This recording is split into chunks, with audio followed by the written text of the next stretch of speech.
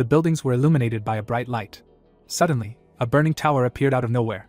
An explosion was heard in space. The first cataclysm occurred. Monsters emerged from the open gates, bared their fangs. The world plunged into chaos. A man cut the body of a monster with a sword. People appeared who could resist evil. The stars burned in the sky. The unions of hunters formed the system. And when everyone breathed a sigh of relief, the second cataclysm occurred. Dragons flew over the burning city. A war began between the divine world and the demon world. Leaving behind piles of dead bodies, the king of pandemonium, Deimos, led hordes of demons and attacked the earth. Divine creatures appeared to oppose them, and the planet, shrouded in ominous energy, turned into a battlefield. A guy broke forward. The end of this brutal war was put by someone who did not belong to either the fearless divine people or the cruel demonic. A bright light illuminated the dragon as the boy struck it. The savior of humanity was surrounded by light particles. Even among the awakened, he had incredible strength, thanks to which he managed to destroy the demon king and put an end to the war. The statue of the hero stood in the building. After his victory, a peaceful time came, which has lasted for almost 30 years. The face of the savior expressed peace. People walked around the Seoul National Museum of Art. Someone said that today was that day. The protagonist stood by a huge monument. Minchio scratched the back of his head and thought about how he did not want to do the group assignment. The boy rolled his eyes in displeasure and decided that only a professor from the university did not understand how useless these assignments are, especially on a day off. A woman led 2 laughing children. The boy smiled and assumed that all these people came today for an excursion. The boy put his hands on his hips and said that he wanted to be like the hero. The student concluded that nothing had changed. 20 years ago, a bright light illuminated the statue of the hero. A child with shining eyes said that the savior of mankind must have been a giant. His friend asked if that was possible. A halo shone around the head of the awakened one. He was the one who protected people with his unimaginable strength, and who was able to end the war. Holding a loudspeaker, the tour guide explained that the hunter died after defeating the demon king, and that this statue was erected so that they would not forget the hero who sacrificed himself for the sake of peace. The boy looked at the savior of mankind with determination and thought that he wanted to be as strong as him. His ear twitched when someone asked if he could become a hunter. The excited children who wanted to be like the hero surrounded their teacher. The man smiled and hesitated. The map showed a peninsula. It turned out that becoming an official hunter was very difficult, but the children were too young to realize that for them it was almost impossible. The protagonist took out his phone and remembered how it shocked his young soul. Minchio looked at the time and realized that the meeting time was approaching. The guys called out to his friend and ran up to him. The guy looked at his exhausted classmates and said that he was about to cross them out for being late. There was a sign with a description of the exhibition nearby. Someone whispered that their friend was known in the faculty for his strictness. Walking right behind him, the guys discussed his severity, since one time their classmate even cried because of him. The young man smirked and asked them to stop talking about it, since he could hear everything. The museum was too crowded even on a weekday, because the hero's sword was recently exhibited there. The student looked away. Standing in front of the painting with the hunter, the protagonist thought about how much time had passed since his death, and remembered that he, for the sake of saving the world, did not spare himself and plunged the sword into the very heart of the demon king. There was a bright flash. Today was the first day that his sword was put on display for everyone to see. The tour guide pointed to the entrance and invited visitors into a separate room. Holding the papers in his hands, Minchil decided that this was definitely enough for a report. The guy looked up and shuddered. In the center of the room stood a monument illuminated by a bright light. On the pillow lay the divine sword Cowlet. Suddenly, the blade flew into the air. The young man squinted and assumed that he was just imagining it. Suddenly, his eyes widened. The sword, shrouded in blue energy, hung in the air right above him. The student frowned and decided that this was some kind of event or performance. At the same moment, the blade pierced his chest. Blood spurted from the protagonist's mouth. The hero's face appeared in the darkness. The savior of humanity was clutching the hilt of the sword. Minchil grinned and called it an excellent strike. The hunter's cloak was stained with blood. The boy felt as if his lips were moving on their own. Deimos inside him smiled and was surprised that he had come across such an outstanding warrior in such a disgusting dimension. His eyes lit up. The commander-in-chief praised the enemy's martial art and said that he wanted to hear his name. A cataclysm raged behind the demon king. The young man realized that he was the leader of pandemonium. The awakened swung his sword. The hero pushed off the ground. He dashed forward and thrust the sword even deeper into the enemy's body. The monster looked down and asked if the enemy refused to talk to him. The savior of humanity frowned sternly. The monster narrowed its eyes and said that they would meet again. The student fell through the void and felt as if his head was about to explode. A bright light burst from his eyes and turned into sparkling lightning. Suddenly, the protagonist opened his eyes. Frightened friends leaned over him. Minchil grabbed his head and realized that he had lost consciousness. The student asked if he was okay. The guy looked at his hand. The guy suggested calling an ambulance. The young man pointed to the monument and asked if that sword hadn't just risen and pierced him. Cowlet beamed. The student explained that his friend was just looking at the exhibit and suddenly lost consciousness. The protagonist opened his mouth in surprise, because he couldn't believe that it was a dream, because everything was so real. The world began to double in his eyes. Mincho remembered how strange images appeared in his head from just looking at the blade. A flash flashed in space. 23 years ago, the Demon King, the lord of one of the 4 dimensions, came to Earth to destroy the world. A sly smile shone on Daimas's face. The moon was circling the planet. The guy was sitting on the floor in the museum. The boy wiped his face with his hand. He put it to his chest and remembered that in his past life, he was called the King of Pandemonium. His friends smiled happily and suggested that they celebrate their excellent work with fried chicken, since they managed to get the highest score. The student, who looked very exhausted, praised them. The guys asked if he was okay. The girl suggested that he go to the hospital. The main character waved his hand and said that he just needed to think about something. A boy came out from around the corner and asked if he didn't want to celebrate the end of the exams. He widened his eyes in surprise and decided that something terrible had happened, since his friend refused to drink. As Minchio walked down the street, he thought about how he didn't feel like celebrating anything because of the terrible mess in his head. The guy closed his eyes and wondered how a person like him could be the reincarnation of the Demon King. Daimas sat on his throne. Many people were injured or killed during his visit to Earth, and the boy lived his whole life hating him. As a child, the boy raised his fist and promised to become a hero who could pierce the vile Demon King with a sword. His image froze in his memory. The student realized that these words were spoken by the former Lord of Pandemonium himself. The protagonist put his hand to his head and wondered why he needed these memories if he had no new abilities or the ability to return to his old body. Minchio remembered how the hero pierced his chest and wondered how Daimas could die, since his body on Earth was a substitute, and his spirit was supposed to return to his real body. The savior of humanity stood on a cliff. He died at the same moment as the Demon King. The boy smiled and decided not to waste time thinking about something like that, because he needed to focus on what he could do now. The young man looked ahead and decided that the gap between him and Daimas began with mana, since beings that belong to a higher level dimension can feel mana easier than walking or breathing, and there are almost no people who can do this. The bright sun was shining above him. The student took a deep breath and focused his consciousness. The protagonist closed his eyes and felt mana. Now he just had to remember how to use it. Suddenly, notifications began to flash around him. The system entered the Akashic Chronicles and began to awaken. Minchio smiled in surprise, not believing that it was so easy. The sun's rays illuminated the trees.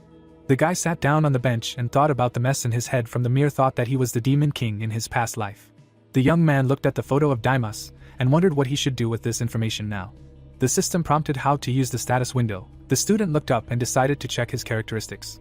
Sitting in front of the notification, the awakened one studied his skills and unique abilities. The window said that thanks to karma, he has the ability to change the laws of this world, defeating monsters and gaining points. Suddenly, the player shuddered and remembered that the higher and lower dimensions are divided by the amount of karma. 2 moons shone in the sky above the city, Pandemonium and Elysium. The difference in the limit of power between the creatures of these 2 worlds creates an abyss. A bright flash appeared in front of the Demon Lord. When a being from a higher dimension penetrates a lower one, it must use a substitute body. Planet Earth was visible in front, so Daimas was restrained in order to maintain the balance of the universe. The protagonist looked at his hand and realized that the King of Pandemonium had to use a substitute body due to the laws of the dimension, but he had the power to change these laws. Minchio clenched his hand into a fist. A smirk appeared on his face when he realized that he could exceed the limit of his own strength. The 2 worlds were arguing over the sick Earth. The guy who was no longer the Demon King could do nothing for humanity, since Pandemonium and Elysium had already made a truce and paid compensation. People were walking around the museum. If those who had just recovered from the cataclysm learned of Daimas's revival, the world would plunge into chaos again. The star-shrouded youth knew that he needed to continue living as an ordinary person, and decided to use the information from his past life. The student smiled and wanted to contribute to the prosperity of humanity, as soon as he had enough strength to do so. The awakened one crossed his arms and remembered that in his past life, he also wanted to become stronger. The player looked at his magic value and realized that he needed to do something about it. Fortunately, the Demon King's memories had a whole bunch of ways to increase mana. A full moon shone in the sky above the city. The protagonist held a phone in his hands. He ran a stick along the ground. A magic circle appeared in the clearing.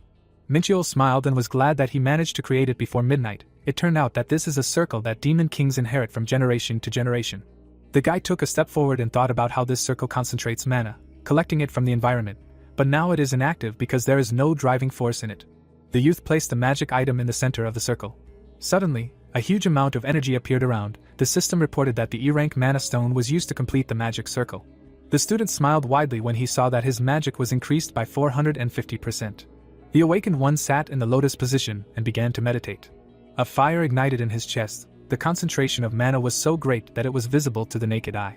An emblem appeared among the branches. The basic pranayama was to draw in natural mana with the breath and store it inside oneself. A whirlpool swirled in the darkness. The player realized that he would have to learn the breath, which would allow him to create a small cosmos in his mind by absorbing the energy of the stars. People sat in front of the demon. In the past, Daimos made a contract with the heavenly demon and entered the dimension called Murim, where he learned the most ancient spiritual technique, impossible for anyone except the masters of demonism to learn.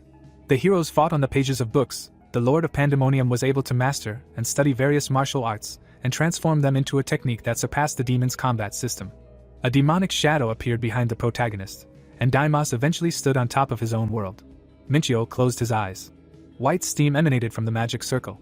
A light haze enveloped the planets. A bright light burst out from the circle and illuminated the forest. The boy clenched his fist. He gritted his teeth and realized that his body could be torn apart by the power of the stars if he relaxed. Suddenly, the young man opened his eyes wide. A blue haze appeared above his head. The student pursed his lips and decided that he would die or go crazy if he stopped. A powerful stream of wind ruffled his hair.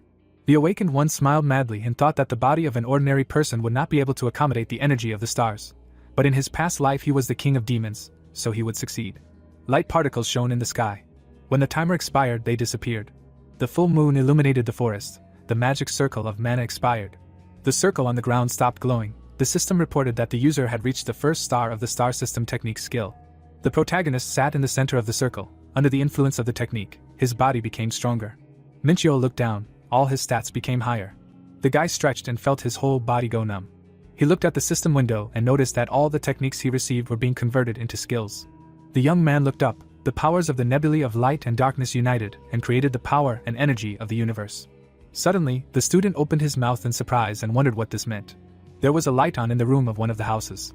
The status window showed the characteristics of the awakened one.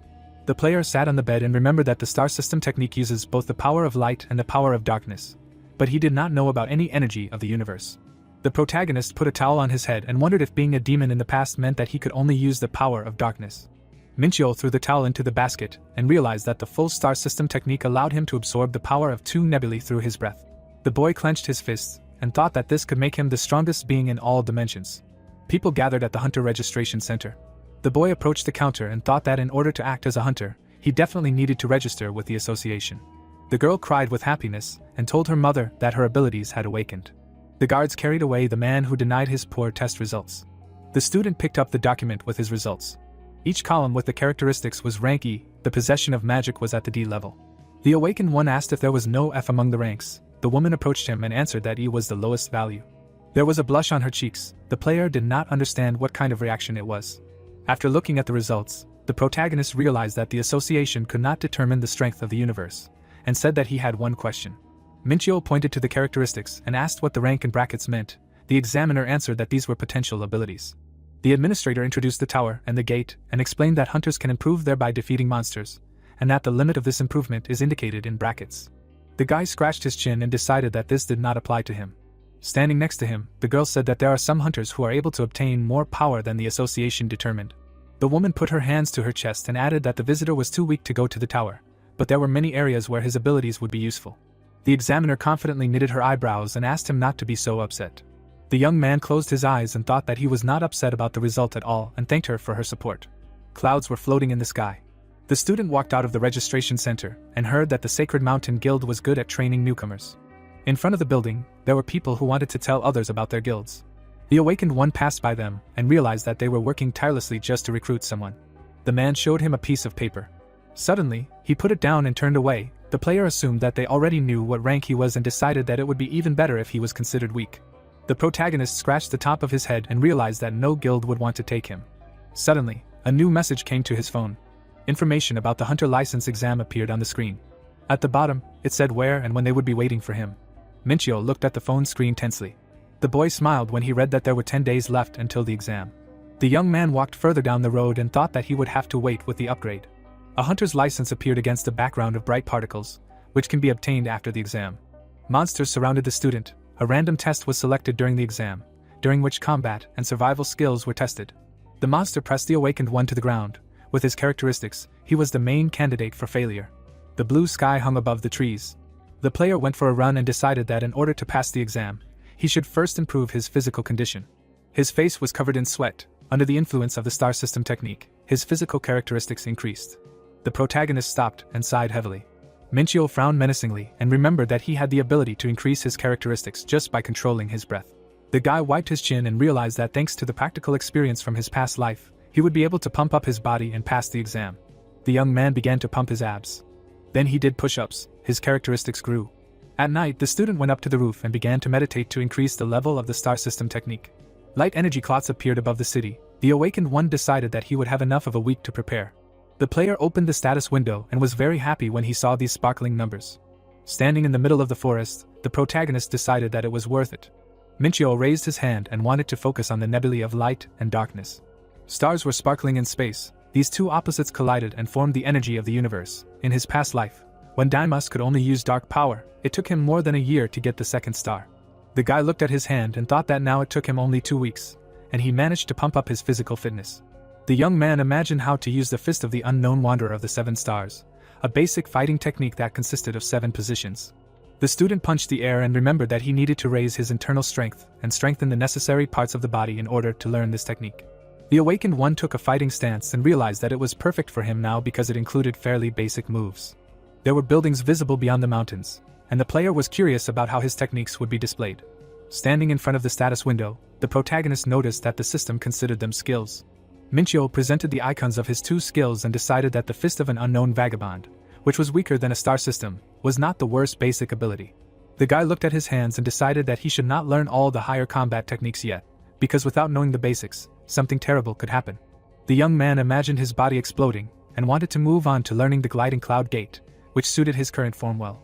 With each step, dust appeared under his feet. It was a walking technique that was not able to push back the enemy, but which could be useful for counterattacks and maintaining balance. The student pushed off the ground and wanted to practice. The awakened one soared into the air. His movement speed increased by 50%. A satisfied smile appeared on his face.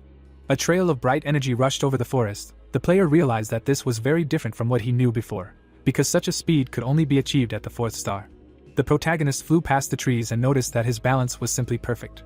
Minchio confidently looked ahead and wondered if the martial arts he activated with the energy of the universe were so much more advanced than those that could be obtained with darkness magic. There was a large tree ahead. The guy smiled and decided to try something. The young man swung his fist. The student hit the tree trunk with all his might. A powerful explosion of energy was heard. The tree shattered into pieces, and blood appeared on the awakened one's fist. Standing in front of a pile of wood, the player could not believe that even basic martial arts were capable of such a thing. Blood dripped from his hand. The protagonist realized that he could easily reach the same heights as in his past life. Minchio looked at his hand and decided that he could no longer attack with his bare hands, so that his body would not be damaged. A registration card appeared, confirmed by the Hunters Union. The boy entered the building, which was guarded by 2 golems. He had a hood on his head. Smiling widely, the girl thanked the guest for visiting the Interstellar Union branch and asked what brought him here. An aura enveloped the magic circle. The union of merchants and warriors from different galaxies was one of the 3 strongest military forces that covered all dimensions. Energy curled into a ball. The trade union sold powers and items to anyone, regardless of dimension and species, and their influence was so high that there was not a single species that would never use their services. Members of the organization stood under divine and demonic creatures. They covered themselves with a neutral position in order to make huge profits. The young man put his hands in his pockets and said that he needed to meet the head of the department. The woman asked what it was about. Smiling, the student said the code R and decided that this would be enough to call the head of the department. The consultant asked him to wait a little. The man ran forward, out of breath. The knight looked at him and assumed that a large deal was in the works. His friend asked what was going on there. The administrator covered her mouth with her hands. Putting a handkerchief to his cheek, Martin apologized for the rudeness, since VIPs very rarely come to their department, and asked if the visitor would like to use the warehouse in the dimensions. The awakened raised one eyebrow in surprise. His eyes lit up, and he saw the dwarf status window. The player followed him and thought about how he was considered young by the standards of his race, despite being 300 years old. The head of the department frowned. The protagonist was surprised that he managed to get such a high position and assumed that he must have outstanding abilities. The heroes entered the void. A tall gate to a dimensional warehouse appeared in front of them. Usually, it took a huge amount of time and money to transact between dimensions, but thanks to the warehouse, this process was greatly simplified. Minchio extended his hand and thought about how high-tech was used here at a high price, so in order to use it, it was necessary to confirm the identity of the VIP or the leader of the Interstellar Union. The boy pushed the door and remembered that there were 24 VIPs in total, whose identities were kept a closely guarded secret, so that even the Union members would not be able to find out his true identity. A giant magic circle appeared on the gate when the system asked for the magic imprint of the code. The boy smiled tensely and lost several units of universe energy. The gate in front of him opened. Martin frowned sternly. There was a view of space ahead. The system confirmed the identity of the VIP and let him into the dimensional warehouse. The student frowned in confusion when he learned that one item was left in the warehouse. Dark energy swirled in his hands. The awakened one realized that he would have left more things here if he knew about his reincarnation, and decided that the fact that there was at least something here could be considered luck. In his hand was a stone that looked like any of the ones lying under his feet on the street. An ominous aura enveloped it when the player ordered it to awaken. A wave of energy flew past the planets. It formed a bracelet on the protagonist's hand. The system reported that the Black Star had found its new owner, and that synchronization was complete. Minchio looked at it, and remembered that this is an artifact whose power is determined by the karma of the owner, and that now even half of its true capabilities are unavailable to him. The guy summoned a sword in his hand and decided that the ability of the weapon to change its appearance would be enough to pass the hunter exam. The high tower shone. Representatives of the Interstellar Union could not believe that this man was actually a VIP. The young man put on his hood. Someone said that he did not look like a powerful person at all. Sitting at his desk, Martin replied that he had seen it all with his own eyes, so there could be no doubt, and wondered how it was possible that a VIP had appeared in the lower dimension. The man introduced the demon, and suggested that one of the beings from the higher dimensions did not want to show their essence, and created a substitute body on Earth to hide their power. The girl smiled broadly and said that his nature as a true merchant does not change. The dwarf reminded him that the one who brings them money is their client. Closing her eyes, the woman asked if she should observe the situation, but not conduct an investigation, and promised to do everything so that the information would not leak to other departments. Hoping for her help, the head remained alone in the office. Martin walked to the window. After entering the tower, the higher species began to closely observe this world.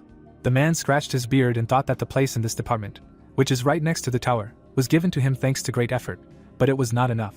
The awakened covered his mouth with his hand and yawned. The dwarf realized that he could rise to an even higher position thanks to him. The player looked up. On the day of the exam, people crowded in front of the testing center. Someone shouted that the 55th license exam was being held today. The protagonist took his number and remembered that he needed to stay in the waiting room until the appointed time. Reporters ran out to meet him. Minchio's eyes widened in fear and asked what this meant. The journalists ran past him. The guy mentally called them crazy. The people parted when Yumi and Sungwoo came forward. The young man assumed that they were some celebrities. The man raised his eyebrows and asked if this was not the daughter of the ambassador of Vanaheim. His friend confirmed this and called her a half-elf. The girl smiled. According to rumors, she had the ability to control spirits. The future hunter grinned. It turned out that he was accepted into the Waran Guild after a psychological test and a fencing test. People were sure that one of them would get the highest score. A loud sound came from the speakers. People gathered in the building. A voice announced that the testing would begin in 10 minutes and that each examinee could get a hunter's watch from informants. Light particles rose above the palm trees. People gathered near them. The student looked around and assumed that this area was created by people. A crystal flew above his head. The examiner announced the disciplines tested in the 55th license test. The crystal shone. It turned out that in order to pass the exam, it was necessary to survive and score 100 points. The special watch showed more accurate information about the points. Each of the examinees started with the same level of shield energy, which was spent when taking damage. The awakened one clicked on the watch and decided that they thought it all out well, because as soon as a person used up their shield, they would be thrown out of the examination area. Markers appeared on the map of the island. A voice said that you can pass the test if you kill 50 normal monsters or go on a raid on a boss. The player looked in one direction. Then he looked in the other direction. People got into a fighting stance when they heard that they could also hunt each other. Smiling, the protagonist realized that enemies were everywhere, and decided to start taking the exam. Minchio took a step forward and thought that someone would definitely not have enough points, so they would have to attack other guys, which meant that this was what the examiners wanted. The man raised his fist and suggested teaming up. As this was the only way to increase the chances of passing the test, the guy decided that this was not his style at all. The young man stopped in front of the forest, and realized that he needed to kill the boss. Walking through the thicket, the student wondered why no one was fighting, because this was the most interesting part. The bright sun illuminated the trees in front of him. The awakened one heard the clang of steel on steel and assumed that something had already begun. The player turned onto the path and decided that this was a good way to test the abilities of the other participants. The protagonist shuddered and looked ahead. A giant panther was standing in the clearing. Minchio transformed the black star into a spear and wanted to kill the monster. The guy got into a fighting stance. The energy of the universe enveloped his body and increased his characteristics. The young man stood firmly on the ground. The gliding cloud step was activated. The student made a dash forward. The monster opened its mouth and bared its giant fangs.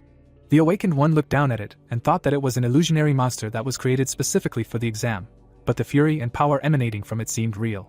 The beast leaped forward, leaving its prey behind. The player struck and thought that in this weak body, it was better not to get attacked. The tail with spikes on the end appeared behind him. The protagonist dodged the strike and realized that it would be difficult for him to engage in close combat because of this. Minchio frowned sternly. The boy extended his spear to the side as the panther headed towards him. The monster opened its mouth furiously. The youth swung the spear and used the skill-crushing strike. The student threw the weapon forward, and a powerful aura enveloped him.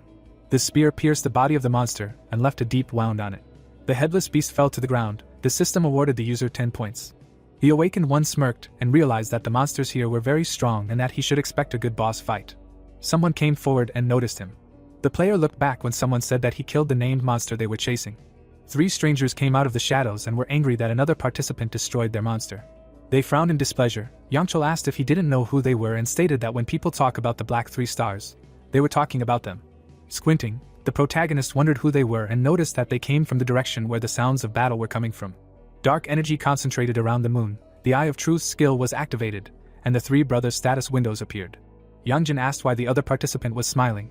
His brother crossed his arms and assumed that he just didn't understand the situation he was in. Minchul beckoned them with his hand and called for an attack. The man angrily clenched his fists and said that he would make him shut up. Yunsu added that such scoundrels should be taught manners. The boys rushed at the guy with the weapon. The youth made a dash towards them. The black star turned into a dagger in his hands. The student struck the spearman. The swordsman tried to hit him, but missed. The awakened smirked and decided that they themselves did not know who they were dealing with. Yunjin opened his mouth in fear and screamed when he was attacked. Yunsu watched him from the side. The player decided that their brother would not be able to use magic when his comrades were so close. The spear flew into the air. Its owner called for the enemy to leave their youngest. The protagonist jumped back to avoid being hit. Yunchul raised his hand and used magic. A fireball flew forward. Minchul looked at him in amazement as he approached. A smile appeared on his face. The boy transformed the black star into a long sword. He cut the air with the blade of the 5 tigers and cut the fireball. The brothers looked at him in shock.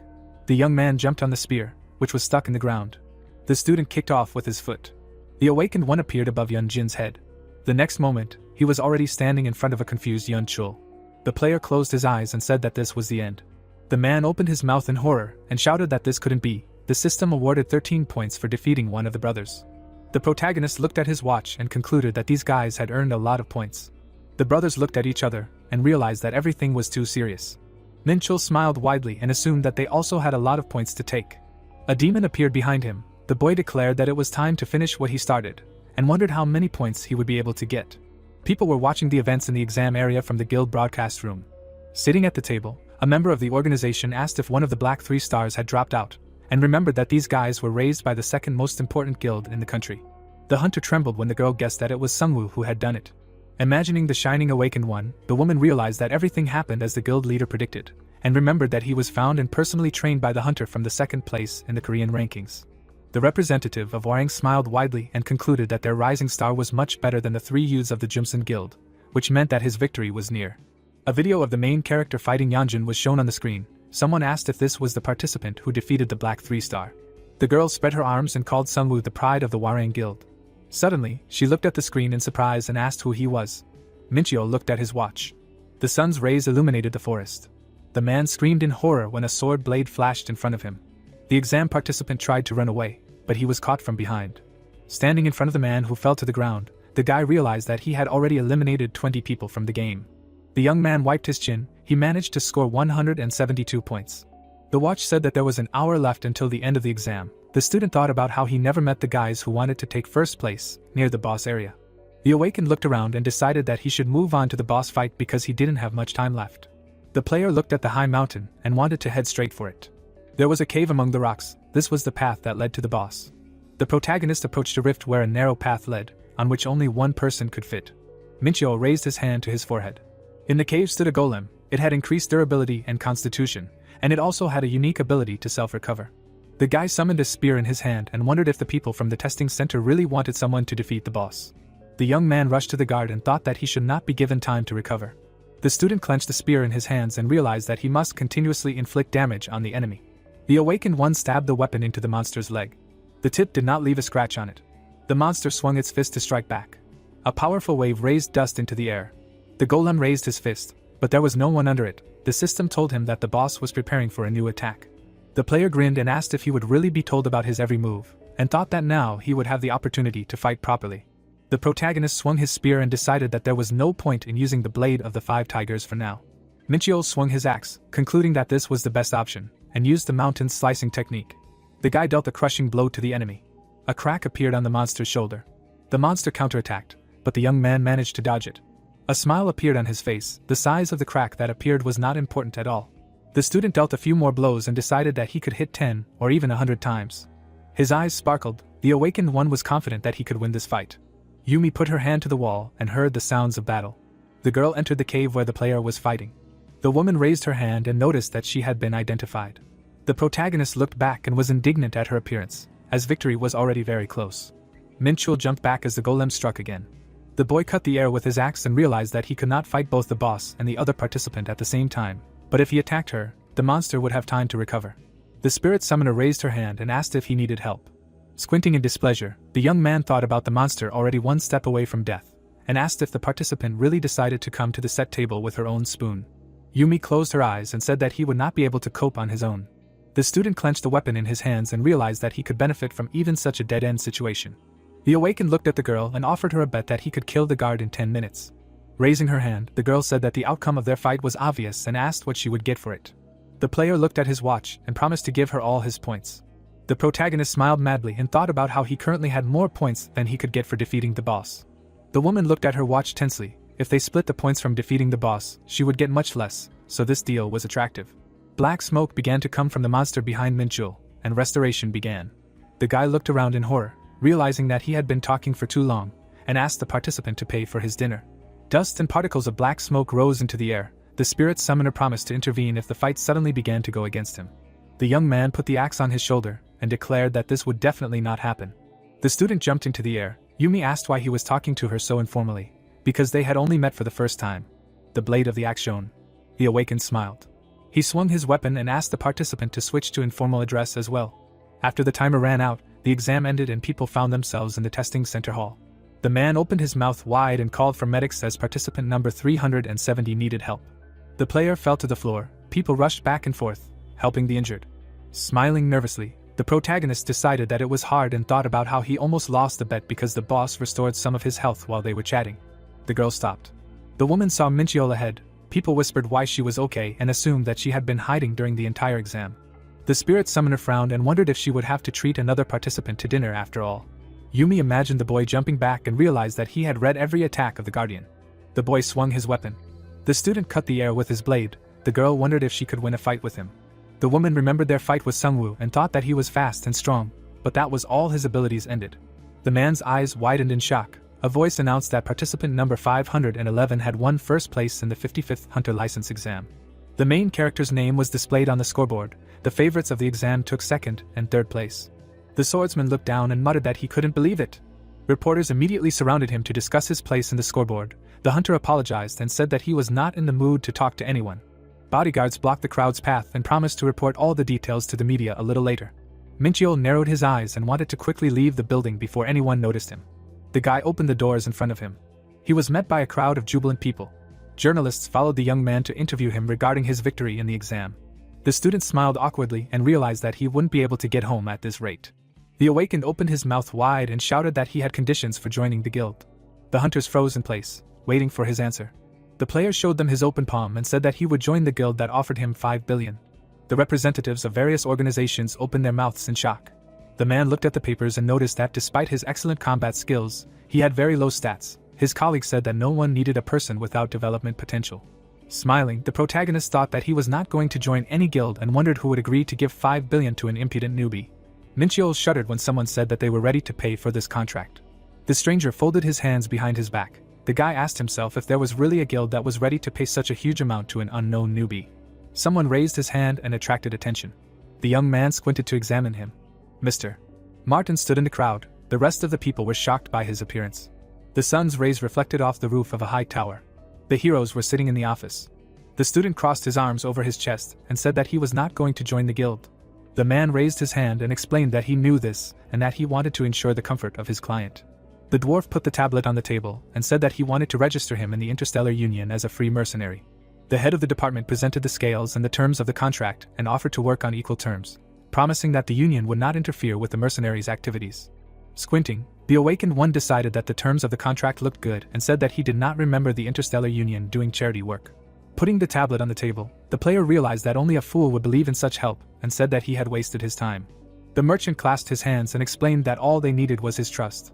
The protagonist scratched his chin and thought about it. Martin smiled widely. Minchio guessed that they expected him to have a huge force behind him, and realized that he had no reason to refuse. The guy left his signature on the tablet. A chandelier sparkled under the ceiling. Following the boss, the girl asked if he was sure of his decision. The man replied that he would not mindlessly get involved in something like this, and asked her to prepare for a meeting with clients. The dwarf frowned sternly. The free mercenaries of the Union were not inferior in strength to the nobility of Pandemonium. For this reason, in order to conclude such a contract, someone no lower than the director of the Union must give their permission.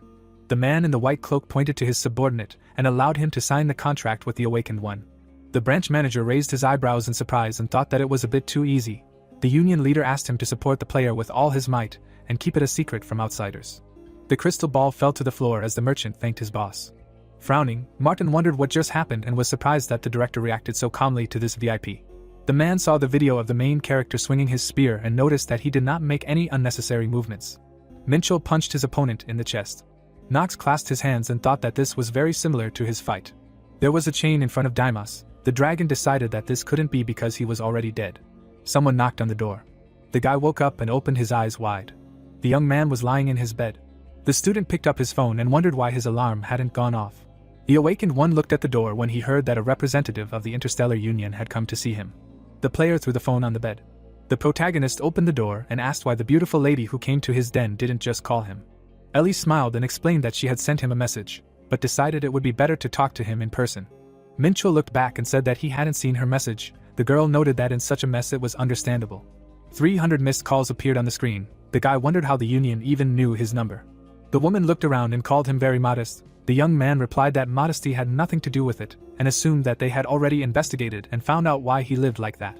The secretary replied that they had not done anything that he would not like. The student threw his things into the corners and asked why they had come to the testing center yesterday.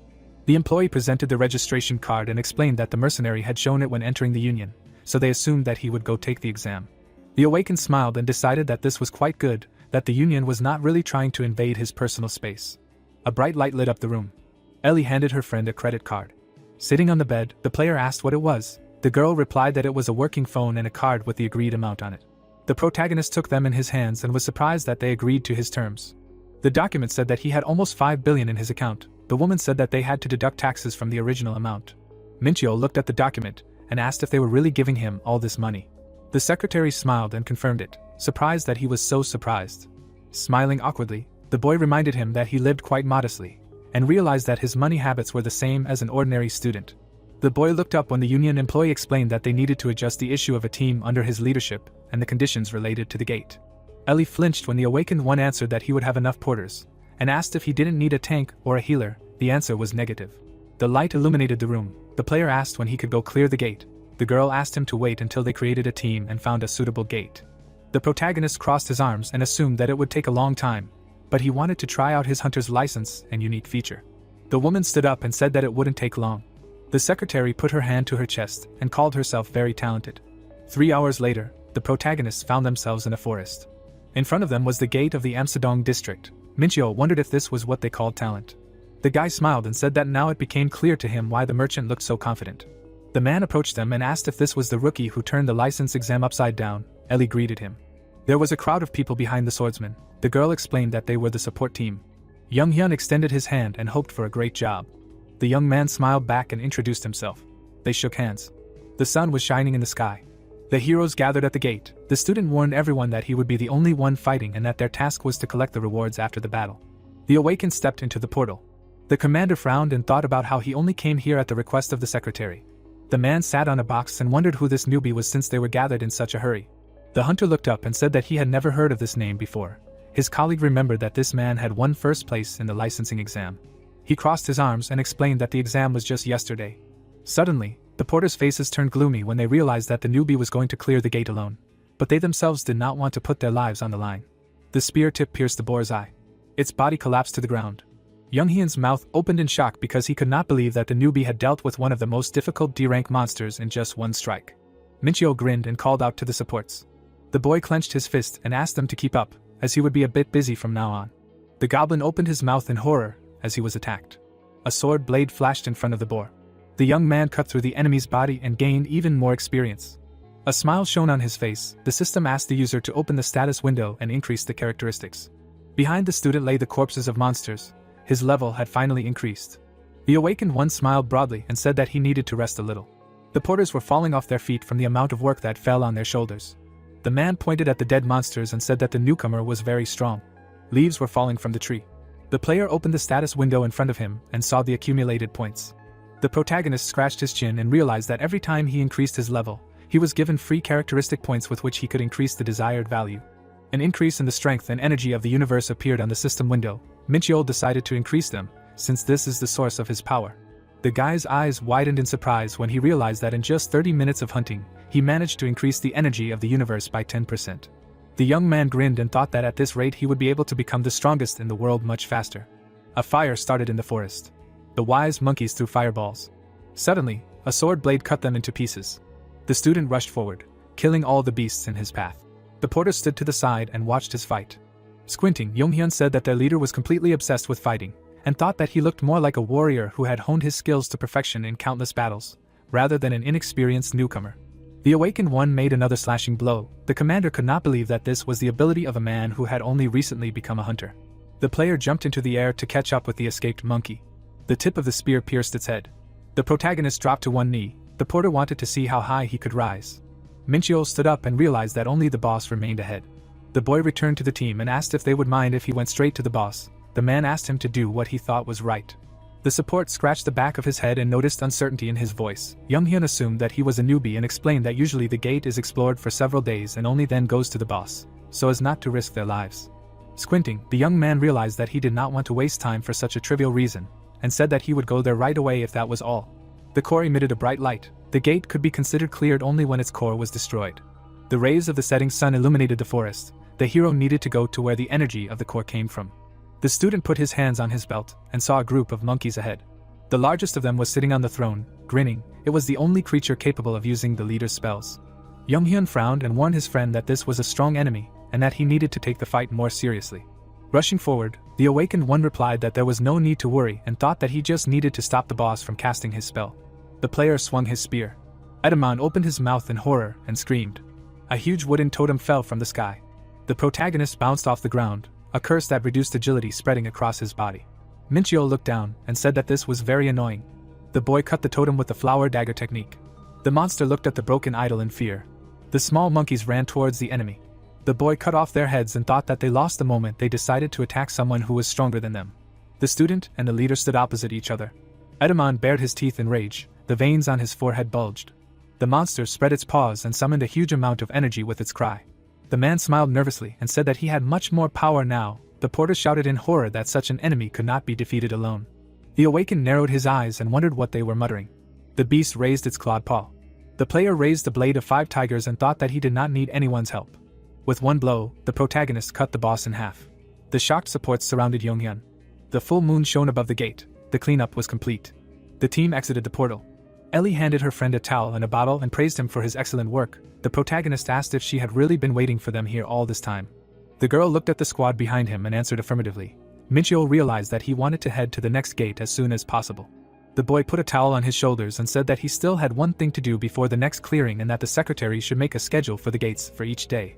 Holding a bottle in her hands, the woman asked if he was sure about his decision, since hunters usually cleared the gates once every 3 or 4 days due to fatigue. The young man replied that it did not matter. Showing her his torn clothes, the student asked his friend to find her a merchant who deals with equipment, and thought about how during the time of Daimas, his entire body was covered in demonic skin, thanks to which enemy attacks were imperceptible. The union employee pointed to the car and promised to set up a meeting, which would not take long. The golems let the awakened one into the building and thanked him. The player smiled nervously and realized that he spent a whole 4 million on equipment. Martin scratched his beard. The protagonist could not even imagine that he would be the master. The dwarf clasped his hands and said that he would not disappoint his client. Until now his way of doing business suited Minchiol, but now his actions seemed suspicious. A bus was driving along the road. The guy decided to trust the head of the department. Suddenly, the driver's eyes widened in fear. The young man looked out the window and decided to practice on his way home. Suddenly, the student looked ahead. The bus braked sharply, and people almost fell. There was a serious accident at the intersection. The awakened opened his mouth in shock and asked what it was. A gate opened right in the middle of the street.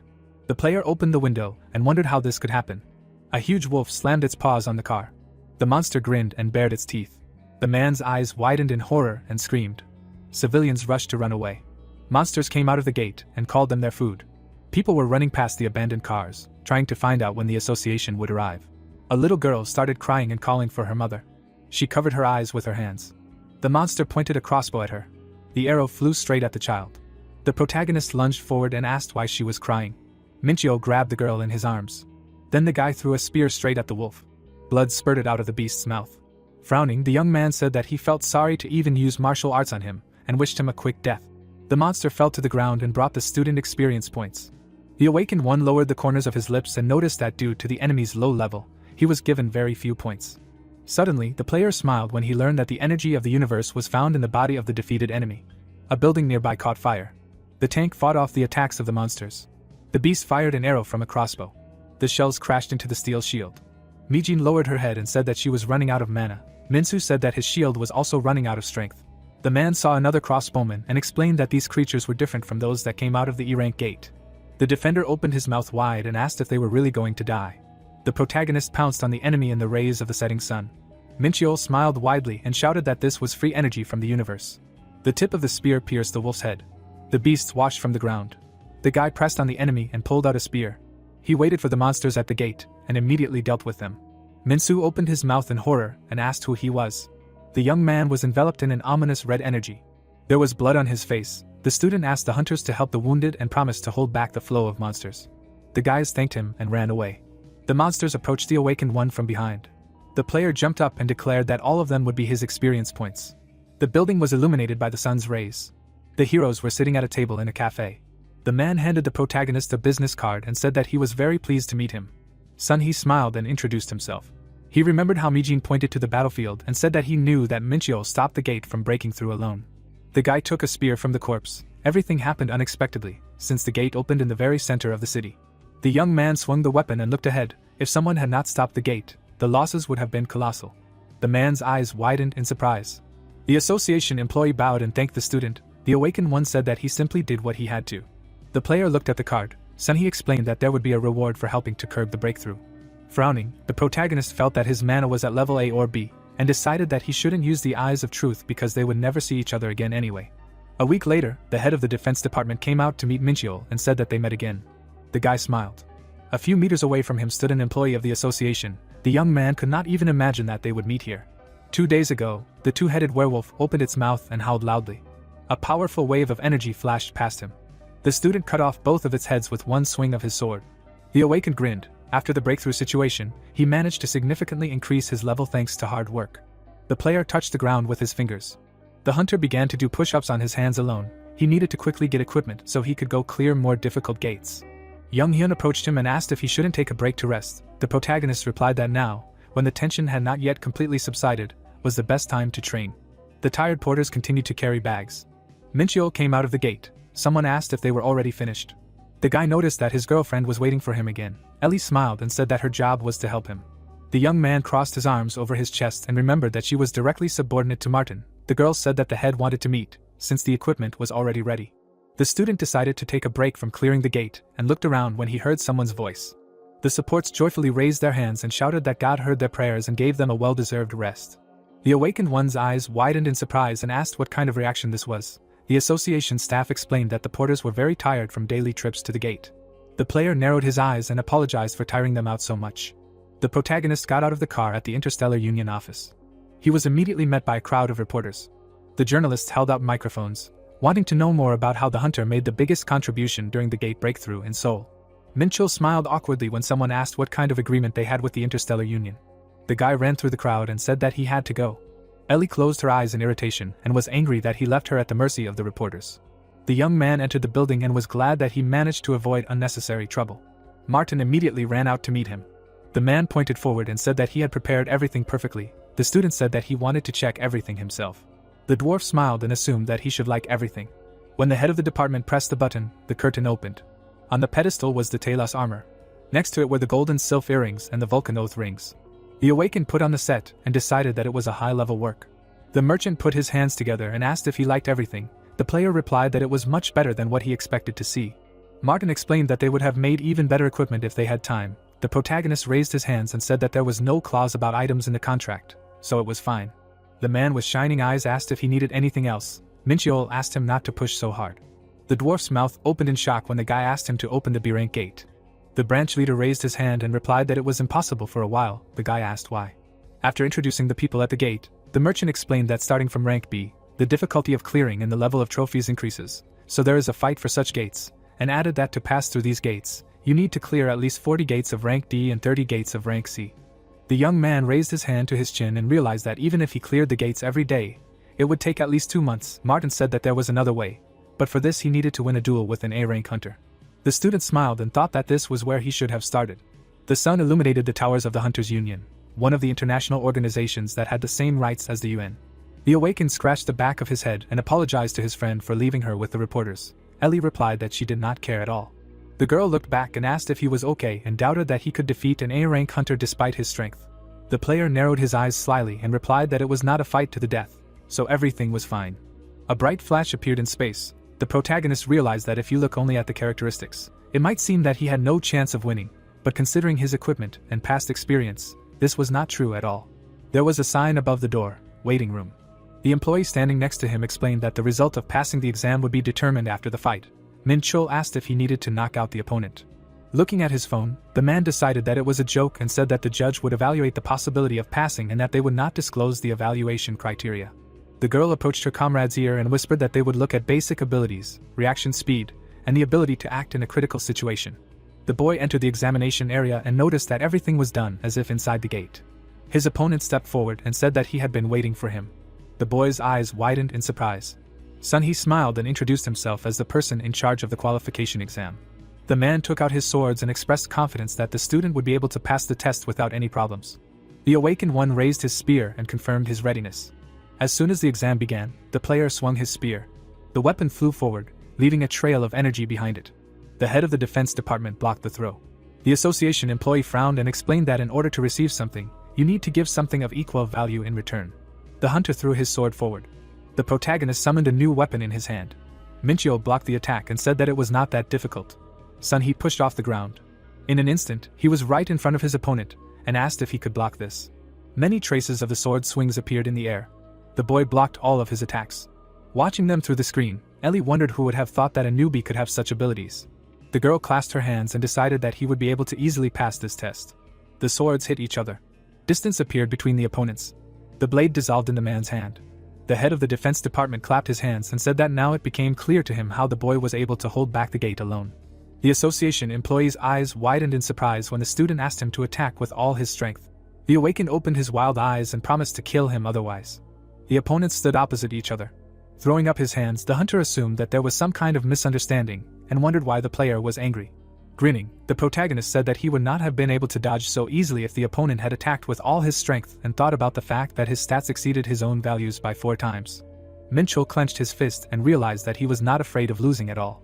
The guy, covered in dark energy, realized that he hated being underestimated. The young man looked ahead and asked his opponent to show him all his cuteness. Son, he nervously pursed his lips. A blade appeared behind his back. The man realized that his words did not matter at all. The weapon rose into the air. The head of the defense department took a fighting stance and said that his ability was to freely control 7 swords. The student smiled with interest. The awakened swung his spear and said that this was the right place to start because he wanted to throw the choice to a real A rank. The player dashed forward. The tip of the spear crashed into the blade of the sword. The protagonist jumped back from the recoil. At that moment, the association employee appeared behind him. Mincheol ducked to dodge the slash. The guy turned and swung his dagger. A knife flashed under the hunter's jacket. The young man raised his hand and realized that his opponent had exposed himself to the hidden sword. The weapon was enveloped in a blue haze. The student thought that the fact that such a short sword could contain so much power showed how strong its owner was. The blade of the blade flashed in the air. Songi grinned and said that his comrade had surprised him many times recently. The awakened narrowed his eyes and replied that this was only the beginning. Lightning flickered around his hand. The man swung his sword. He dealt a crushing blow to his opponent. Several swords clashed with each other. The player realized that his opponent had finally begun to take him seriously. The two heroes looked into each other's eyes, and the head of the defense department asked the newcomer to remain vigilant. One of the swords approached him from behind. The protagonist smiled tensely. While holding back the enemy's attack, Minchio realized that he would not be able to dodge the flying blade. A powerful explosion rang out, throwing the boy back. His body crashed into the wall and destroyed it. However, the young man managed to stay on his feet. A cloud of smoke and dust hit him from the eyes of the association employee. The student took a step forward when the hunter thought that they had already finished the fight. Sun He's eyes widened in surprise and asked if he was okay after such a blow. The awakened one spat out blood and wondered if the opponent could have intentionally caused the explosion to get out of this situation. Looking at the player, the man asked who he really was. The protagonist wiped away the blood and realized that without the armor skill, his bones would have been broken by now. During the explosion, Minchio jumped back and activated his heavy armor. He realized that the difference between his stats and the enemy's was too great. The boy closed his eyes. The young man raised a sparkling sword in front of him. The system reported that the user had obtained a 7-star demonic sword. The student suddenly opened his eyes and looked forward. A red haze enveloped his body. The head of the defense department realized that he was in bad shape. Swords flew around him. The association employee apologized for not being able to use 100% of his power because he did not have all 7 swords. The awakened one raised his weapon and said that the remaining ones would be quite enough. The hunter kicked off the ground. Sun He cut the air with his blade and declared that he was at the peak of his abilities. The player got into a fighting stance and activated the first form of the demonic sword. The protagonist delivered a powerful blow. The man's eyes widened in fear. He had to put all his swords in front of him to block such an attack. One of his blades cracked. At that moment, the head of the defense department's weapon broke. He looked away in horror. Minchio had a malicious grin on her face. The boy dealt a few more blows. Waves of energy approached the association employee. The broken swords hung in the air. The hunter narrowed his eyes and raised the remaining blades in front of him. There was a large distance between the opponents. The young man raised the demonic sword and remembered that he still had the energy of the universe. Suddenly, blood gushed out of his mouth. The student fell to his knees and spat it out. Sun He leaned on the sword and lowered his head. The doors of the examination room opened. Ellie ran onto the field and asked if her friend was okay. The awakened confidently knitted his brows and declared his victory. The man smiled and said that he would have won if he had all 7 swords. The player covered his face with his hand and laughed. Watching them from the side, the girl asked what was going on here.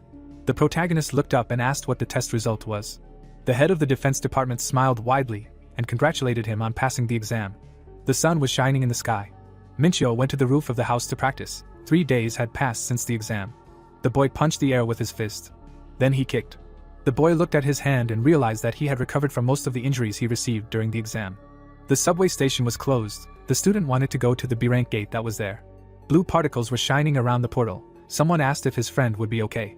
Ellie raised her index finger and said that he should have received treatment instead of going into the gate without even going through the examination. The awakened one put on a warm jacket and said that it would be much more beneficial for him not to receive any treatment because the ancient heavenly art was transforming his body. During the meditation, the player became stronger due to the repeated injuries and recovery, and he wanted to return to the raid as soon as possible. On the other side of the portal were snowy mountains. The team members complained about the terrible cold. Young-hoon frowned and asked if their leader was really cold. The protagonist smiled and said that the wind here was so refreshing that he even wanted to take off his jacket. The man said that it would only get colder. Minchio put his hands on his hips and asked if anyone wanted to help him. The porter decided that it would be a good idea to set up a camp here so that their performance would not decrease. The guy looked back and asked them to do so while he scouted the area. His foot sank into a thick layer of snow. The young man walked into a snowy clearing and noticed that this gate was much larger than expected. The student raised his eyebrows and wondered why no monsters had appeared on his path yet. Suddenly, a huge yeti appeared behind him. The monster opened its mouth and roared. The awakened one smiled widely and was happy to see it. The player jumped back to avoid being hit. The protagonist confidently looked forward and was surprised that the enemy was able to camouflage itself despite its size. The monster cut the air with its sharp claws. Several shock waves approached Minchio. The tip of a spear flashed in the air. The guy easily repelled the enemy's attack and remembered how nervous he was because they went to a high-ranking gate. The young man swung his sword. The student chopped off the yeti's head and decided that it was much easier than he thought. The head fell on the snow behind him. The system awarded several experience points. The awakened one smiled happily when he realized that exactly the same monsters here give 10 times more experience, and wanted to thank Martin for this. The association building sparkled in the sun. The envelope read resignation letter. The man clasped his hands and asked what it meant. Sun He bowed and apologized. Sitting at his desk, the boss said that he only turned him into a decent person and was outraged by his decision to leave. The boss frowned and said that he wanted to hear a convincing reason for his decision since they had been working together for 10 years. The head of the defense department looked down and told him about how he met the newbie at the exam a few days ago. In the memory, The protagonist stood next to the corpses of monsters. Despite being in E rank, he managed to single-handedly deal with the rift that had appeared. The swords cracked and broke. The hunter was sure that Minchio was weaker than him, but he was overconfident. The guy opened his eyes wide and taught the one who was too arrogant a lesson. 3 days after the end of the exam, the heroes shook hands and he said that he underestimated the boy. The student smiled and said that everything was fine. The man explained that he had learned a lot in this fight. The head of the defense department frowned confidently and promised to catch up with him. Narrowing his eyes, the awakened one wished him hard work and wondered what exactly he was trying to catch up with. Deciding that there was no limit for him, the hunter opened his mouth wide and said that he wanted to become stronger. He clenched his fist and said that he wanted to enter the tower. The boss looked at him thoughtfully and mentally called him crazy. A huge structure towered over the city, which appeared during the first cataclysm. People fell from its top. After passing the tests, a person can become stronger, but to do so, he will have to risk his own life. Swords flew around the head of the defense department. He was the one who almost reached his limit. The man pinched his nose and decided that he did not need to go through all this trouble. The old man tore up the resignation letter. The boss threw away his bucket and suggested that his colleague go on vacation and have a good rest. The hunter looked down in disappointment. He bowed and promised to visit the boss after the vacation. The association employee asked him not to forget to bring a gift. The man smiled and agreed, thinking about how much he wanted to keep up with the newbie. The gate lit up green. 40 hours left until the breakthrough. A blizzard began in the mountains. The protagonist realized that if he did not kill the boss, the monsters would continue to appear, and decided that this was the perfect place for hunting. Minchio chopped up several yetis into pieces. The severed limbs fell to the ground behind him. The guy looked up when the system prompted that the power inside him was awakened to search for traces of souls. The young man spread his arms and asked what it was. The power of charm and the power of hellfire were revealed to him. Lightning flashed above the building. In the depths of the pandemonium dimension was an old castle known as the Hall of Sins. The monsters stretched their hands towards the throne. The hall gave the demon who sat on it a huge, almost infinite power. Scratching his chin, the student thought about how he couldn't have access to the power of sin in this body, and remembered that both of these powers never belonged to him. Behind Seraphine stood Grangio. They were demons who controlled the powers of hellfire and charm, but Daimos killed them both.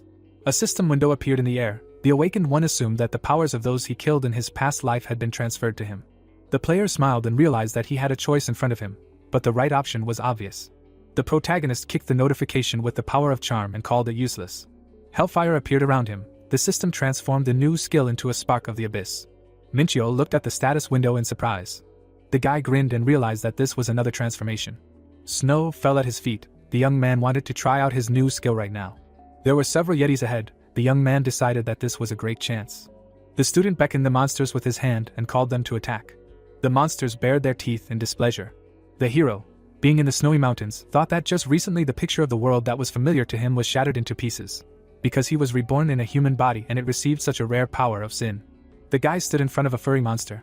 A bright pink flame was coming out of his hand. A notification said that he was using hellfire, spending 150 units of mana. Then a new one came, indicating the spark of the abyss, creating a flame of light, darkness, and chaos, having a changing shape and appearance, depending on the owner's desire. The player stood with his hand outstretched, attacking the enemy and arguing that he knows about hellfire, but does not understand the meaning of the word consecration. The attack hit the yeti right in the head. The monster screamed. The guy clenched his hand into a fist and smiled, thought that this is the power of the demon Grangio. When the flame burns the target, while the caster has mana, then it is the same as the hero remembers it. Only a skeleton remained from the yeti, and the others, seeing this, became furious. And then they ran to attack. Under the player's thoughts that consecration sounds like a divine power, he decided that he would have to find out in practice. The monsters surrounded him. The caster raised his hand, enveloped in yellow energy, thinking that he, once a demon, would use divine power. The notification indicated that it was a consecration. The energy in the shape of a cross covered the hero who used the spell. The warrior believed that the power was intended to banish evil, so it was impossible to attack it directly. But the energy could be used as a buff that increased physical abilities. The yetis ran towards the fire, and this power seemed to cut them in half. The hero slightly turned his head, still in the glow. The enemies were defeated. He felt goosebumps all over his body. Remembering himself in the body of a demon, he realized that the power used was effective, but because of his past life, he received such a strange state. Suddenly, the guy looked up and realized something. An image of the Archangel Elysium Michael appeared in his head. The hero realized that these were his abilities and mentally called him a bastard. Minchio's eyes widened as he realized that he had killed a divine creature in his past life, meaning he now gains the abilities of everyone he killed, regardless of race, and concluded that this was cheating. The hunter stood near the dead bodies of the yeti lying on the ground, continuing to reason that martial arts were mainly focused on close combat, so he thought raiding was difficult. but unexpectedly he received a ranged skill and a blessing. He looked at the huge rock ahead, deciding that he had hunted enough and it was time to visit the boss to close the gate. On one of the rocks stood a creature that the notification identified as an imp and an ice spirit. It raised its hand and wished death on the human.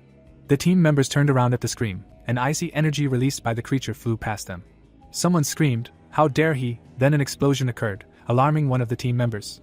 Minchul released pink fire from his palm, mentally asking if the enemies had started attacking the team as well, knowing that they would not succeed while he was here. The ice demon was burning in the fire, screaming in pain. Another Yeti was hit next. The hero and his team reached a crack in the rock. The player said, slightly turning his head to the others, that they should wait for him and rest here, to which Younghyun asked if he was really going to fight the B-rank gate boss alone. The hero, standing right at the gate, said that he was not planning to retreat. The support team commander, looking down, responded to this that the guy should not dare to die, because then they would all be in danger. The hunter looked at them and said that he would return. He entered the crack and heard a voice asking in surprise that the enemy had come alone. The player stopped. Standing in front of the Black Yeti, he replied that the monster was also alone. The chieftain grinned and asked again. And then, with the spell summoned slave, 3 more ferocious monsters appeared in front of the hero. They went on the attack, under the leader's order to get rid of the uninvited guest. The warrior grinned and said that the boss had summoned some idiots just to continue lying down, so he would make him get up and regret what he had done. The Yeti stood and turned their heads in confusion. The guy used the spell step of sliding clouds. Then, he attacked one of them with the mountain slicing technique. The boss was unpleasantly surprised. The others also got pretty angry. One of them took a deep breath and began to blow an icy gust, but the hero seemed not to care. He stood straight, confidently holding the halberd in his hands. Then he used hellfire. There was an explosion. In the dust rising from it, the silhouette of the spellcaster was visible. He rushed to the attack, and with his weapon he pierced the skull of another monster. The pink beam cut through the bodies of the remaining enemies. The Yeti boss screamed angrily. Nanan finally got to his feet. The hero noted this with satisfaction, standing next to the body of the slain monster. The boss's eyes lit up with red fire, and he said that he would personally finish off the intruder. He jumped on the hunter, and his feet were already above the guy's head. But suddenly a whirlwind enveloped his body. The spellcaster found himself at the very head of the monster, asking why he was attacking so thoughtlessly. The hero attacked and the monster's head was enveloped in flames. He screamed. The warrior watched him intently. The Yeti boss raised his hands in indignation. He asked how the enemy dared to do this to him. Then he called an ice storm on the enemy, while he was standing right in front of him. The player clicked his tongue in displeasure, thinking to himself that hellish flames would not help defend himself. Nanan again wished death on the enemy, and everything around was covered in blue ice. Minchul stood with his sword in his hand. At some point, pink energy emerged from the sword. The hero looked ahead with concentration. At some point, the attack stopped. The hunter, without putting away his sword and not trusting his eyes, mockingly asked if this was all, while the holy spark healed his wounds, as per the notification. The monster turned black, its red eyes and white fangs were visible. It rushed to attack, shouting that it would crush the enemy, calling it Shorty. The magic caster looked ahead with concentration and summoned a blade that cut stars. A pink beam cut off Nanan's path to the enemy. The monster roared, and its body fell at the hunter's feet. Minchul looked at his work with satisfaction, noting out loud that he said that the monster would regret it. The hand passed a bottle of water to the other hand. The owner thanked him for his hard work. The receiving party agreed with the phrase about the amount of work. The girl stood next to Minchul, who was sitting on a bench with a plastic bottle in his hand. She said that her words were not out of politeness, because in order to close the B-rank gate alone, it is necessary to put in a lot of effort. But he objected that another hunter easily coped with this task. The interlocutor asked again. Ellie looked at the guy angrily, holding her hands on her hips, saying, calling him by name, that even A-rank hunters do not go hunting alone and do not try to finish in a short time. She suddenly approached him, shouting that does not he understand how dangerous it is. He only swallowed nervously. Then, smiling slightly, he thought that she could just be angry, or maybe worried about him. Afterwards, he added out loud, embarrassing the secretary quite a bit, that he wasn't overworking himself and that she shouldn't worry about him, who asked again, slightly stumbling. Then, smiling, the girl added that she simply meant that the Hunter Association would have problems if something happened to him, and it wasn't because of personal interest at all. At that moment, Younghyun appeared next to him, cleared his throat slightly, and apologized for the intrusion. Ellie turned in his direction and began to chatter in embarrassment, asking what brought the leader here. Everyone noticed her peculiar behavior. The support squad leader extended his hand to her, which held a beautiful blue crystal, and asked if she knew what it was, explaining that it fell from Nanan's corpse. The girl was surprised, and the hunter immediately recognized the thing. Younghyun said out loud that he had never seen it before and couldn't analyze it. Minchul smiled. He looked closely at the crystal, realizing that it was a fragment of the Drank Key, which opened access to the trial of the same name, a hidden stage located on the 5th floor of the trial tower. The hunter stood up, concluding to himself that the item was connected to the tower and asked out loud to take the crystal. Young-hyun agreed to give it, saying that the guy had a priority right to it, asking if he knew what it was. The ally answered negatively with a grin, explaining that he was taking it just in case, to which the commander asked to let him know if he found out what it was. Because he was dying of curiosity, he agreed. Mincheol stood with the crystal in his hand and thought that even if he rummaged through his memories, he would hardly find a single trace, because the tower was seriously classified, and since the item was connected to it, he simply had to take it. The full moon rose in the sky. The hunter stood at the door of the building, asking the secretary to contact him if there was a C-rank gate, or better yet, a B-rank gate. She agreed, saying that the manager was working tirelessly, so it would be soon. But for now she advised him to rest. The guy agreed, wishing her the same, and mentally noted that there was no time to rest, because he needed to train properly.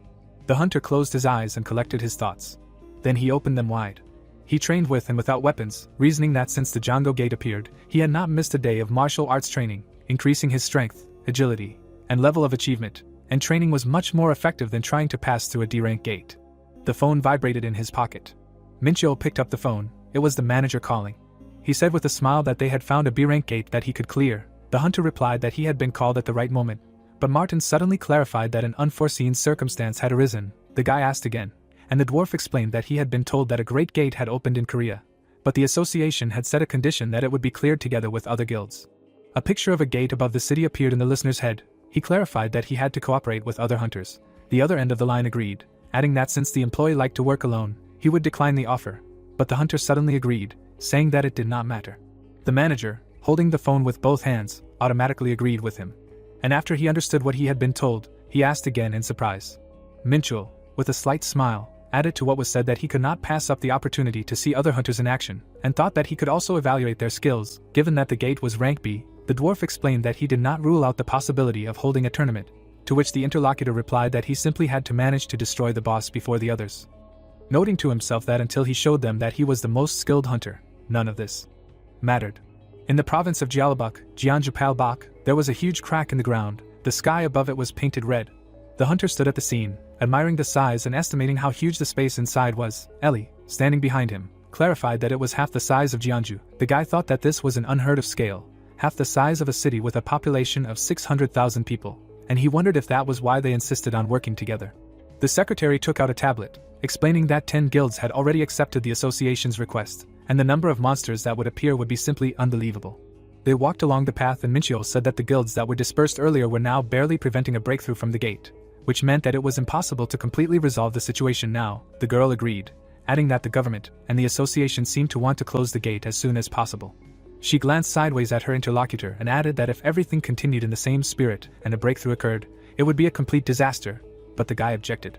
He put his fist in his palm and said that it wouldn't happen, asking who she thought he was. Ellie's face twisted from the amount of snobbery in the interlocutor's phrase, and he repeated again that there was no need to worry.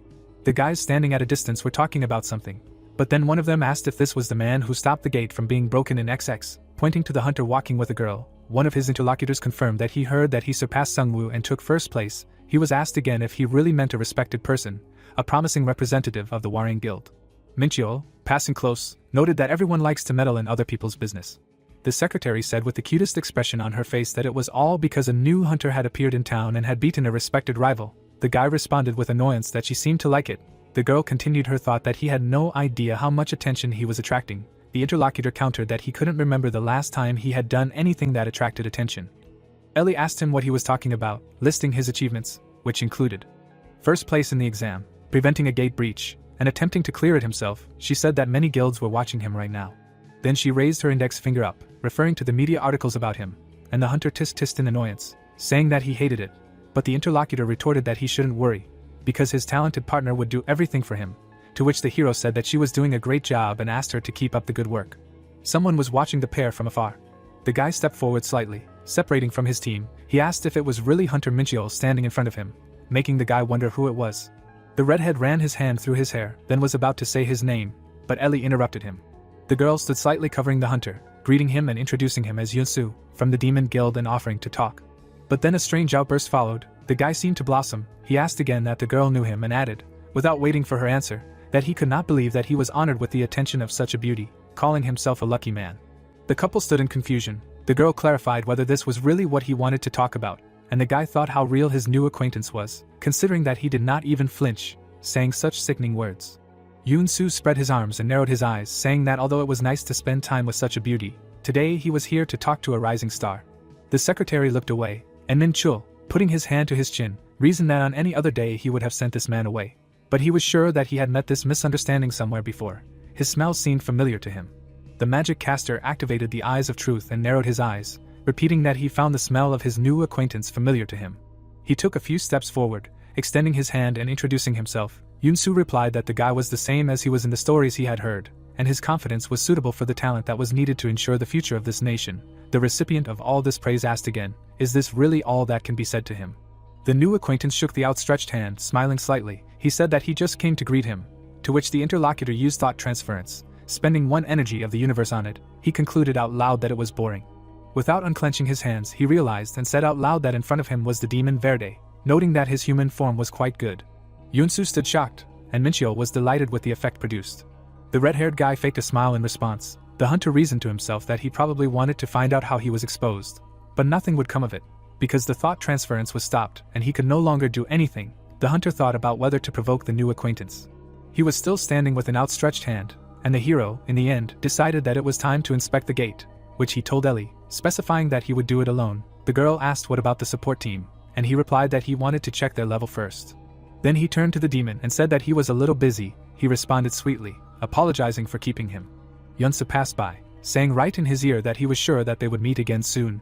Min-chul triumphantly stated that he had taken the bait. And also slightly leaning towards his interlocutor, he said that he was not interested in men. The two stood not far from the Palbok gate. While one did not see the other, he reasoned that the bait had been thrown. He teased the guy as best he could. Did he really decide to refuse? But suddenly Yoon-soo called out to him, holding out his hand and mockingly asking why he was still hanging around at the entrance. The hero folded his arms on his chest and explained that he was waiting for someone. The new acquaintance asked if they had known each other before. The hunter looked at him sternly, saying that he should not pretend, adding to himself that he sees right through these damn demons. The demon's human form smiled. He suddenly had long ears and sharp teeth, and he burst out laughing. His eyes lit up with fire, and he said that he was afraid that he was found out, but he didn't think that people would be so stupid. The player looked him in the eyes confidently, asking if he was finished. He asked if the hunter didn't have any thoughts after seeing his power. The guy answered with a denial, although he was lying. And the image of the demon appeared in his head. It was Verde, a goblin 675 years old, who can use up to 80% of his strength. The player wondered if he lasted even 10 minutes against this creature, noting the reason for the creature's carelessness, which was that he thought that in front of him was an ordinary person and he would definitely not lose to such an opponent. The demon raised his index finger up and said that he would give the enemy a chance if he told him how he had revealed his identity and promised to be lenient, to which the player thought that he was familiar with this confidence, since he himself was a demon in his past life, and it was time to use the enemy's arrogance against him. The guy put his hands on his hips, asking if the demon really thought he was joking, talking about his mercy. The demon asked him again in confusion, and then said that he only wanted to painlessly take his life with the power granted to him by the Supreme and sealed in his left hand. With these words, he raised his hand, showing a weak flame of energy in it, to which Min-chul replied that he talks too much, asking him to be silent for a minute, concluding that since he is so talkative, it means he suffers from high school syndrome. A crack appeared on the demon's cheek. Verde became furious. The hunter smiled smugly, because he had been waiting for this moment, concluding to himself that it was the easiest thing in the world to deceive a demon. Red energy appeared around the two of them. The magic caster used Hellfire, spending 300 units of universe energy. The demon did not understand where the trembling came from. He wanted to ask out loud if this flame could be, but his opponent interrupted him, calling him a fool and asking if he had only just realized it. The black force stood behind him. The guy reasoned that demons have a basic instinct to recognize power. He took a step forward, continuing to think that Verde should have realized that the demon in front of him was of a higher level than him. The hero took a few more steps towards his opponent, who was sitting on the ground, saying that he was the one who created the era of flame, the father of all sparks and the symbol of destruction. Verde was unpleasantly surprised and scared. The hunter's eyes were burning with red flames, he said, turning to the young demon and stretching out his hand to him. That the Lord of Flame responded to his call. He called him Lord Ifrit in horror. The demon turned to the protagonist, who froze in surprise. Yoon-soo looked at Min-chul with fear. The enemy bowed before the boy and introduced himself as Verde Cyanal of the demon race. He wanted to ask the Lord of Flame for an audience. Yoon-soo frowned and wondered where Lord Ifrit came from in such a distant dimension. He remembered the appearance of a powerful spirit whose essence was returned, and whose search for power led to becoming a demon, the Lord of Flame, which is known for its ruthlessness. Min-chul, standing in front of the kneeling demon, said that he committed a grave crime by not recognizing the Lord of Flame. He ordered to wash away his insolence with baptism of fire, Yunsu thought that it would be better if he immediately said that he simply wanted to finish him off with fire, but he was not going to let himself be killed so easily. The enemy clenched his hand into a fist, and the protagonist said that he was sorry to turn demons into coal. Yunsu was surprised, looked at the guy in front of him, and asked again. The protagonist scratched his chin and said that he was sorry, since the demon could use mana, but he still had to pay for his insolence. The enemy could not find anything to say. The protagonist smiled, put his finger up and said that since the reason for regret was too weighty, he would take back his words about the punishment in the form of baptism by fire if Yunsu became his servant. The guy looked at the Lord of Flame in surprise and asked again. Minchio, continuing to smile and scratch his chin, said that if he became his servant, he would atone for his sins, and his talent would not be wasted. Looking at the protagonist's smile, the guild master thought what a completely merciful offer this was, and how it got on his nerves. The protagonist stretched out his hand and hellish flames appeared in it. System windows appeared, notifying about flame support, a power created in the name of destruction. It is in continuous movement by itself, so maintaining it in a certain form requires extreme control and concentration. Minchio thought that this is exactly how it is because he is doing it, someone else would not have succeeded. The player wondered why he chose such a difficult way instead of fighting, although he could not defeat the demon with his physical characteristics. He imagined the gap between the demon and human races, which cannot be overcome. The demon was still bowing in front of the human, who thought that if he rejected his offer and attacked, then he would have to ask for help, but he had no reason to refuse to become an assistant of a high-ranking demon. Minchio smiled, waiting for the enemy to answer him. Because he had many questions, he prayed that the demon would bite the hook. Yunsu, kneeling, laughed, and the protagonist thought that he didn't fall for it. The guild master jumped up, grabbed his head and said that he knew that a powerful being like the Flame Lord would see the potential he had. The guy turned back into a human, covered his face and said that he was the owner of a talent recognized by Lord Ifrit. He was afraid to imagine how exceptional he was. Min Chul was shocked and thought that the guy in front of him was a little crazy, and Yunsu continued to say that everyone refused to acknowledge him, envious of his greatness. But he knew that someone great like the protagonist would understand how special he was. The demon shyly pressed one hand to his chest and extended the other towards the player, and declared that he would become his servant, swore on his soul that he would serve him. Minchul, looking at the guy who got down on one knee, did not find what to answer, but thought whether it was worth it at all. The system notified about loyalty to Yunsu, who will carry out any order as long as it does not imply the extermination of his own kind. Looking around, the protagonist introduced himself as Minchul, as he was known in this world. The guild master stood in front of the protagonist, who was sitting on a bench. The demon understood everything, addressing the player as a master, to which he demanded not to observe formalities. But Yunsu sincerely did not understand how he could not formally address the one who occupies the throne. The protagonist, looking at his surprised servant, said that literally just now he had no problems with this. The player folded his arms on his chest and asked if there were other demons who, like him, had arrived on Earth. Yunsu joyfully clenched his hand into a fist and replied that he would state everything he knew. Minchul, analyzing the servant's story, imagined 5 demons who came to Earth, including Yunsu, in order to take over the planet. They were instructed to build up forces in Korea. He was given hands holding a glass of dark baptism, which the demons obtained, helps them reduce existing restrictions to a minimum. Although he does not yet know who exactly is responsible for the development of this kind of dark art, he is sure that at least one of the 3 Lords of Dimensions is related to dark baptism. The protagonist imagined a scary smiling demon and cups in his hand and thought that the most likely candidate would be Rosalind, who is in Asmodeus's service. But it seems that for a lord of this level and above, dark baptism will not help with restrictions enough. Yunsu, covering his face with his hands, declared that among the 5 demons, he was the strongest, and Minchio felt relieved because since they were weaker, he would remain unharmed if something went wrong. The player thought that if the situation became known in Elysium, there was a high probability that a serious fight would break out. The protagonist imagined a destroyed city and remembered that in the past, Elysium and Pandemonium competed with each other in the tower that appeared in Korea, and after the death of Deimos, Pandemonium found it difficult to continue the war. Minchio imagined an angel and a demon understanding hands, and remembered that Elysium found it difficult to continue a full-scale offensive, and Pandemonium lacked strength due to the death of one of the dimensional lords. So Elysium decided that both sides should come to an agreement. The player imagined a world map and thought that in this way, Korea, where the tower was located, became a neutral territory and a third party.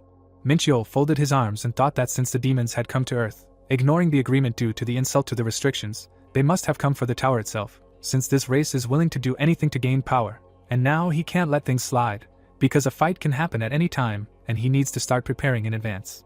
Yunsu happily declared that he would carry out the master's order perfectly, and the latter thought that the guy was bursting with enthusiasm, even too much. With a smirk, Minchul declared that from now on, the demon will be his eyes and ears.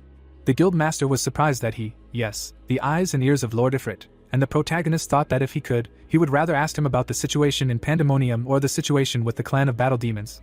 But he might become suspicious if he starts asking too many questions. Although he did not expect betrayal, if the demon remains sincerely loyal to him, it will bring much more benefit.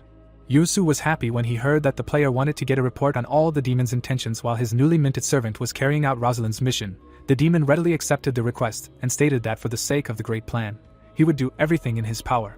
The protagonist chuckled and said how reliable it was. Minchio presented the map and thought that the situation in Korea, world peace, did not interest him at all. He simply could not forgive those who were causing chaos where he lived. He decided to turn these plans into dust.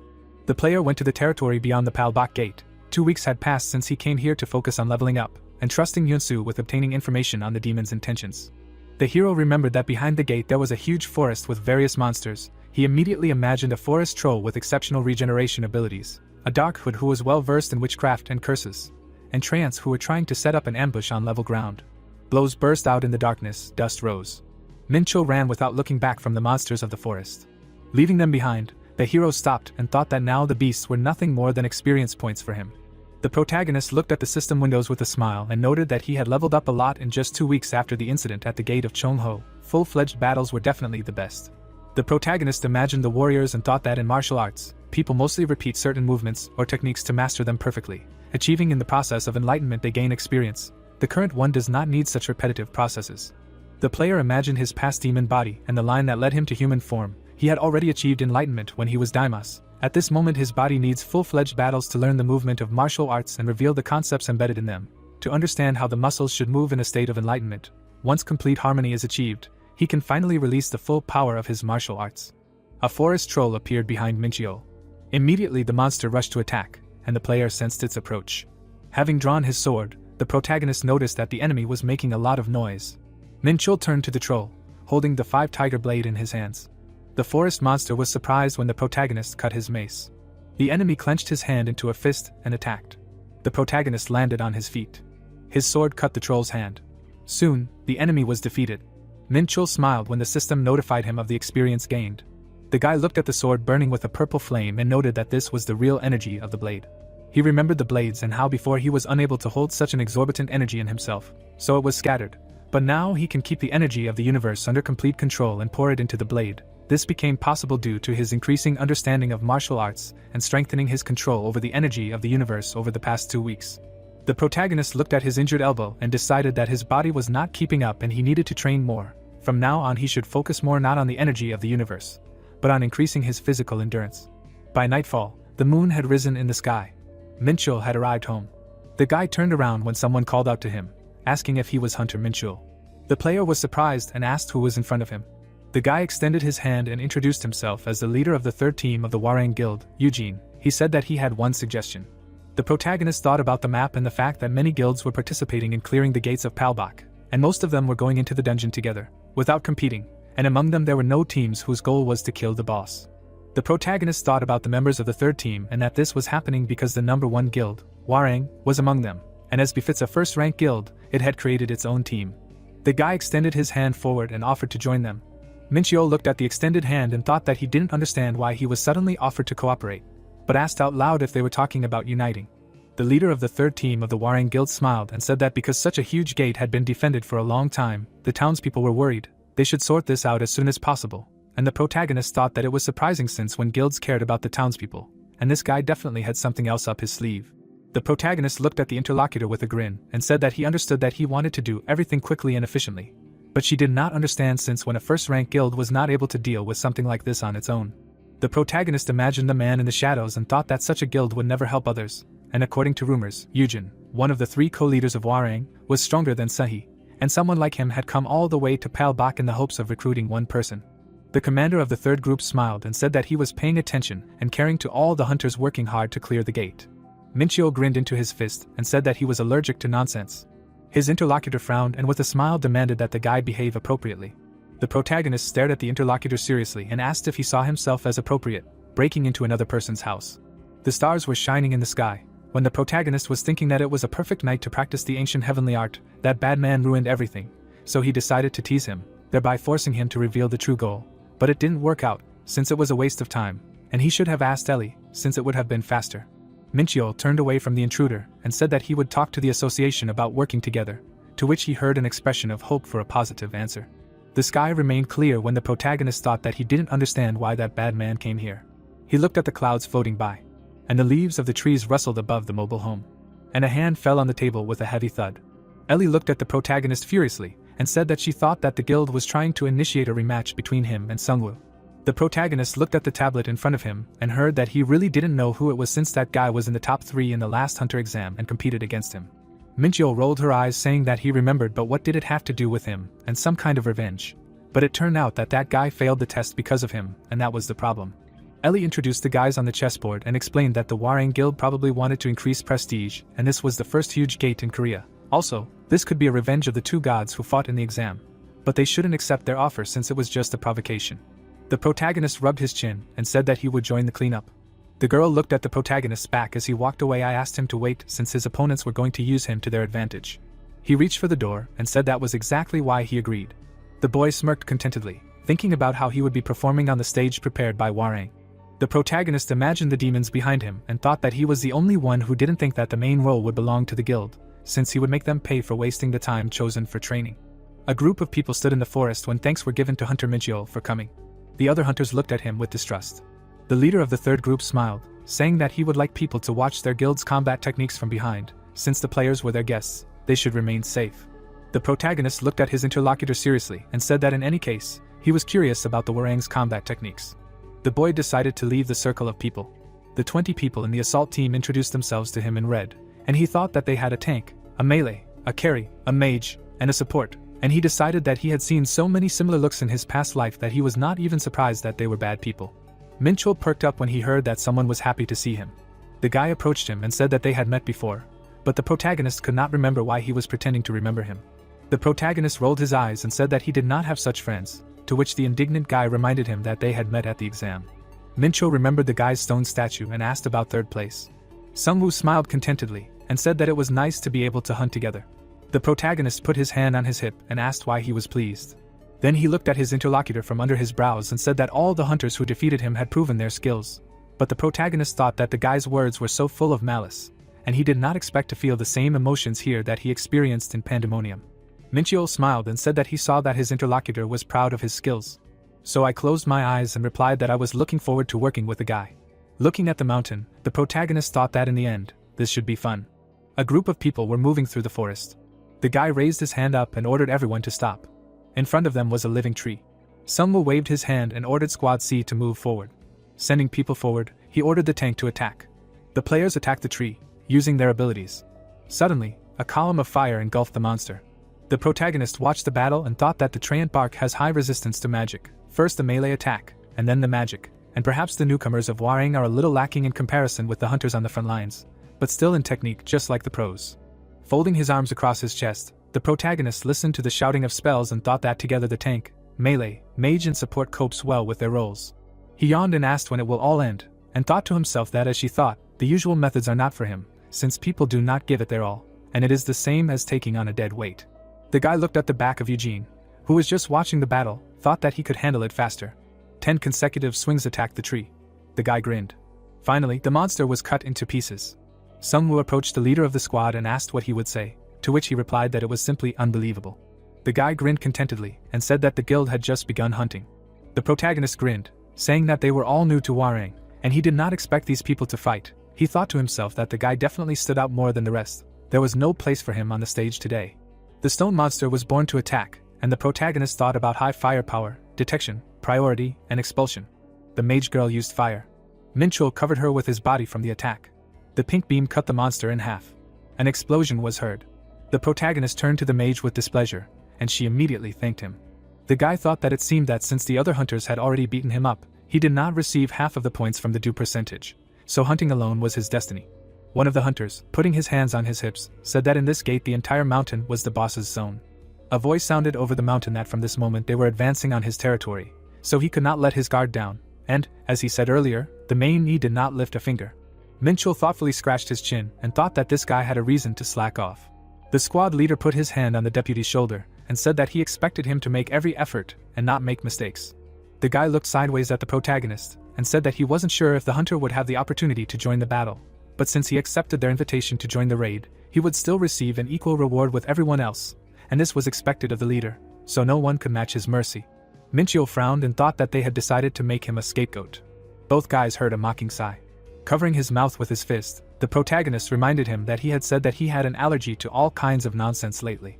The leader of the third group frowned and said that the guy's words were rather harsh since they were teammates. Minchio smiled contentedly and said that if they had planned this from the beginning, he would have preferred to hunt alone. The guy flexed his fists and said that since it had come to this, how about making a bet? He looked sideways and said that their assault team would be against him. They would see who would finish off the boss first, unless of course they chicken out. Under the clear sky, a proposal was made to bet on who would defeat the boss faster. The team members were surprised to hear about the entire team competing against the protagonist. Minchul smiled and extended his hand, suggesting that they exclude one member of the team from the competition, because despite his abilities, he would not compete against the entire team. Eugene's eyes widened in surprise when a finger was pointed at him, excluding him from the bet. The guy irritably asked the protagonist if he thought it was possible for him to win if the guild leader was excluded. The team gritted their teeth, unpleasantly surprised that the protagonist looked down on them, saying that he used to adapt to the guys, and now it was their time to adapt to him. Minchul put his hands on his hips, surrounded by angry looks, and said that he did not have to follow every little thing they planned. The deputy turned to the leader, asking if he would accept the offer, but he did not believe in the seriousness of his comrade's words. The vice leader grinned tensely, saying that Hunter Minchul had won first place in the exam and simply couldn't be without overconfidence, asking if Captain Choi understood the hint. The team leader turned to the protagonist, expressing his agreement with the terms of the bet. However, if the boy was in danger, he would join in, to which Minchul assured that it would not be necessary. The hero turned around, kicking up clouds of dust with his feet. The boy rushed through his comrades, leaving behind a residual gust of air, teammates watching him. The hero rushed forward, assuring everyone that he would take care of everything first. The leader and vice leader looked after them grimly, through the raised clouds of dust. The hero thought about it, because based on what he saw, he was sure that he would deal with the boss faster. He left a trail of dust and gusts of air, among the forest and mountains, calling it a race against time. Min Chul looked back as he ran to make sure that Team Waring wasn't chasing him. He continued to move up the mountain, but now that he thought about it, he remembered that they all had boots and special equipment. They must know something about the boss, after which he reasoned that as we know, this entire mountain is the boss's territory. But since Team Waring was the source of the information, they could have intentionally hidden some details and lied, after all. How strong must the hiding monster be for them to hesitate? The guy put his foot forward and braked, assuring himself that he would deal with the boss first, no matter what they prepared for him. His foot touched the ground, from where waves of vibration came. Minchul noticed the waves in surprise.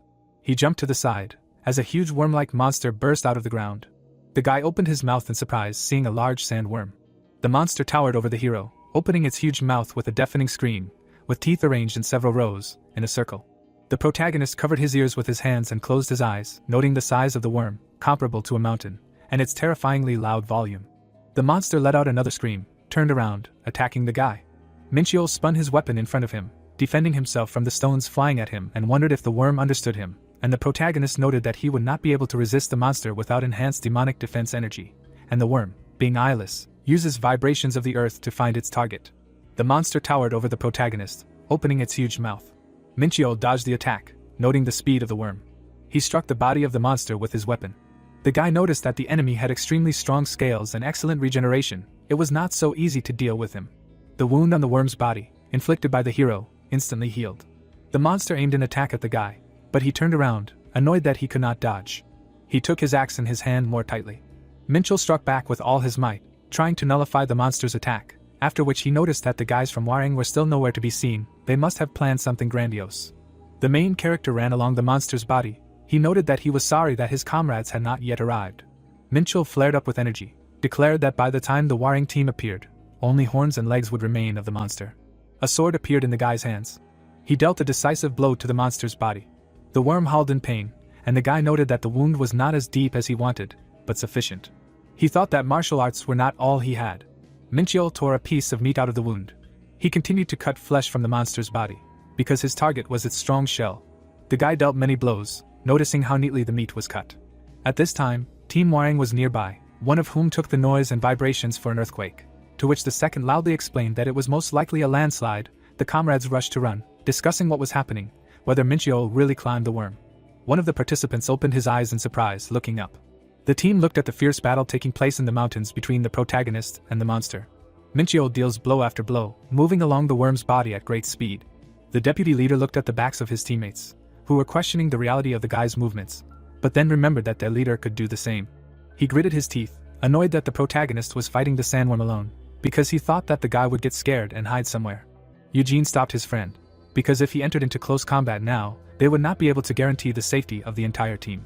The deputy turned around and was indignant, because then they would lose the bet, but Yudin put his hand on his comrade's shoulder, admitting this time that they had miscalculated, but there would still be a chance. The guys looked at each other, the leader asked to trust him and the guild, to which the deputy agreed. Turning away, the young man gritted his teeth, thinking that Min Chul would win, and he thought that the guy was not much different from Sungwoo in skills, and the leader thought that it was not only about skills, because his keen eye and ability to make quick decisions allow him to predict the worm's movements. Min Chul attacked the worm, moving at great speed on the flying boulders and the monster's body. Eugene noted that determination in actions with the slightest mistake can lead to a big mistake, and perhaps Sungwoo would not have a problem with the monster, but with the same physical abilities, he would be able to dodge. The man looked seriously at the hero, realizing that this was impossible, and then wondered if Sungwoo would have the opportunity to catch up with the guy, because that way he could be known as a liar. Min Chul leaned on his sword and knelt down, asking the team if they had been getting ready for a long time. The team looked at the guy towering over the body of the killed worm and reporting on the lack of work for them. He smiled, noticing that he had won the bet without seeing what they had prepared. An explosion was heard. The team members walked down the street, under the sights of cameras and under the shouts indicating that they had dealt with the gate. Minchio patted the irritated deputy leader on the shoulder, seeing the lack of joy in his eyes, and thought that if they were not angry, everything could have been different, but now they could not sleep a wink. The protagonist turned around and saw Ellie's secretary. The girl, folding her arms over her chest, carefully asked the guy what happened. The protagonist proudly explained how he destroyed everyone. A surprised exclamation was heard from behind the iron doors. Ellie and Mikio were drinking tea at a table. Ellie noticed that the guy made a good advertisement for himself, but he said that the girl will now have more work, but the secretary reassured the hero that such work is always welcome. Minho laughed. Sometimes it seems to him that the girl is obsessed with work, but the girl noted with annoyance that he is not the person from whom she would like to hear such a thing. The protagonist opened his mouth in surprise, hearing that it was he who interfered with work.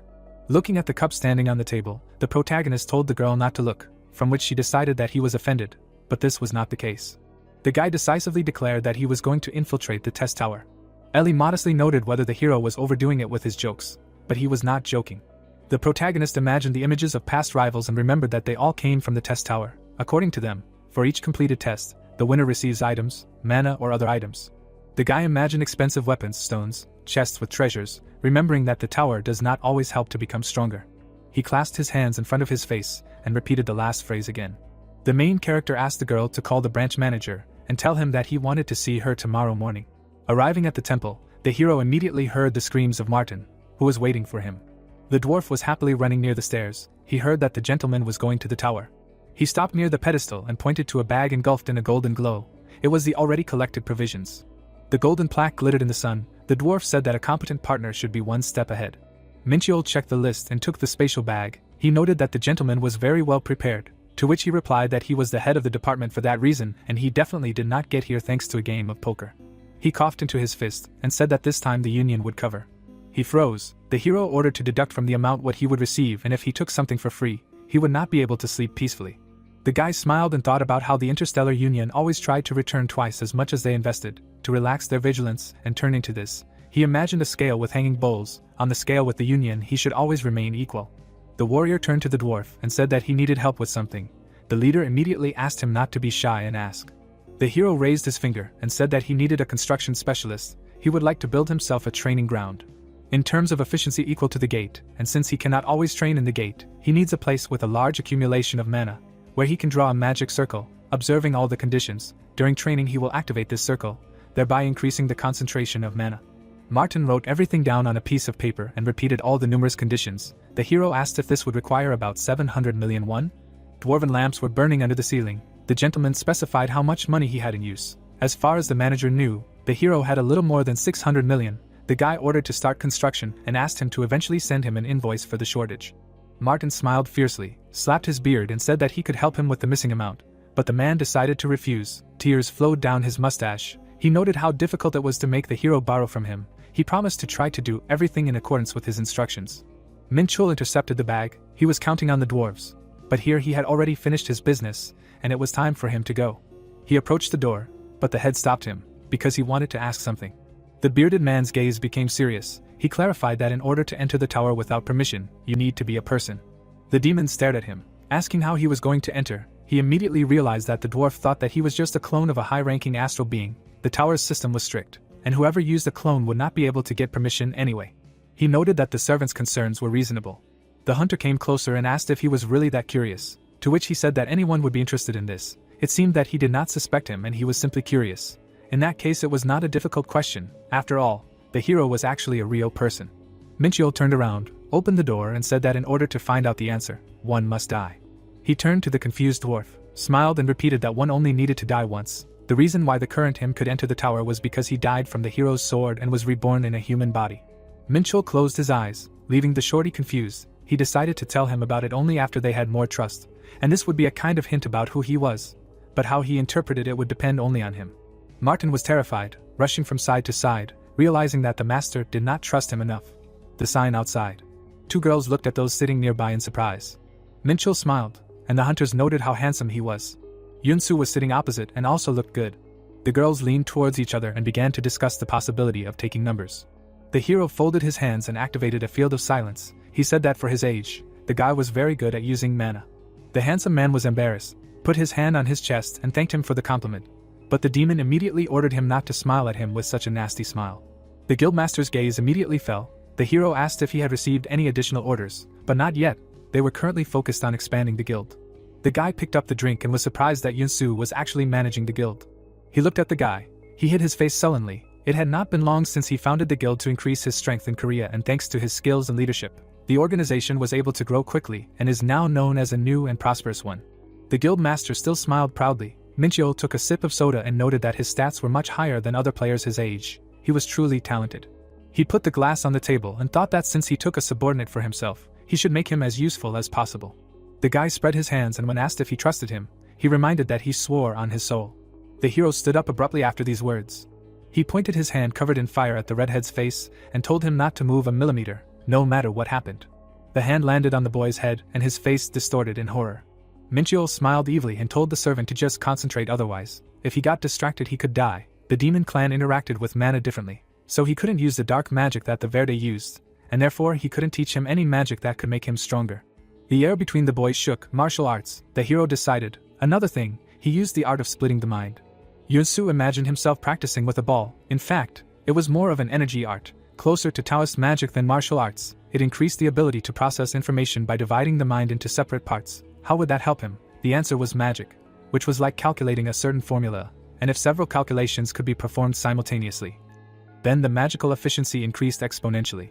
The guild master looked at his hands in shock. All this meant that having mastered the art of dividing the mind, he would be able to speed up his magical calculations several times.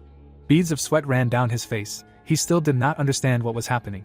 The lord sat down. The guy asked admiringly, what kind of power was this that he had given him? Minchio smiled and explained everything, and he himself thought that by fighting a demon of a similar level, he would now be able to suppress it with ease.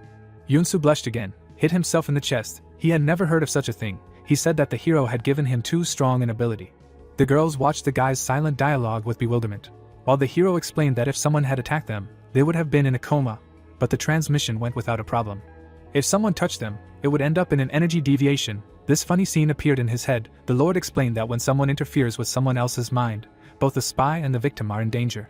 The hero smiled proudly. He is not just someone, but a former demon king, and he can trust himself. The guy asked if in that case they should not rent a business hall or something. The guy looked at him and explained that it was too expensive.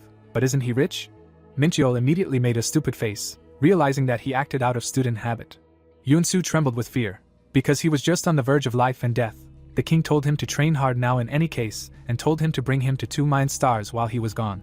Minchul sipped his soda again and said that he needed to go to his hometown before entering the tower. He was asked if he was going to some high-ranking gate.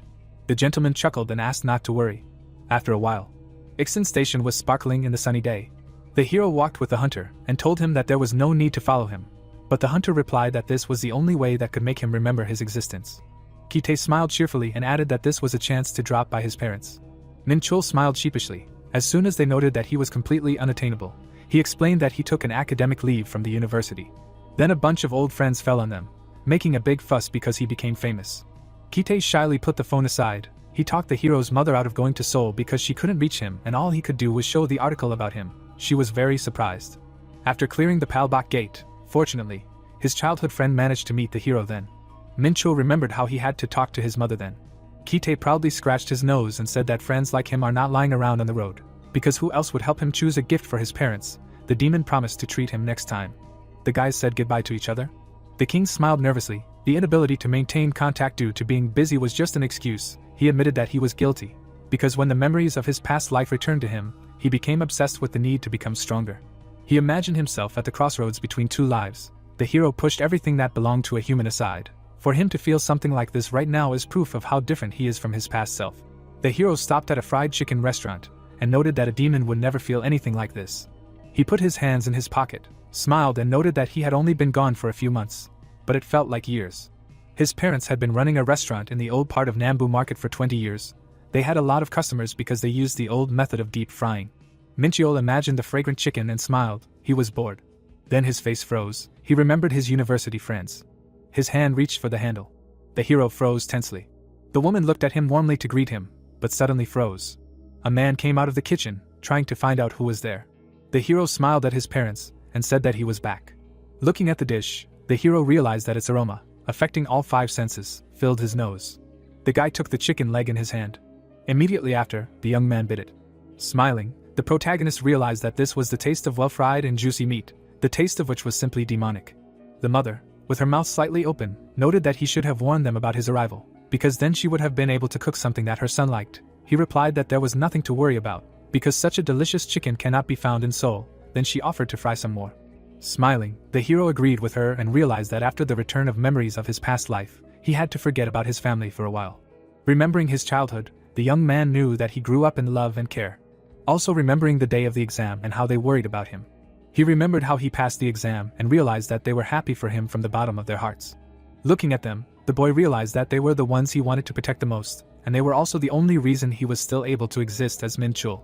Sitting at the table, the boy asked them not to forget to open the gifts and realized that these gifts were the only things he could give them at the moment. Rubbing his nose, his father noted that apparently being a hunter brought in a lot of money, and that he had already become quite an adult. His mother hit him with her elbow, asking what he was saying and explaining that their son was still a child. Frowning, the woman said that they appreciated these gifts, but they would not need to buy them next time. A door appeared with a piece of paper on it when one of them said that his sister would be coming soon. The girl stood in front of the door when the boy asked why she was coming. The bell began to ring when the door opened. The sister came inside when the mother explained that the girl just helped them in the evenings. Looking at the gifts, she asked what it meant and also inquired if they had a day off. Suddenly, the sister looked at the hero. Opening her mouth wide, she screamed a question about what he was doing here. The young man, raising his hands, shouted that he was going to ask the same question himself. They stood opposite each other, shouting at each other over all sorts of trivial things, when suddenly the mother told them to stop arguing and asked when they would grow up. Pointing their fingers at each other, they shouted at each other that it was time for them to grow up. The mother, looking at them, thought that perhaps her children were enemies in a past life. The protagonist, looking to the side, remembered all those annoying personalities from the past and thought that his sister could be one of them. Looking at the gifts, the girl listed them and also asked where her gift was, but the hero answered that there was none.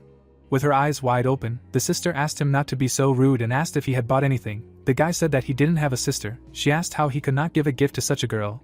The hero repeated that there was no gift, and she should stop. Then the sister asked if she had been sucking up in vain, because did her brother really not buy anything? The hero handed her an envelope, and the girl exclaimed with joy. The protagonist said that she should behave like that and know her place. The sister noted that she would let him get away with it this time.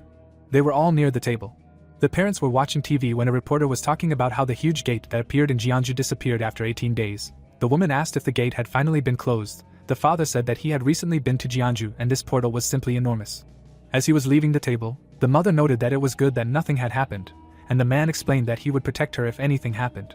She hit him and screamed at him for speaking in front of the children. Drinking the drink, the hero realized that he did not want to close that gate, but it was located near their house, and seeing the parents' reaction, it became clear that his efforts were not in vain.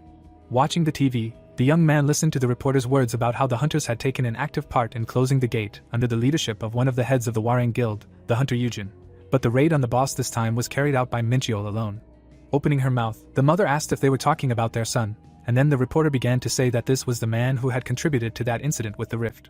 A photo of the guy appeared on the TV when Eugene was talking about how this time an alliance was created between the Warang Guild and the Interstellar Union, and the hero couldn't understand why they couldn't get a photo where he at least looked human. His sister, with her mouth open, Listen to the man's words about the Warang Guild supporting the boy in the battle with the boss. The parents looked at the TV in amazement, listening to the reporter's words about how they would eagerly await the next achievements of this hunter. They all looked towards the TV when the reporter said goodbye to the viewers. The mother turned to the hero. Smiling, she asked if he wanted to explain anything to her, because didn't he say that there was nothing dangerous there? The boy laughed, closing his eyes, trying to think of something to start with. The boy's parents' establishment appeared. His hand was lying on the phone. Taking it in his hands, the hero realized that his head hurt, and remembered that he had spent the day doing nothing. Remembering his parents at the table, the boy realized that on the first day he had to tell his family those details of his life that they could know and just spend time with them. He also remembered meeting his friends and realized that he was able to drink with them thanks to Kite. He remembered drinking and singing songs.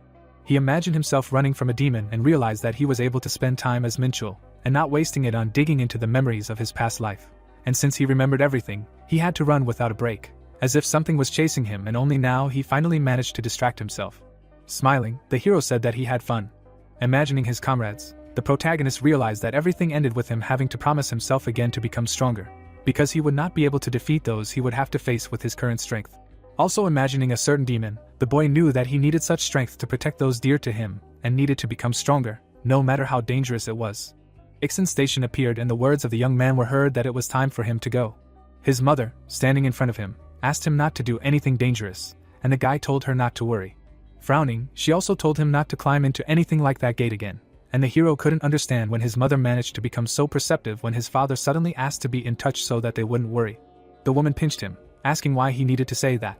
Crossing her arms over her chest, her sister asked when he would leave, because the train would soon leave without him, and the protagonist noted that he was already leaving, and apparently she wanted to get rid of him too much and added that they would see if he brought her money next time. Kneeling down, the girl said that her brother was the best and most amazing and that she, as the daughter of their parents, would make up for his absence, and the guy said that her delirium had already become like art. A certain peak appeared. Strangely, the structure was in the middle of the city. Trains were already standing on the tracks and words were heard that the train was heading to the boarding area. The train doors opened. The young man, with his mouth slightly open, heard someone say that he had arrived on time. An assistant was standing in front of him. Coming out, the guy noted that she had also arrived on time, and the girl asked if he had ever seen her late. Raising his hand to his chin, the hero answered negatively. Smiling, the assistant said that he would not be able to see it. This structure appeared and the girl asked if the guy was heading there, to which he answered positively. Grinning, the young man asked her to call Martin and remind him of his request. They stood in front of the entrance to the tower. Looking at them, the guy knew that this was the entrance to the Tower of Trials and he was able to feel a strong energy, completely different from that from the gate. Raising his hand, the hero decided to go. The protagonist opened his mouth and heard the girl scream at him to wait. She crossed her arms and asked him if he wanted to tell her anything, and the protagonist asked again, not understanding if he had forgotten anything. The girl clenched her fists and screamed that if he intended to return, then he should tell her, and the guy asked if he had said goodbye. Imagining this tower, the young man did not understand if it was that important, because he would still be able to return. A blue glow appeared when the guy thought about the fact that people who wanted to enter the tower were there for quite a long time and on average, A-rank hunters go there and their survival rate was about 70% and his physical body was not even close to such a rank, because it was still E-rank. So he was a little worried, but he still had the skills and karma from his past life. Opening his mouth, the boy realized that he would not be able to see Ellie for a while and realized that he had always felt that no one but his family would care about him. The girl, with her eyes wide open, listened to his proposal that they eat together when he returned. The doors of the tower began to open. Raising his hand, the protagonist said that they would eat for fun, and not for business. He had a smile on his face when he said that he would return soon. The doors began to close behind him. The hero walked inside. Continuing to walk into the darkness, he realized that inside the tower, everything seemed as if he would have to dissolve into the darkness. Standing in the middle of space, the protagonist realized that his senses were blocked and therefore he could not see when he had to go, and also decided to first call upon his senses to assess the area, using an ancient heavenly art. Looking somewhere, the boy heard words of greeting and could not understand who was saying this and from where and assumed that they decided to hold a welcoming ceremony for him. Turning around, the hero realized that the voice was coming from the other side. The man, grinning, asked if he could see him. Tilting his head, the young man said that he could only see the outline of a man's figure. Raising his hand, the man noted that it was still incredible. Suddenly, the darkness dissipated. The administrator, spreading his arms, greeted the protagonist in the test tower. Looking at him, the man introduced himself and explained that he was responsible for training on the ground floor, and the guy asked if he was wearing a bear mask. Raising his hands, the administrator said that it was a bald lion mask. Opening his mouth, the young man asked again and also asked him not to waste time on nonsense and get down to business, Then Luce said that the hunter had an extremely hot temper, and the guy introduced himself. Suddenly, the image of the administrator disappeared. Some windows started appearing in front of the boy when the observer was talking about something that needed to be done before they could begin the zero test. Opening his eyes wider, the hero realized that it was the same as the status system. A task to pass the zero floor appeared in front of him, as well as various rules, when the administrator was talking about how the hunter could view this information at any time by saying certain words. Grinning, the boy realized that this was the same thing that appeared in front of his eyes when he managed to awaken as a hunter, and that it simply could not be a coincidence. Something started appearing in front of him when Luce was talking about how his characteristics would be adjusted for the duration of the test, and also that he would only be able to use one item, and that changing items would not be available during the test. A monster started appearing in front of the boy. A glow appeared and someone's words were heard that this person should surprise.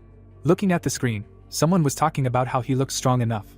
The genie, with his mouth open, said that he looked weak. Looking at the adjusted characteristics of the young man, the assistant explained that they were too low and he had never seen a candidate adjust his characteristics so explosively before, and he could not believe that such a person came to the tower at all. The girl, crossing her legs, noted that if he died, then everything would be of course for him. Then the assistant said that the hero was not like the other participants. Smiling, Luce said that she would be interested to know how long he would last, when the genie thought that apparently she was not at all shocked by the characteristics of this man. Crossing his arms over his chest, the man said that he was betting on 10 minutes, the girl bet on 10 seconds, and the genie asked if 2 minutes was the minimum for the bet. The monster, baring his teeth, growled. Grinning, the hero understood that knowing the enemy's characteristics gave him an advantage. Looking at the enemy, the young man also realized that his own characteristics had already doubled due to the adjustment, and that it should be very easy to deal with such an enemy. Suddenly, the enemy put his hand in front of him. The monster rushed to attack the guy. A projectile of magic immediately pierced the enemy's chest. The observers watched in amazement as what was happening. Grinning, the hero received messages that his constitution and mana had been restored, and his wounds were healed, and the next test would begin in 10 minutes, but if the hunter wished, he could skip this wait. Immediately after the guy's words about skipping, a harpy appeared. Suddenly it was cut by some purple blow and immediately the hero skipped another wait. Some weapon immediately flew into the skeleton's head. The same thing happened with the next monster, and the guy could not understand that all those rumors about the tower were really fiction. Killing monster after monster, the hero went to more and more later stages. Standing in front of the chopped monster, the young man once again skipped the wait and tried to figure out if there would be anyone worthwhile here.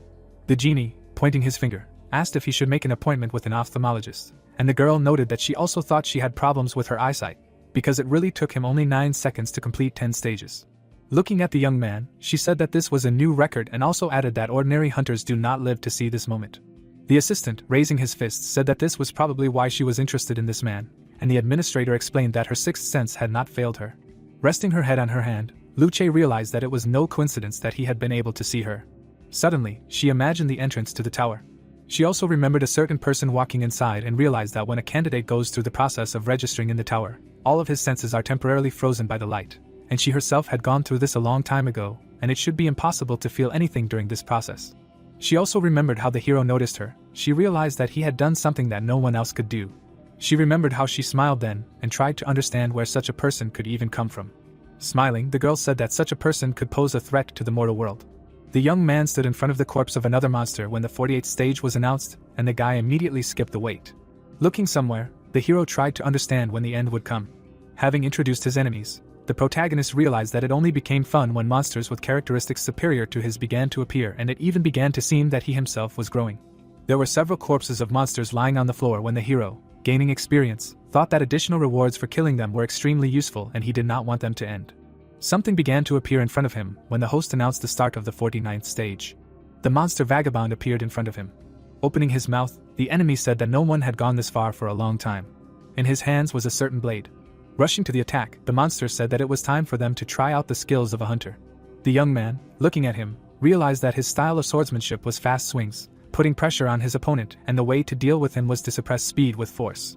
His blade began to glow purple after using the blade of 5 tigers. Their blades clashed.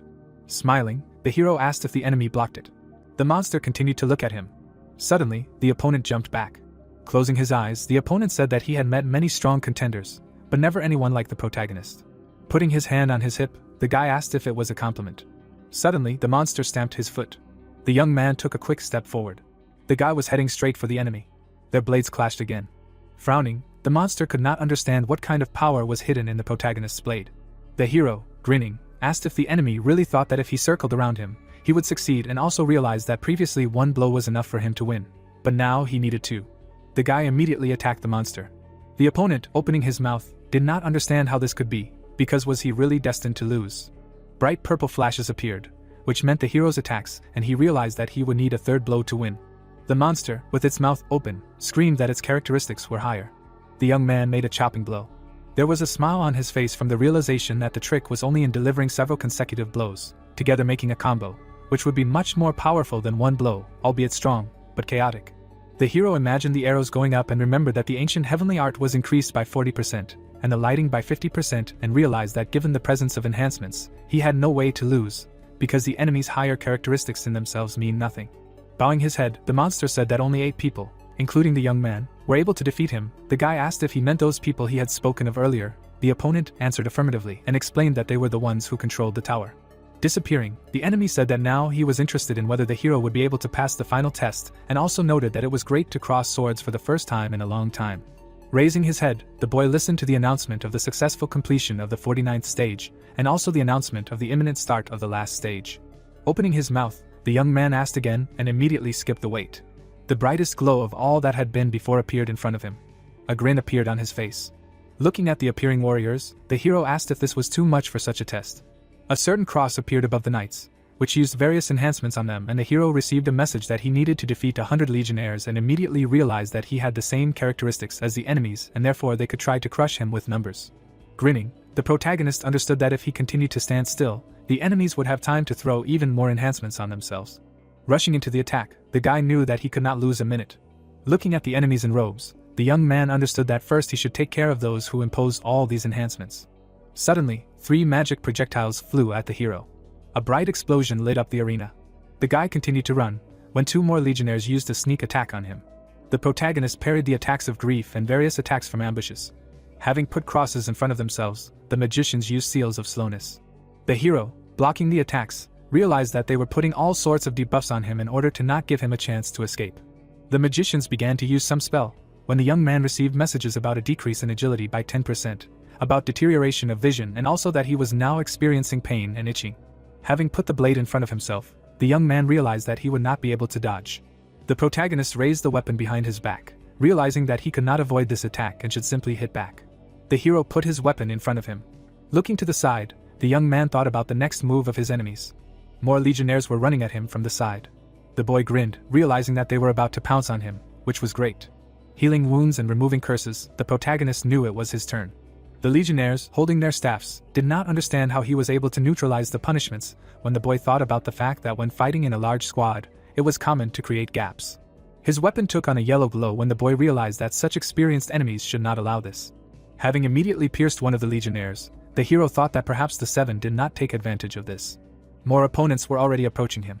Having attacked another one, the protagonist realized that he would gladly use this disadvantage of theirs. Having pierced the chest of another legionnaire, the boy also realized that the consequences of insane actions would be death. There was a smirk on his face. In lightning speed, the boy killed 3 more enemies. With his mouth slightly open, the boy knew that there was no need to dodge all the attacks. There were already several wounds on his body. Bowing his head, the hero knew that in order to get more, he had to sacrifice something or else they would change tactics. The legionnaires with shields, standing in front of the mages, said that the enemy was approaching and they should protect their allies. Running up to them, the young man noted that they were able to quickly take their positions. The mages put their staffs forward, using some kind of spell. The hero immediately dodged the firestorm. An ice spear was already flying at him from the side. Something wrapped the shield bearer's blade. The protagonist was already hovering above him. The young man quickly cut the legionnaire. Remembering himself earlier, the guy knew that he had the nickname of the God of War, which is given to a demon who has reached the heights in battles, and a lot had been done to get it. The shield bearers put their shields in front of them, saying that they need to be on guard. The hero thought that he only needed to change one thing, and then he would be able to destroy the fortress that they had created. Raising their blades, the legionnaires used a solid shield and unwavering defense. The guy, swinging, understood that such a decision of theirs turned the tide of the battle in his favor. Immediately after, the hero attacked all the defenders. Looking at the space between the shield and the legionnaire, the young man knew that such an attack would not cause them any damage, but would only create another small gap, which is what he needed. Immediately after, the guy ran closer to the magicians. They again put their staffs forward, intending to use something. The protagonist quickly passed through them, saying that they were too slow. Having killed another magician, the guy received a message that there were still 74 legionnaires left. Wiping the sweat from his face, the hero realized that now that he had managed to get rid of the most problematic warriors, he only needed to aim for the vital spots, and that was it. Standing in front of his enemies, the boy thought that this fight should be much easier when they talked about needing a new strategy due to the fact that the mages were destroyed. They were still standing in front of him when the boy asked them about not coming at him with 69 warriors. He had a smirk on his face. Rushing into the attack, he shouted that in that case he would come to them himself. The chopped up body of the enemy lay on the ground and a notification appeared that there were 54 opponents left. Another body with a pierced chest also appeared and a message appeared about 20 remaining legionnaires. The hero pierced the armor of another of the enemies. Looking at the last opponent, the guy received a message that only one legionnaire remained. The knight, holding the blade in front of him, shouted a question about how someone could defeat them all. Grinning, the young man asked what was so special about it. The protagonist swung his spear, saying that it was time to finish. Bowing slightly, the enemy screamed loudly. The guy immediately pierced the enemy's body. Bowing his head, the enemy coughed. Grinning, the hero said that he tried hard and received a message that there were no more legionnaires left. The genie opened his mouth. Raising his fists, the assistant shouted that this was madness, because the legion simply could not lose. Looking at the girl, the man asked if she had foreseen such an outcome, and Luce replied that there was no way she could have done this.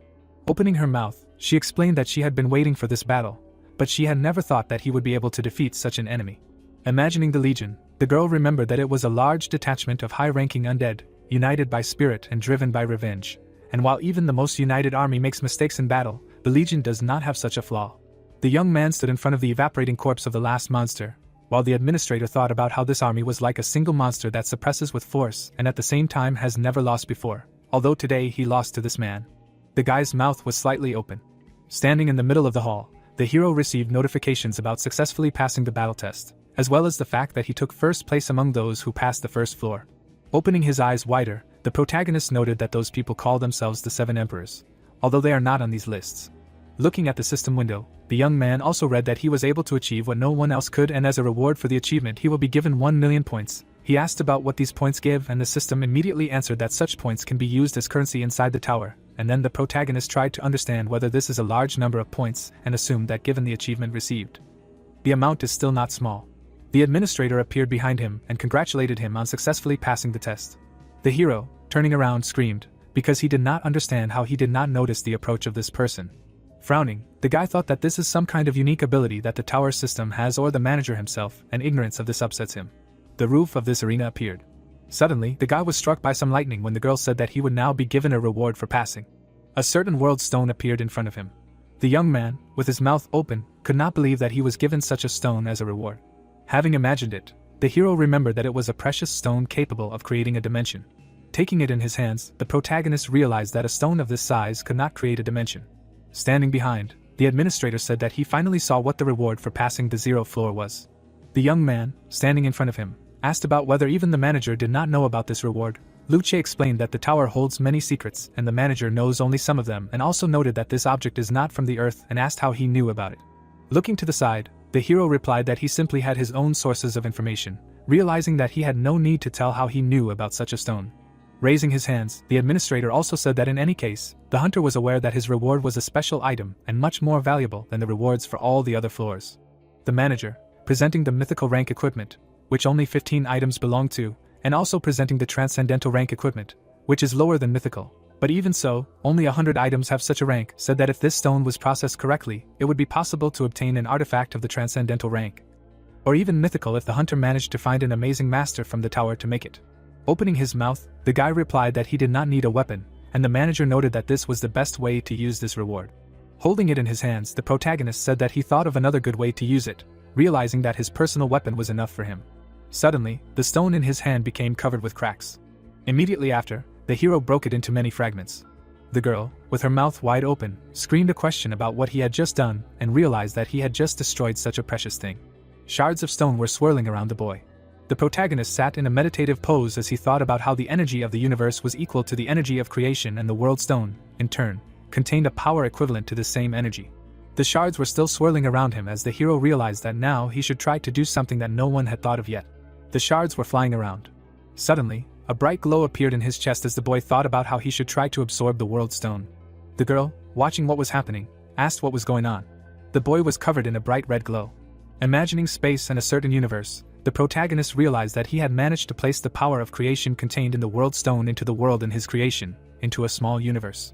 Hanging in the darkness, the guy received a notification about the improvement of the skill of the heavenly dragon by 30%. Opening his eyes, the hero realized that he still could not absorb this stone completely. Looking around, the protagonist thought that he managed to absorb only about 1% of the entire stone, and this should be his limit at the moment. Looking at a certain ball, the hero knew that if he overdid it, then everything could collapse. Imagining this star, the guy realized that he at least managed to form the sun, and if he can learn to control this power, then he can become stronger, and this means that the first goal is achieved. The protagonist stood in front of the system window. In front of his eyes were 2 windows, which spoke about the ancient heavenly art and the level of stars. Grinning, the guy realized that 2 stars were able to turn into 4, when suddenly the administrator asked what the subject did with the stone at all. Looking at him, Luce explained that she saw him destroy him, but asked what happened after that. The young man said that he simply absorbed him. A certain staircase appeared when the manager said that she had never heard of such a thing being possible before and asked how the subject even thought of it. Standing on the staircase, the young man said that she could consider it some kind of instinct, because he himself did not know the details. Looking at him, Luce thought that this man was most likely not lying and that he must have something more in store to pass the 100th floor. Putting her hand in her bosom, the administrator said that she believed him and therefore wanted to bestow him with a certain talent. A certain stone was flying into the hero's hand when the manager asked him to take it. Looking at it, the protagonist asked what it was, and Luce explained that it was a token showing that the administrator was interested in the participant. Frowning, the young man said that he was not someone who liked attention, and the girl noted that such a gift would still be useful to him. The guy's eyes took on a blue tint after using the eyes of truth, and saw that it was a valuable item, legendary rank. Looking at it, the young man realized that this was an item associated with a certain space in the tower, and therefore it can be concluded that there are still a lot of items here that he will be able to get, including a fragment of shingles. Grinning, the hero realized that it was becoming more and more interesting. Holding it in his hands, the guy said that he would consider it a souvenir and accept it. The girl, crossing her arms over her chest, thought that he was a brat. As he climbed the stairs, the protagonist realized that the main goal was to get to the top, and he had no idea what it could even look like. As he climbed to the entrance to the next floor, the young man thought about how he had just taken his first step there, and tried to understand what would await him next. A clear sky appeared. It was some kind of desert. Coming outside, the hero said that it was too much to just throw him into the desert, and received a message that this was the first floor of the test tower. Looking somewhere, the guy knew that if he did not have the energy of the universe, he simply would not have been able to walk here. Taking another step, the hero received a notification about successfully exploring the new area by 1/100%. Gritting his teeth, the young man could not believe that it was only 1/100%. Suddenly, a huge insect burst out of the sand behind him. The guy immediately pierced it, telling it to shut up. Continuing to walk, the hero said that he felt like he had already walked so much, and he could not believe that this was only such a small fraction, because he already wanted to give up. Frowning, the protagonist could not understand why the 0th floor was just training. The bright sun illuminated the desert when the guy thought about how he just wanted to kill monsters, and not all this. There were many insects lying on the sand. A certain rock appeared when the guy said that all this was extremely exhausting. Opening a cold ration, the young man decided to have a snack before moving on. Chewing the food, the hero realized that it was tastier than expected. A certain system window appeared in front of him. It said that in this desert there is unbearable heat during the day, and incredible cold at night, and the goal is survival and finding a way to the 2nd floor, and the hero still could not believe that the exploration process was still only 0.2%. Imagining the stairs to the exit, the guy understood that the worst thing is that the goal is not even to reach 100% of the exploration, but to find a way to the 2nd floor, which is located God knows where. Putting the bag of food on the ground, the young man realized that if he is lucky, he will be able to quickly end this test. Looking to the side, the hero also understood that if he is unlucky, he will have to hurry. 3 silhouettes appeared in front of him, and the protagonist ordered them to stand still and not come closer. Dikrin, raising his hands, asked him to calm down, because there is no need to raise a spear, since they are here to make a deal. The hero, squinting one eye, asked again. Standing in front of him, the interlocutor asked if it was true that he had recently passed the 0th floor, and the guy answered affirmatively. Smiling, the creature asked what the young man thought about exchanging a few rations for information about the location of the entrance to the 2nd floor. A smile appeared on the guy's face. Looking at them, the hero asked why they themselves did not simply go to the 2nd floor if they knew where the entrance was, and they answered that they would also go there. Extending his hand, the interlocutor asked why they did not do this. Because they simply did not want to go up so soon. Having presented a map of the floor, Dikrin explained that as a hunter he knew that in addition to the main quest there was also an additional one, having completed which you can go to the next floor of the test tower. With his mouth open, the interlocutor said that they were just busy passing such a test, and they needed rations to be able to stay longer on the 1st floor, and the hero said that he could believe it. Closing his eyes, the young man explained that this did not mean trusting them, because in the end they could give him false information just to get rations. The boy's eyes widened when they said that if this was the only thing that bothered him, then they could just give him a map with the information they were able to provide. The protagonist asked about what map they were talking about. Then Daikern explained that he could say a command and see the explored areas. Opening the map, the boy was surprised that such a useful function had been here all this time, and could not understand why the system did not tell him about it from the very beginning. The creature was still looking at him. Grinning, the interlocutor understood that the hunter was just a newbie and a weakling, and therefore the deal should go smoothly. A rock appeared and the creature asked what he thought of their offer. Raising his hand to his chin, the hero said that it was very good and even good, because he would have the opportunity to replenish his supplies right before going up to the second floor. Summoning a backpack with food, the protagonist agreed and noted that the information was much more useful to him now. Smiles appeared on the faces of the creatures. Dikran came closer and said that it was not worth thanking after the boy thanked him. Putting his hands on his hips, the protagonist noted that they were still offering him such valuable information. Smiling, the boy said his name. Opening its mouth wider, the creature screamed a question about how he knew his name. Suddenly, the boy attacked him with lightning speed. The other creatures, opening their mouths, screamed questions about what he was doing, because they really became his target. The hero reached for the key on the ground, thinking about what idiots they were. Remembering this creature, the boy realized that he had the eye of truth and realized that even if they tried to hide their bloodlust, it was still too obvious. Clenching his fist tightly, the boy assumed that they were also deceiving the other test subjects. Suddenly, 2 other creatures jumped on him. He immediately attacked them too. Looking at the bodies of the creatures, the young man understood that he was doing this not for justice, but simply to punish those who forgot about the code of military honor. Next to them lay the leader's corpse, when the protagonist thought that a warrior should fight, and instead they were simply deceiving others. Opening his mouth, the guy realized that they deserved to die and also received a notification about the murder of the test subject of the first floor. Immediately after, a window with a map appeared in front of him and a notification that the research percentage had increased to 81%.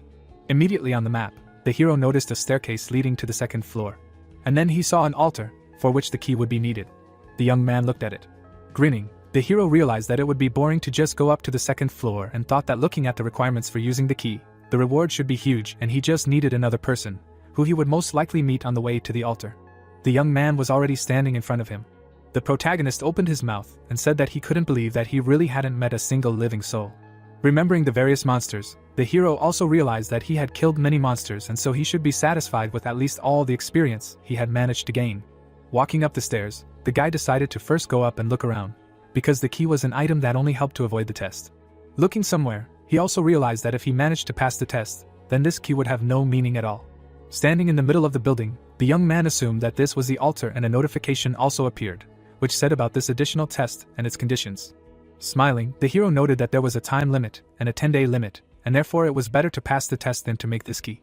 Smiling wider, the protagonist couldn't believe that the reward was only 10,000 points and realized that the million received after training was an extremely large value. Suddenly, a bright flash landed near the altar. The guy turned his head. Opening his eyes wider, the hero assumed that someone had managed to get ahead of him. Raoul stood in front of him, and the boy realized that he was indeed strong, because he was a dragon man. The creature looked at him when the protagonist thought that if he was 100 years old, then he had only just become an adult. But his energy was very strong. Smiling, the hero realized that this was an extremely unexpected variable, and he would hardly be able to defeat such an enemy at his current level. Imagining a dragon, the boy remembered that the Draconians were a race that replaced the blood dragons, and even someone who had just become an adult was strong enough to easily defeat a demon. Imagining a demon fight, the boy knew that this race valued honor and strength and they liked to fight fairly, so in this aspect they were similar. There were smiles on the faces of these fighters when the hero thought about how they had been on pretty good terms with them in his past life. Slightly tilting his head, the protagonist also remembered that they were simple-minded because they loved justice and a little clumsy because they hated shameless actions, and therefore if he used this information, he might be able to resolve the situation without wasting much time. One of the columns near the altar appeared and he heard the Draconian introduce himself. Putting his hand on his chest, the interlocutor explained that he was a descendant of a proud golden race, and the guy introduced himself. Extending his hand, the creature explained that he would give him advice, despite the fact that this was their first meeting, and the hero inquired about what advice they were talking about. Standing in front of a certain red castle, Raoul asked him not to start the test of the altar. Smiling, the interlocutor explained that such a test would be extremely difficult for an ordinary earthling. Smiling, the hero couldn't understand how such a brat could tell him what to do and asked if he was just trying to get rid of him and take the reward himself. Covering his mouth with his hand, the Draconian explained that he only said this because he was worried about him, and the protagonist realized that he was not lying at all. Imagining their battle, The young man realized that if he thought he had the opportunity to pass the test, he would have simply challenged him to a fight. If he was not worried, he would have simply let him die. Smiling, the boy realized that this was even better and therefore he could come up with a backup plan. The steps of the altar were visible, and the words of the hero were heard about the interlocutor simply helping him if he suddenly had problems. Looking away, the boy also added that when the time came, the additional quest would belong to the interlocutor and realized that if he agreed to this, he would be a complete fool, because the offer sounded good, but in fact it was just a request for him to be his bodyguard and no one would ever accept this offer except the Draconian, who values reasonableness and fairness. Raoul closed his eyes and explained that he could not deprive him of his right to primacy. Coming closer to the altar, the protagonist realized that his interlocutor had swallowed the bait. Standing in front of the altar, the guy said that he had promised after all, and then he could begin the test. In front of him was a lock and a notification appeared that the task for the bloody key had not yet been completed. The lock began to open when the hero agreed to begin the test. Suddenly, a bright flash illuminated the entire altar. Immediately after, a certain creature appeared, called the Guardian of the Altar. The young man, looking at it, did not understand what kind of guardian it was. Looking at the monster, the hero remembered that it was a fallen beast, which is a demonic beast of pandemonium. The monster, baring its teeth, growled. The protagonist, looking at the tentacles, could not believe that the guardian was one of the demons of pandemonium. His blade began to take on a black glow. Immediately after, several tentacles were cut off after using the blade that cuts stars. Frowning, the protagonist remembered that this monster's combat tactics are extremely simple, because it simply attacks the enemy head-on using tentacles. Imagining how he pierces creatures with them, the guy remembered that among them there are special limbs that remember the mana of their victim and attack only it, and cutting off the tentacles does not cause any damage to the main body, so the battle turns into an exhausting battle until the enemy is completely exhausted.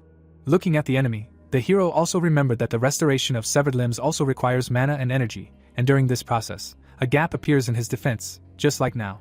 Suddenly, the protagonist jumped. Frowning, the guy realized that the enemy was open for attack. The hero raised the blade above himself and received notifications that the fallen beast was under the influence of the overwhelming energy of the universe, and therefore paralyzed. Immediately after, the young man attacked his head using the shooting star ability. His blade was right in the monster's head. Blood spurted out of the wound. Immediately after, the monster fell to the ground. The interlocutor stood next to the arena. Sweat appeared on his face from the realization that he did not even think that the young man could defeat the fallen beast so easily. Opening his eyes wider, the Draconian used the mind hunger of the wise king, a skill that only the leaders of his race possess. Looking at the protagonist, the fighter understood that such an ability makes it possible to check the mana of a particular creature, and, depending on the color and amount, one can determine how strong it is and also realize that he simply cannot believe that this man could defeat the Pandemonium Hound with such mediocre physical data. Frowning, the Draconian understood that things were bad, because he needed the heart crystal and in this case he would have to kill the hero. Looking at the monster, the young man realized that he hoped to kill the enemy with one blow. Looking to the side, the guy assumed that the second form was his maximum. Imagining his body, the protagonist thought that if he had not absorbed the World Stone, he would have had a very hard time, because thanks to it, his dark energy increased more than twice, and its consumption decreased by 30%, but due to mediocre physical characteristics, he cannot use advanced martial arts techniques. His blade took on a purple glow when the young man realized that he had only one way out in this case. Immediately after, several blows were made on the monster, as the hero decided to finish off the paralyzed beast. The enemy's head fell to the ground when a notification appeared about receiving 8% experience. The protagonist closed one eye. A certain mark appeared on his hand. Looking at his hand, the guy realized that this mark on the back of his hand began to shine, and this means that he managed to release the second level of the Black Star's power. Having imagined a certain stone, the guy remembered that the Black Star has capabilities comparable to mythical rank artifacts, and is also able to transform into any weapon, and its power varies depending on the user's progress level, and unfortunately the young man is currently no stronger than the average C-rank hunter. Smiling, the hero also realized that he does not know what led to this, but it would be a sin not to take advantage of such a chance. Having imagined the defeated enemies, the protagonist knew that the stronger the Black Star is, the wider his combat capabilities will be, and then he will be able to deal with any troubles that may happen to him in the tower. Having crossed his arms over his chest, the guy also realized that the only problem is the resources needed to fully reveal the star's potential, and realized that he will not be able to find such resources on the first floor of the tower. With his mouth slightly open, the young man remembered the successful completion of the additional task, and immediately after that, notifications appeared about receiving 10,000 points and a heart crystal. The stone appeared in the hero's hand and he realized that he would not need it due to the absorption of the World Stone. The Draconian approached from behind and asked if he had been given a heart crystal as a reward for completing the additional task. The man's expression was very angry, and the hero realized that he was barely holding back from taking the stone by force. Opening his mouth, the young man tried to understand why a creature from the Draconian race needed a heart crystal. Imagining people falling into some kind of mechanism, the hero remembered that one demon wanted to create something similar to the World Stone and for this purpose ground up many living beings, uniting their lives into this cursed stone, and if someone uses it on the artifact or uses it as a catalyst for a spell, then they will be able to greatly enhance their combat abilities. He also imagined the clash of black and white energy, and realized that in order to safely use this stone, it is necessary to suppress the evil energy born of a vengeful spirit, and that is why the heart crystal is a desired artifact of any demon who specializes in using demonic techniques, and it will be quite difficult for dragons with pure mana to use this stone. Smiling, the young man tried to understand why he still wanted to get it. Standing in front of Raoul, the protagonist understood that the dragon needed the heart crystal, which he had, and he promised to protect him and therefore would hardly attack him from behind. Looking to the side, the Draconian thought that he really needed this stone, although he could not break his words so easily. The young man, raising his hand, asked if he needed this stone. Opening his mouth wide, Raoul shouted a question about whether he could really give it to him, and also that he could ask for anything in return within reason. Having given the crystal, the guy said that he did not need anything. Then the Draconian asked again. Smiling, the hero noted that he protected the altar. The interlocutor explained that the altar was not damaged only because the guy was performing an additional task. His heart was struck by the fact that he had to be one step away from betraying the guy, and Raoul said that he did not have to do anything because no one else came here. Then the hero said that if the interlocutor did not believe him, then he would not have even been able to fight this monster. The dragon explained that he only kept his word. Opening his mouth, the protagonist asked if he could do one favor and also explained that if it turned out to be beyond his strength, then he could simply refuse. Smiling, the dragon said that he was listening to him carefully. Introducing the City of Dragons, the hero explained that he would like to visit the dragon's lands at least once. Raising his hand, the guy said that Earthlings consider their world to be an exemplary fantasy. Then Raoul asked if the rumor of their world had really reached even the Earth, which is in another dimension. Looking to the side, the young man realized that he had lied to him, because in fact, people do not even know about the existence of dragons. Having imagined the chest behind the lock, the hero knew that the information about Pandemonium and Elysium was also strictly classified in order to prevent the intervention of other dimensions in the affairs of Earthlings, such as elves, dwarves, and the Interstellar Union. And therefore the representation of the Earth greatly limited interracial diplomacy, and that is why most of the information about other dimensions is hidden from the public. Grinning, the hero understood that his goal actually lies elsewhere. Standing in front of him, Raoul explained that only those who have received recognition from the dragon race can get into their world, and the protagonist remembered that it is incredibly difficult to gain the favor of the Draconians, and asked if it is impossible. Raising his hand to his chin, the interlocutor said that there is still a way. Having imagined the throne, the guy understood that he knew the name of this dragon very well and realized that recognition as a member of his family is worth much more than a heart crystal. Raoul put his hand in the bag and said something, and the hero realized that everything was going according to plan, because the Draconians were not the kind of people who like to remain in debt. The dragon handed him a wooden thing with his name on it, and said that if he wanted to get to them so much, he should accept it as a gift. Smiling, the guy realized that it was a name plate. Having imagined this plate and some seals, the hero realized that this plate was an extremely valuable thing, and in Korea its equivalent would be a full guarantee for another person, and such things are given only to those who are truly trusted, and therefore Raoul should not give him something like that. A clear sky appeared, and the dragon's words were heard that this was his name plate, which would allow him a lot. The protagonist asked why he was giving it if it was so valuable. Raising his hands, the interlocutor said that the young man trusted him, and therefore the dragon can trust him, since he handled weapons very skillfully and used his mana in battle competently, and such things can truly be called art, and also noted that he understands the strength of others well, and the hero can be sure that he has great potential. The protagonist thought that his knowledge of the Draconians and his acting skills worked just great, because it seemed to him that he would need to get some papers where it would be written that he managed to win the dragon's favor, but this man turned out to be much kinder than expected. Standing near the exit, Raoul said that this day was truly incredible, because he managed not only to get the heart crystal, but also to make a new friend. Smiling, the hero noted that he would be very careful with his name plate, and also tried to understand how he had survived in this cruel world, and how he had really been unlucky to run into the protagonist. Shaking the guy's hand, Raoul said that he was sorry that their paths were diverging, but he hoped that they would be able to meet again soon, while the protagonist thought that he hoped that he would not fall for other tricksters. Climbing the stairs, the young man received notifications about successfully overcoming the test in the hot desert. Standing in front of the entrance, the guy also received a message that he had the opportunity to proceed to the next test or return to his dimension, and thought that he only had a way forward, and, after all, he still had a lot of rations, so he did not need to return home. Smiling, the young man realized that the second floor was waiting for him. Suddenly, bubbles began to rise around him. Fish were visible ahead. While in the water, the hero received a notification that his goal for this test was to find 7 sea gems. A house appeared ahead of him, and a notification about entering a safe zone appeared, when the protagonist thought about how the creator of the tower first sends him to the hot desert, and then to the sea.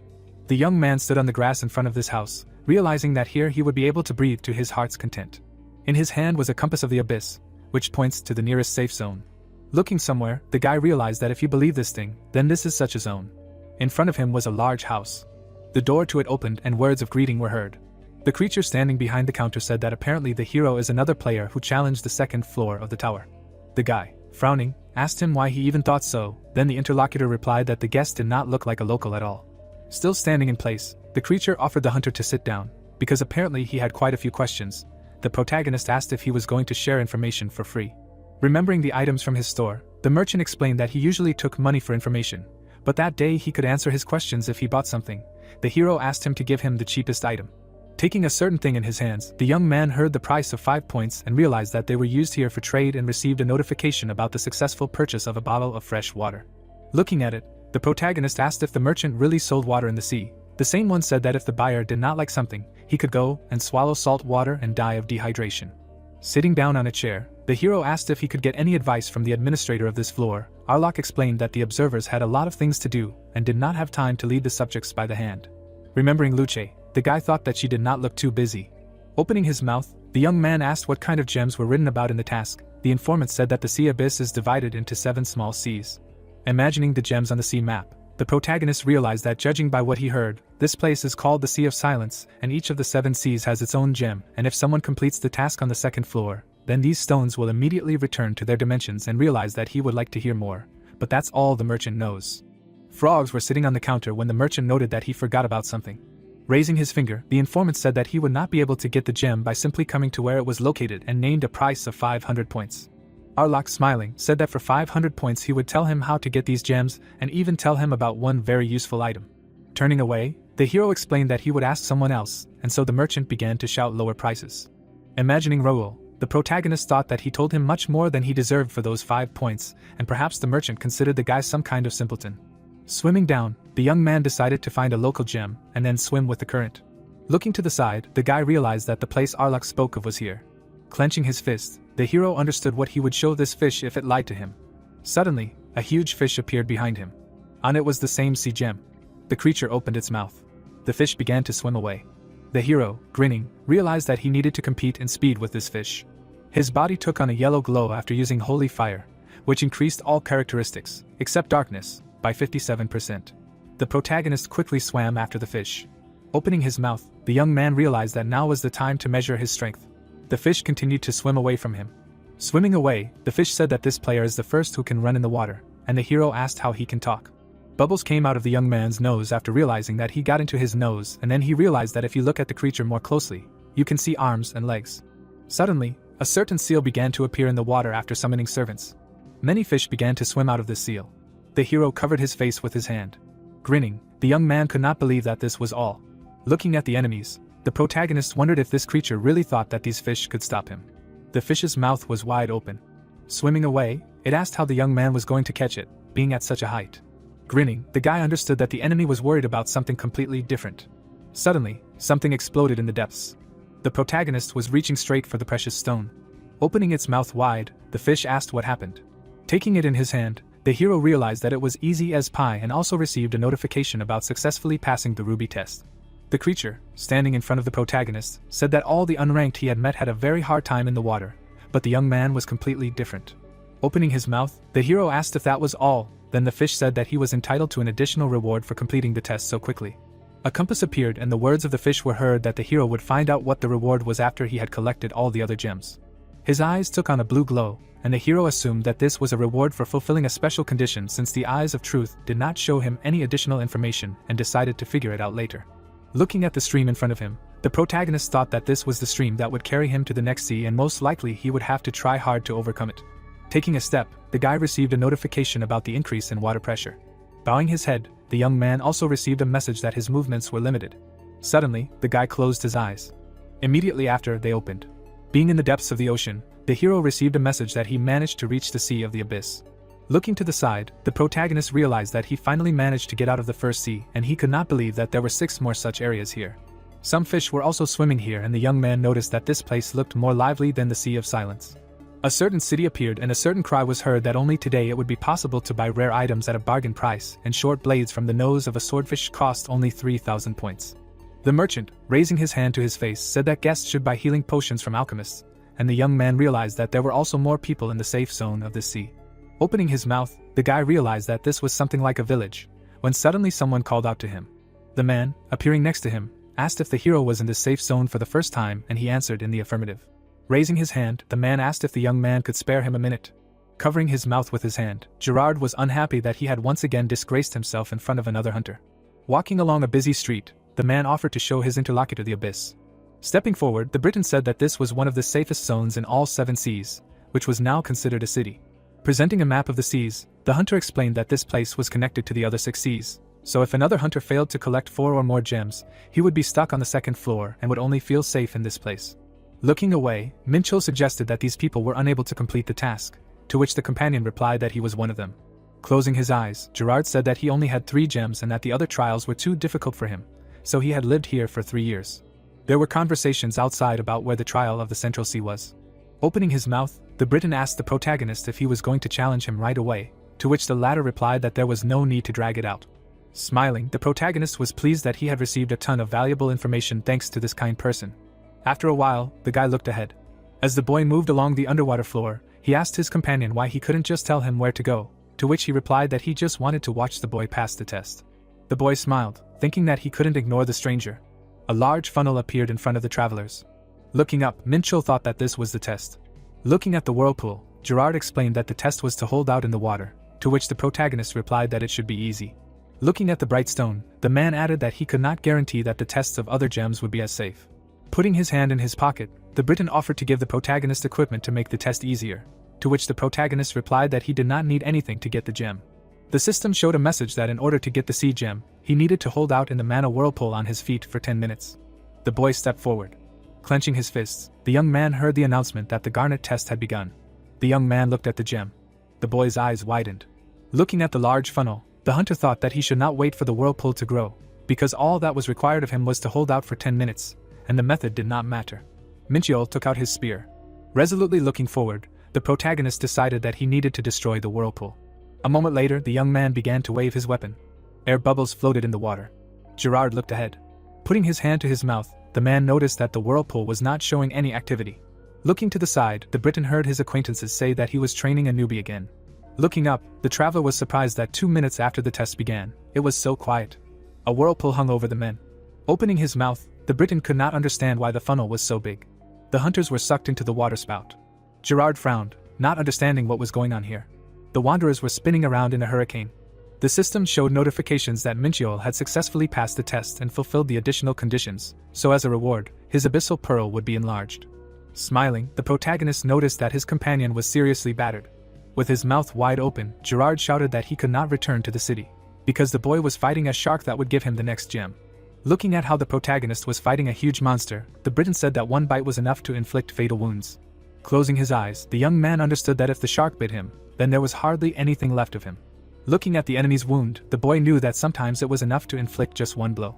Putting his hand on the monster's wound, the young man decided to use an ability called Hellfire on it. Looking at the huge red cloud, Mincho was glad that he could enjoy such a fiery show. Raising his eyebrows, Gerard thought that he was in a SpongeBob cartoon, because he saw a fire burning underwater. Looking at the numerous underwater waves, the Briton said that the emerald test would be the hardest. Looking at the message that in order to get the gem, he had to cross a volcano, the protagonist said that compared to other tests, this one was quite simple.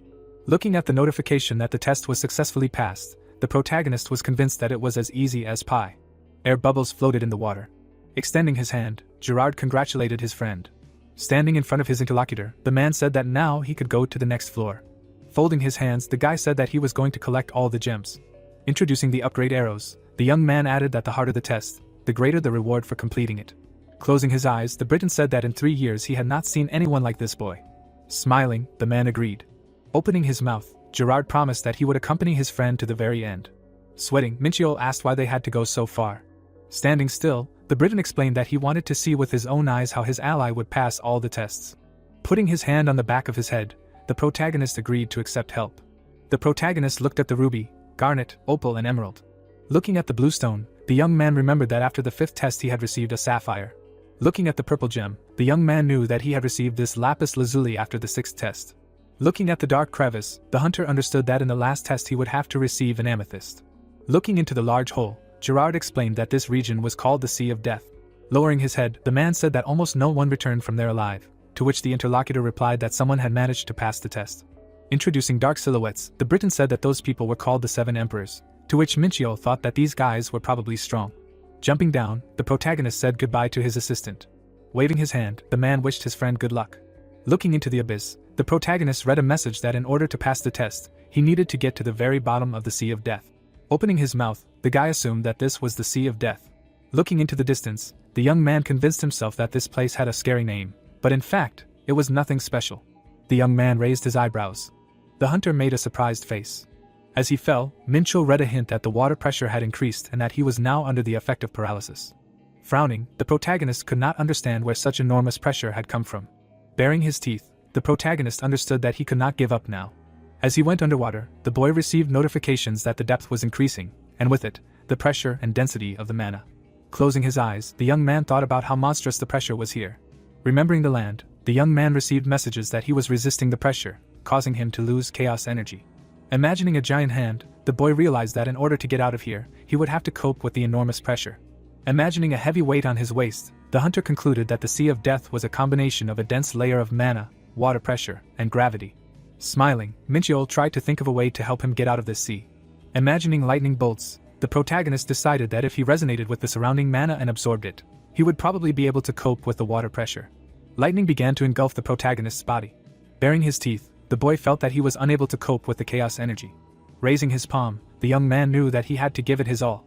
Looking at his leg, the young man thought that losing an arm or a leg in this case was not critical. As he continued to fall, the hunter decided that it was more important to learn how to control the chaos energy and use it for his own purposes. Minchio closed his eyes. A moment later, the protagonist opened them. Looking at the large yellow ball, the protagonist thought that this is the energy of the World Stone. Opening his mouth, the boy assumed that the future chaos energy had stabilized. Reaching out, the young man knew that the purpose of the energy had not changed, but now it was at rest. The light began to stare at the young man. The boy received notifications that he had sunk to a depth of 5,600 meters. The hunter stood on the bottom. Standing at the bottom, Minchio noticed that the pressure had increased to level 50.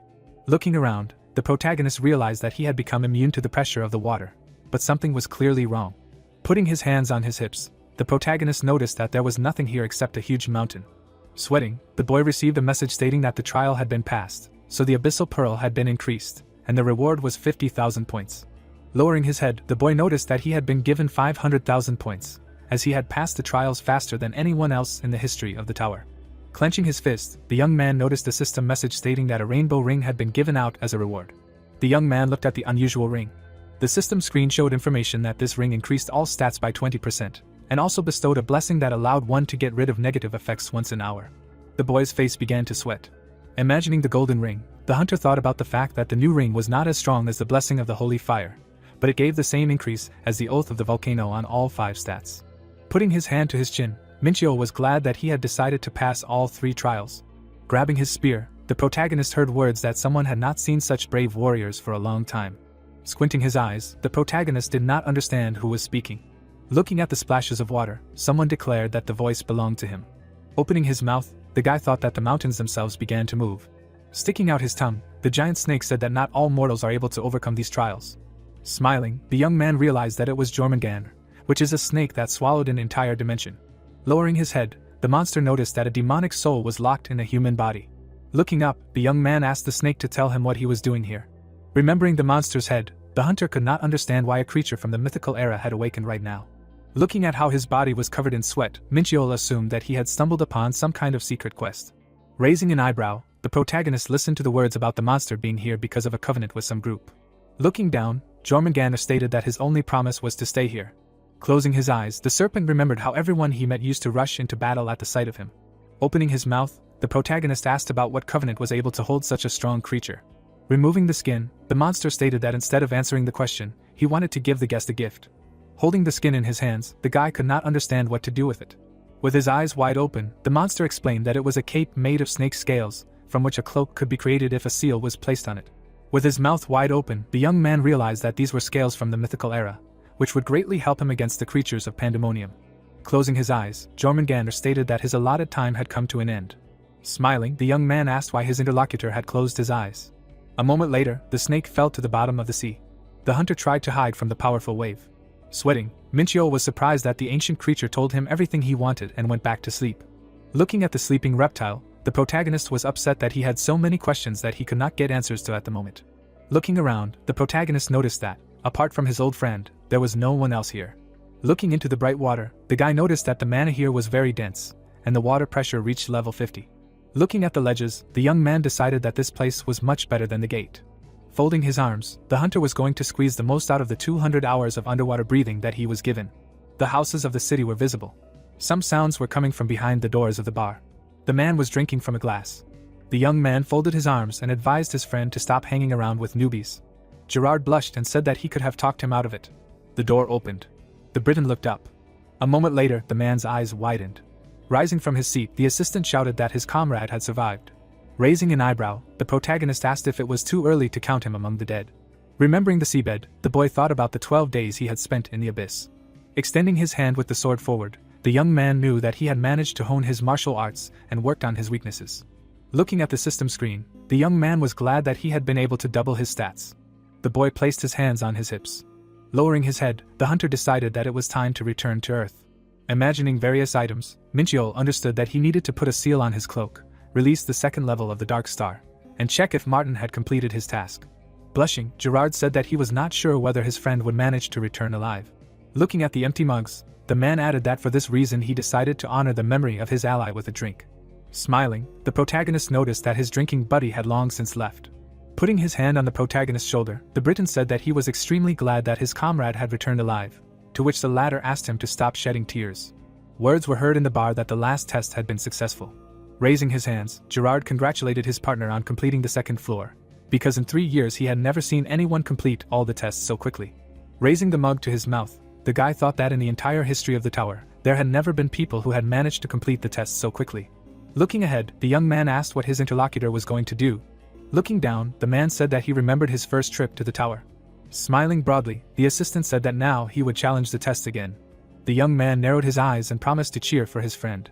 The two shook hands and agreed to meet at the top of the tower. After passing through the gate, Minchio received a notification that he had returned to his home dimension. The protagonist smiled. Looking at the numerous buildings, the protagonist felt like a stranger on Earth, since he had been gone for almost a month. There were people walking on the street. Martin extended his hand and greeted the hunter. Beaming with happiness, the dwarf was extremely glad that his friend had returned alive. Frowning, the protagonist was blinded by his comrade's happiness. Tears flowed from the dwarf's eyes. Smiling, Ellie expressed her joy that the protagonist was okay. Opening his mouth, the guy said that they should definitely have dinner together. Looking down, the merchant was unhappy that the young man ignored him, but answered his assistant. Looking ahead, the young man noticed that they were attracting too much attention. The guys were driving.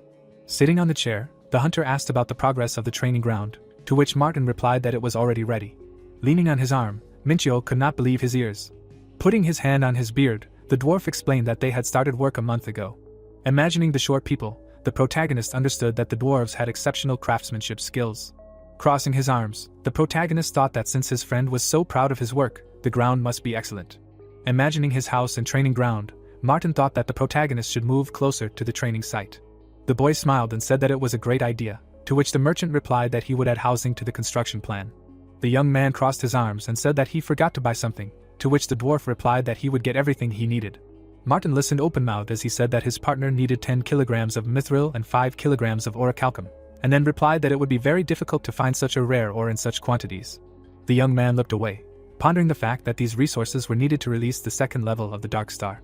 Placing his hand on his knee, the merchant offered to participate in the auction, to which the hunter suggested that there was no guarantee that the ores needed would be there. Ellie held out the tablet.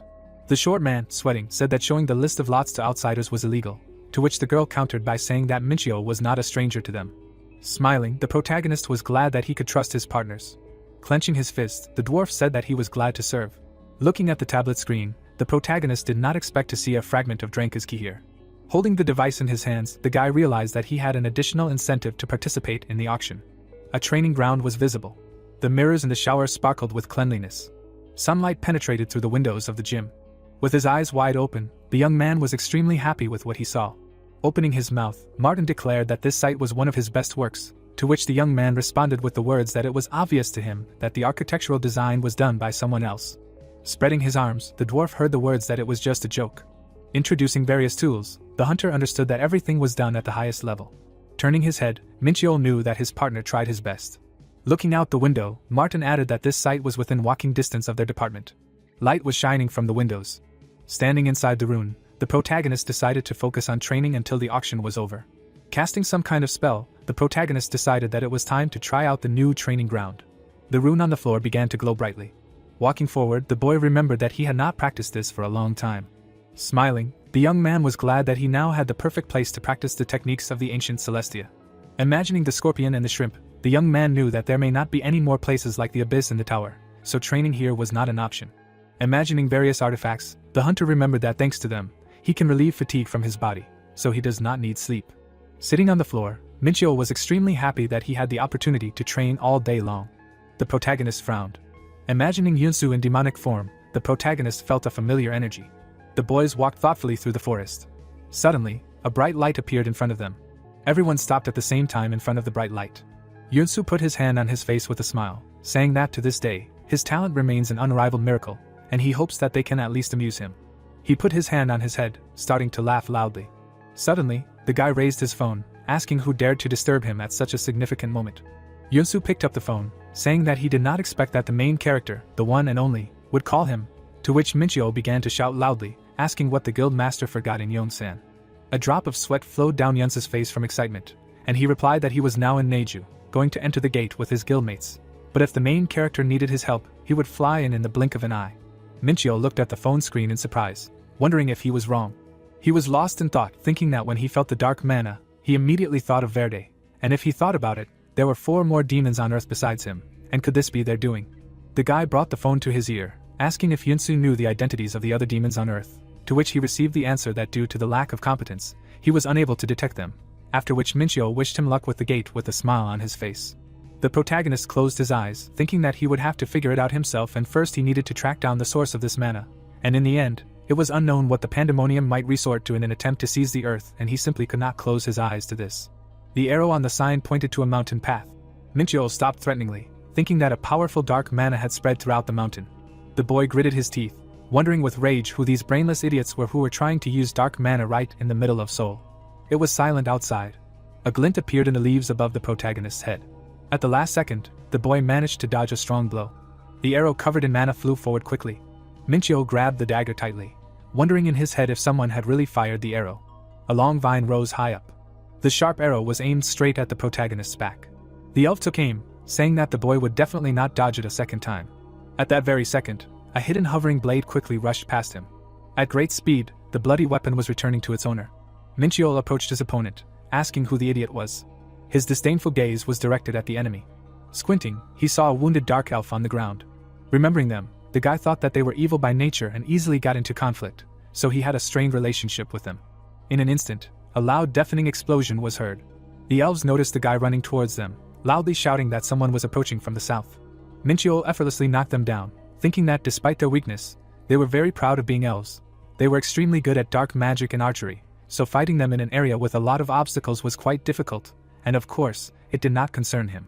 The elves, covered in mana, stretched out their hands forward, shouting that the enemy would not pass, because the darkness would engulf him and he would die in pain. The protagonist continued to walk forward unwaveringly. Suddenly, a huge black monster appeared above his head. The guy smiled, thinking that he knew their tricks well. Wrapped in a certain energy, he swung. Jumping up, the guy activated the swing of the boundless heavens. The black mana in the air was instantly pierced by lightning. The elves retreated back in fear. Due to the attack of the mana, scarlet blood burst out of their noses. The foot stopped next to the elf's trembling hand.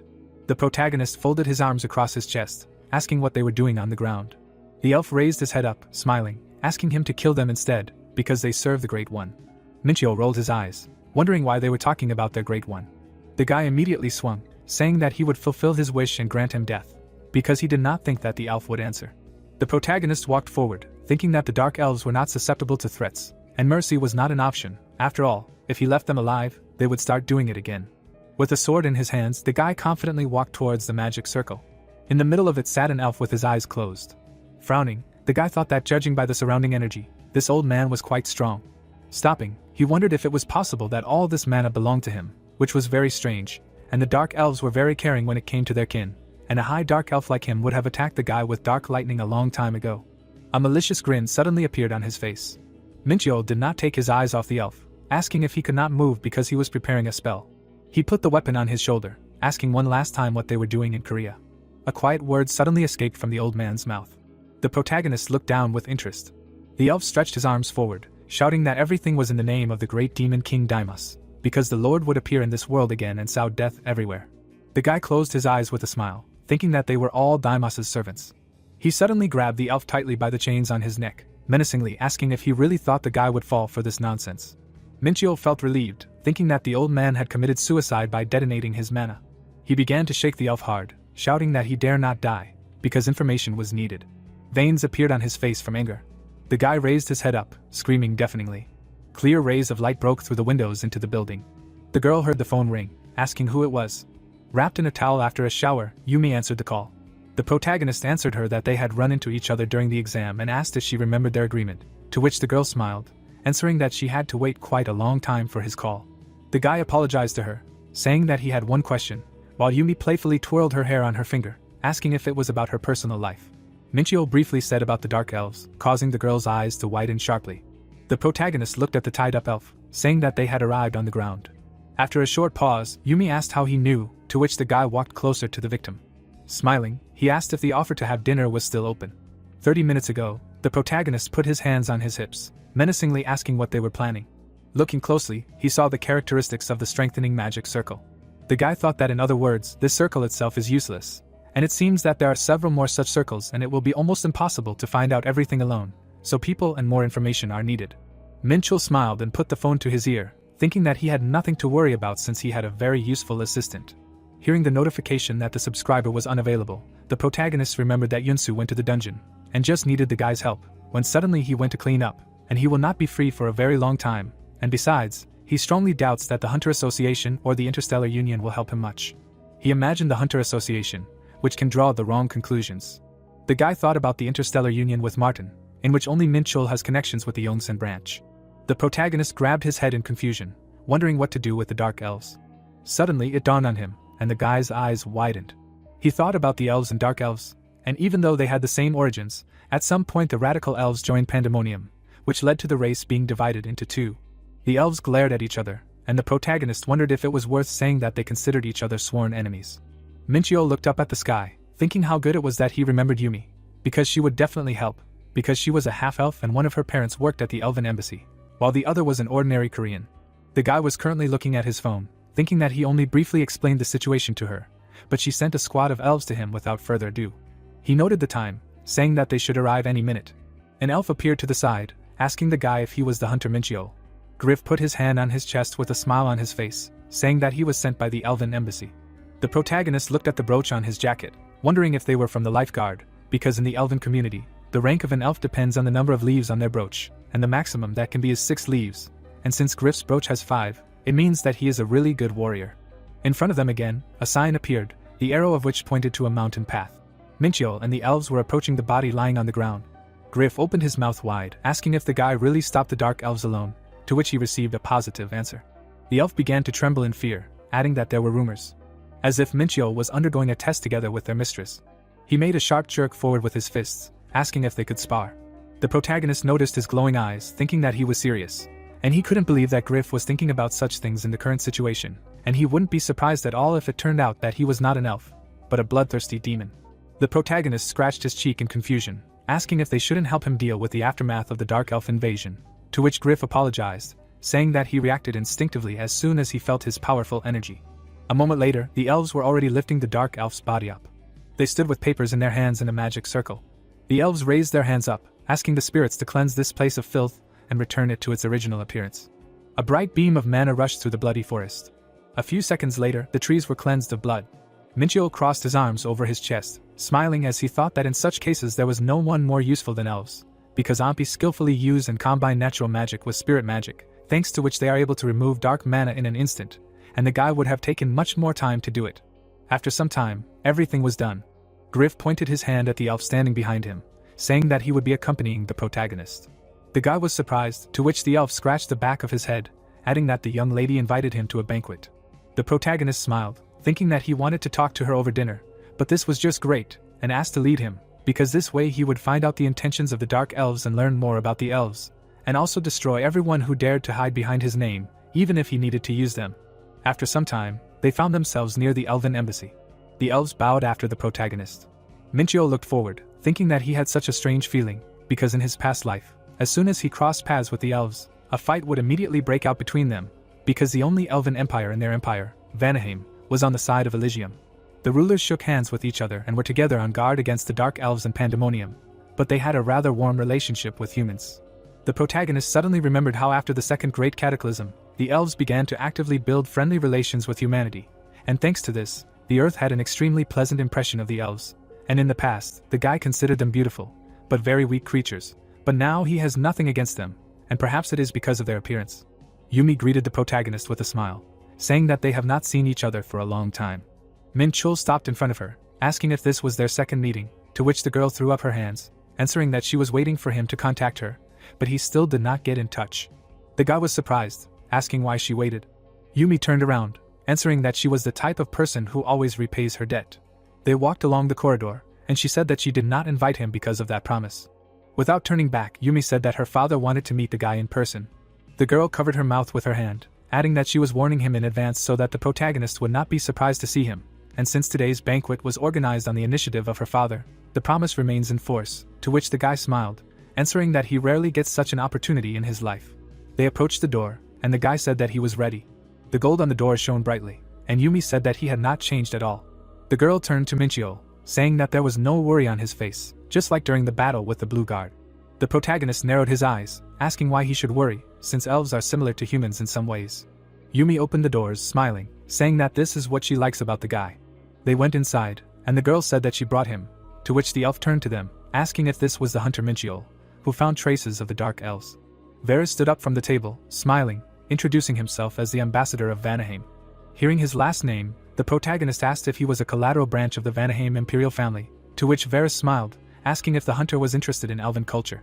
Minchil looked at his characteristics, thinking that it seemed like the elves considered the land to be a very important place, and like with Raoul, he couldn't see the details of the elf with his eyes of truth, but in other words, he was one of the strongest elves in Vanaheim. The boy smiled mischievously, thinking that he wanted to fight him. The ambassador pointed to a chair, asking Yumi to sit next to him. He waved his hand at the food, asking why they didn't continue their conversation after the meal, since they were all obviously hungry. Minchil looked around the table, thinking that he had assumed that they would eat something simple, but it seemed like they had put a lot of effort into this meal. The boy looked at the bowl of soup in front of him. Varys looked at his daughter, saying that he wanted to talk to the hunter alone, so he asked her to leave first. Getting up from the table, the girl immediately left the room. The ambassador looked at the boy, saying that he was informed that he had found a squad of dark elves and defeated them. The protagonist crossed his arms, saying that he was just lucky. Varys smiled and picked up the glass, saying that the hunter was too lucky. Minchil looked at him warily, thinking that the elf's tone had changed abruptly, and did he really want to get straight to the point? And it's not like he didn't expect it. After all, such a story is hard to believe. The ambassador continued to look at the boy, saying that he was their benefactor, and in truth, they knew about the appearance of the dark elves on Earth, but they could not find any traces of them, and the dark elves were not inferior in strength to a B-rank hunter and an E-rank hunter like Minchil, and it would be extremely difficult to deal with such an enemy, to which the protagonist chuckled. Answering that he already understood that they checked the information about him, so could they not bring up such awkward topics. Varys twirled the glass in his hand, saying that he found it suspicious that such a unique person had connections with his daughter. He looked up with disdain, hearing the question from the boy, did they really plan this from the hunter exam? At that moment, the protagonist laughed loudly. He wiped a tear of laughter from his eye, asking Varys did he really think that the whole world revolved around elves, and why would he bother so much for something like this? The ambassador lowered his head in disappointment, saying that he couldn't help but suspect the guy, to which Minchiol asked him if all his suspicions stemmed from the fact that the hunter couldn't defeat the dark elves alone. Varys immediately snapped 2 fingers. The protagonist suddenly found himself in a spiritual barrier, the skill of which, according to the elf, blocked all mana flows from the outside, and even A-rank hunters would have to work hard to break this barrier. Minchiol chuckled, asking if this was really gratitude for kindness, while he thought that this was why he didn't like the elves, because he couldn't believe that they considered him a pathetic amateur and thought that they could catch the dark elves with such pathetic methods. Varys covered his face with his hand, saying that he would decide what to do with the guy when he received the report from the investigation team, so he asked him not to resist, because he also didn't like doing this to a person who had done them a great favor. Mincho rolled his eyes, wondering if the ambassador was talking about the 2 elves who remained in the forest, since they could have used spirit magic to find out how he defeated the dark elves, and then all suspicion would be cleared from him. His eyes suddenly glowed brightly, and the protagonist thought that he was incredibly angry right now. Varys crossed his legs, saying that it was useless, since the hunter could not break the barrier with force. Bright rays of light began to burst out, and Mincho activated the first form of the demonic sword of the 7 stars. The top of the barrier began to crumble into small pieces. Varys widened his eyes in shock. Suddenly, a sword was pointed at his neck.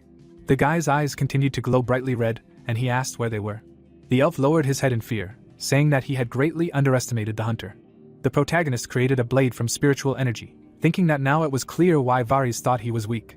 The ambassador smiled, saying who knew the guy was hiding such power. Mincho glared at him, saying that they would get straight to the point, and firstly, he never hid his power. It was the ambassador who didn't believe his words, after which he thought that it irritated him, because they said that they would ask a few questions, but in reality they were doing God knows what. He quickly put away his weapons, thinking that he was already busy looking for imposters, so he had no desire to waste his power on dealing with elves. Varys looked at him in surprise, asking if since the hunter had put away his weapon, he wouldn't threaten him with a blade either. But why did he decide not to fight? To which the protagonist smiled, answering that if he wanted to kill him, he would have done it much earlier. Besides, pointing a blade at an ambassador was a serious crime, and therefore, they wanted to avoid unnecessary conflicts between races. But if the elf wanted to fight, then let him have an official duel, then he wouldn't have to take responsibility. Varys spread his arms out to the sides, asking if he couldn't joke anymore. Mincho's gaze changed to a mad one, and he wondered if this bastard really thought that now was the time for stupid jokes. After a while, the room was silent. Griff looked at his hand, asking if the ambassador was sure that he should give the report now. Varys looked at him, answering yes, it also concerns Mincho, so he has the right to hear the report. Griff frowned, saying that the Dark Elves' goal was to awaken the evil locked in the old dimension. The ambassador's eyes widened in shock. The protagonist smiled, wondering if they could really figure this out just by studying the magic circle, and it seemed that they were not as useless as he thought, but the Dark Elves' plans were beyond all reasonable limits. Lost in thought, the guy thought that the multidimensional universe consisted of a huge number of dimensions, and among them there were both new ones that were born recently, and dimensions that had existed for a long time, and it would be nice if the dimensions could live and develop peacefully. But there were also those that were destined to meet their end, and the destroyed worlds were called old dimensions. Varys looked at Griff, asking if he had any guesses about the identity of this evil. The elf came closer, saying that it seemed like the Dark Elves had sworn allegiance to the god of war, Deimos, to which the ambassador asked if this was the same dimension king that had been defeated on Earth, and was immediately told that it was safe to assume that the Dark Elves were trying to find a way to revive him. Mincho folded his arms, thinking that they were on the wrong track, since Deimos had died and his reincarnated version was sitting right in front of them. Griff continued shouting loudly that the elves were crazy, since they were definitely hiding something, when the ambassador suddenly added that they needed to inform Vanaheim and Elysium about this, to which the protagonist rolled his eyes, thinking that he couldn't tell them the truth. The elf bowed, saying that unfortunately, they were unable to locate the other Dark Elves, and besides, it looked like the ritual would take about 2 days to complete. Varys thoughtfully put his hand to his chin, saying that if they couldn't find any clues, then they could consider it a success. He looked at the protagonist, asking if he said he could track down the dark mana, to which the boy nodded. The ambassador smiled and extended his hand, asking if the hunter could help them, since the creature known on Earth as the Demon King might reappear and they needed the boy's help to save this dimension. Mincho narrowed his eyes, thinking that the only one who could find the Dark Elves quickly was him, and if he wanted to get rid of the imposters, he would have to work together with the elves.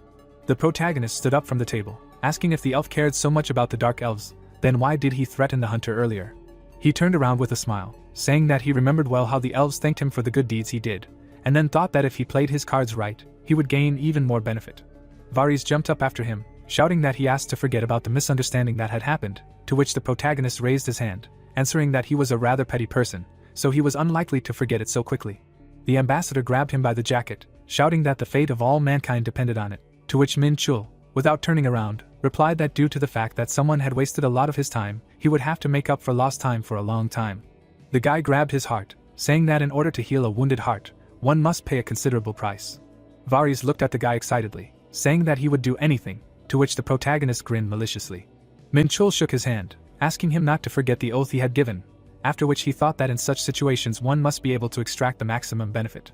After some time, it got dark outside. Only a bright light came from the windows of the building. The protagonist stood in the middle of the magic circle. He looked at the paper in his hand. Smiling, the guy asked what number he should write down so that he would not be considered a cheapskate, But to be honest, he wanted to take everything he could from them. The hunter looked up at the window, saying that he did not have much time left, so he would put off these thoughts for later.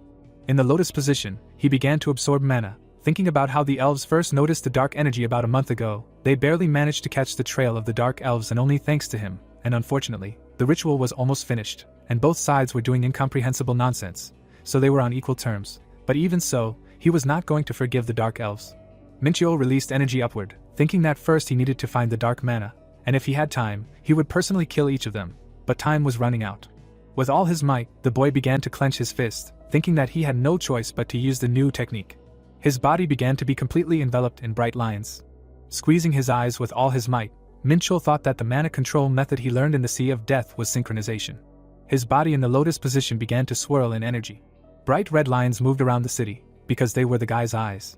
They quickly rushed past the trees, while the protagonist thought that he would find signals sent by dark mana. The energy quickly rushed through the building, and the hunter thought that even if he had to search all of Seoul, he would definitely find them. Bright rays of the sun broke through the windows. Minchio was lying on the floor. His body was sweating from the heat, and he thought that he almost died while looking for the dark elves. Because as soon as he released more chaos energy into the atmosphere to expand the search area, he began to feel like his brain was about to explode, and he was of course damn glad that this did not happen, but Seoul is too huge.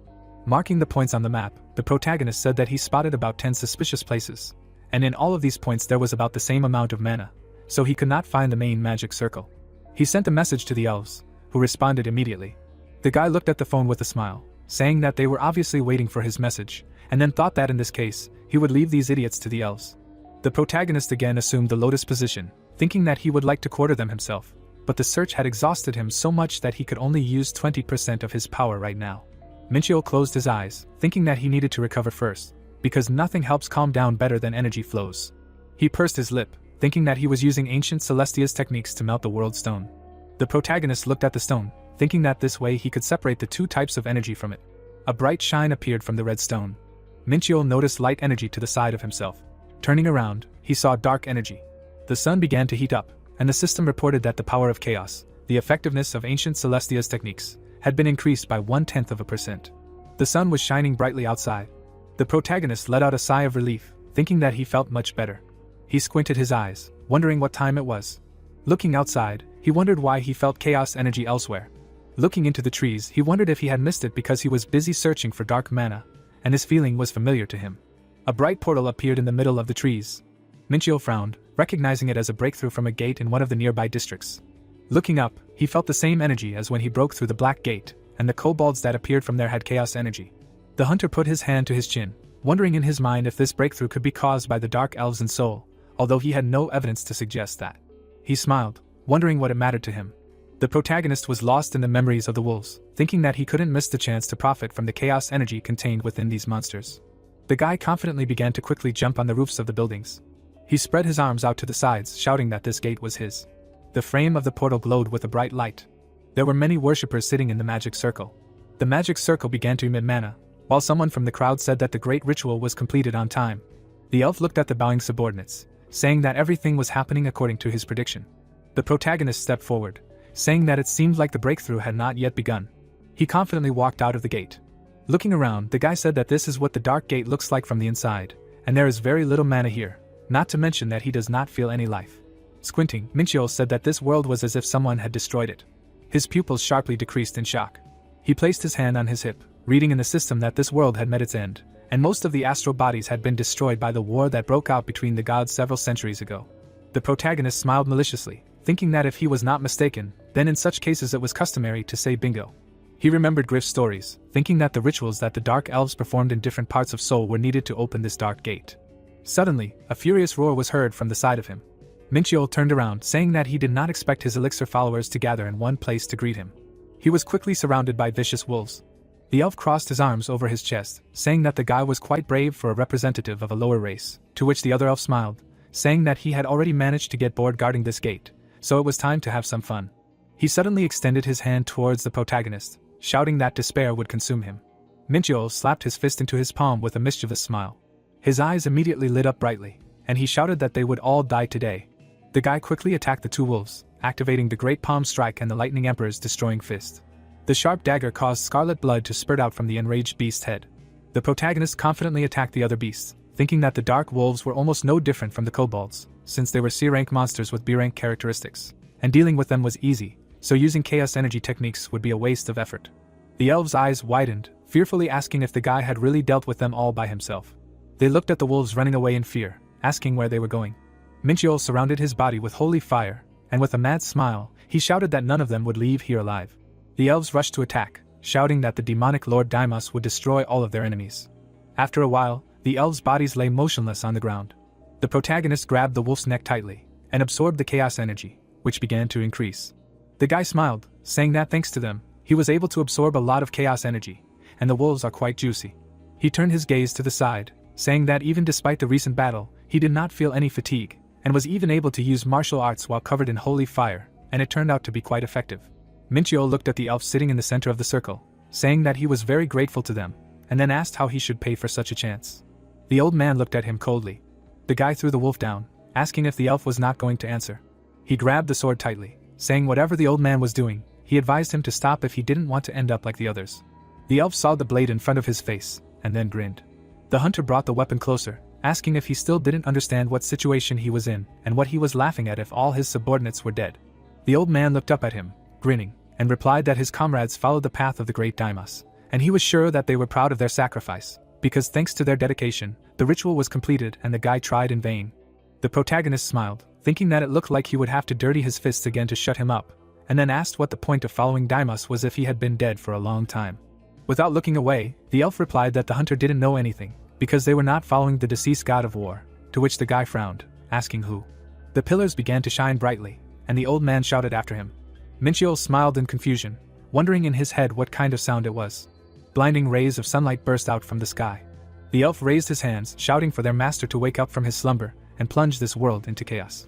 He smiled, saying that a lower being like a human would be unable to resist their master, to which the protagonist was surprised, asking if he found this strange.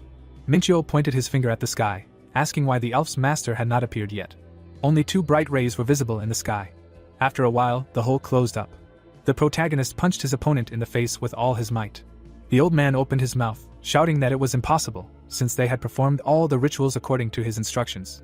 The boy smiled slyly, answering that he had destroyed every single magic circle. Blood was flowing from the mouth of the scared elf. The protagonist imagined his elves in the magic circle, thinking that they did a great job. He placed his hand on the glowing chest, thinking that it was worth it. A malicious smile appeared on his face.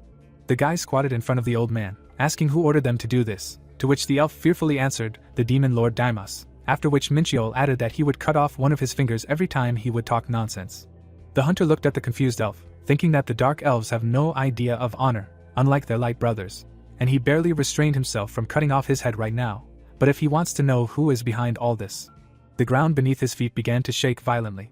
Strange clots appeared in the air, to which the guy raised his head. 2 bright, shining eyes appeared from a black hole in the sky. A drop of sweat was running down the guy's excited face. The sky began to crack into pieces from the strong pressure. One of them fell to the ground at great speed. Tears of happiness appeared in the elf's eyes, and he shouted that everything worked out, just like the demon king had said. Minchiol hit him in the face with all his might, asking what exactly happened. An angry big muzzle burst out. A massive paw hit the ground with all its might. The protagonist stood in a stance, covering his body with his hands. He smiled, saying that these bastards had summoned a truly terrifying creature. The guy looked at the monster of the mythical era, the god-eater Fenrir. Minchiol was lost in thought, thinking that Fenrir was a beast with black fur and wild green eyes, a monster of the mythical era and also the brother of Jormungandr, the killer of gods who eradicated the Asur as punishment for their crimes, and also the harbinger of chaos who destroyed more than one dimension. The wolf howled loudly. The elf made a sharp jerk towards Fenrir, shouting that it was he who awakened him. He confidently raised his hands up. Smiling, he asked the killer of gods to plunge this world into the abyss, when suddenly he received a powerful blow to the cheek. The embittered beast hit the ground with all its might with its paws. The protagonist thoughtfully scratched the back of his head, saying that it was incredible, because Fenrir only swung his paw. He narrowed his eyes, thinking that something was wrong, because this attack was completely illogical, not to mention its power. The hunter kept his eyes on the howling beast, wondering in his head if Fenrir was weakened due to the summoning to another dimension that happened despite the destruction of all the strengthening magic circles, and however, if the monster was not weakened, the guy would not be able to check its characteristics with the eyes of truth. The wolf's eye sparkled brightly. The protagonist met the monster's gaze, thinking that it was going to attack, and since the guy was too far from the gate, he would have to fight, and in front of him was a strong enemy that he did not expect to meet here. Minchio grabbed the dagger in his hand, thinking that his opponent was a slave led by his own instincts and bloodlust. He took a stance, smiling, saying what an interesting development, and he had every chance of winning. At that moment, a loud explosion was heard. The hunter strongly pushed off the ground, flying up. He confidently swung, shouting that the stupid wolf would get it from him now, while he thought that he was the strongest fighter in the entire universe, both in the past and in the present. The guy quickly moved along the monster. The protagonist's hand glowed, and he shouted that because of this huge body, the beast has many blind spots. He stretched his hand forward, he activated the Great Palm Strike. Minchio clenched his hand into a fist, thinking that it would be difficult for him, because due to the difference between the power of his attack and the monster's defense, his techniques almost do not cause damage. Minchio jumped to the ground, activating the Blade of 5 Tigers in the process of running. The guy turned his head back, saying that due to the thickness of the fur, his attacks do not reach Fenrir's flesh. He suddenly pushed off the ground strongly, dodging the unexpected blow of the monster with a paw on the ground. The hunter looked forward, thinking that the beast was fast and would ignore minor damage, trying not to get hit by fatal blows, and only attacking in between the monster's attacks. The wolf's nose wrinkled in rage.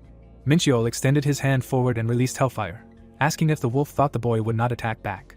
He kept his hand extended, thinking that most of Fenrir was sealed, but even so, he was still a monster from the mythical era, and even the Hellfire did not cause significant damage to him.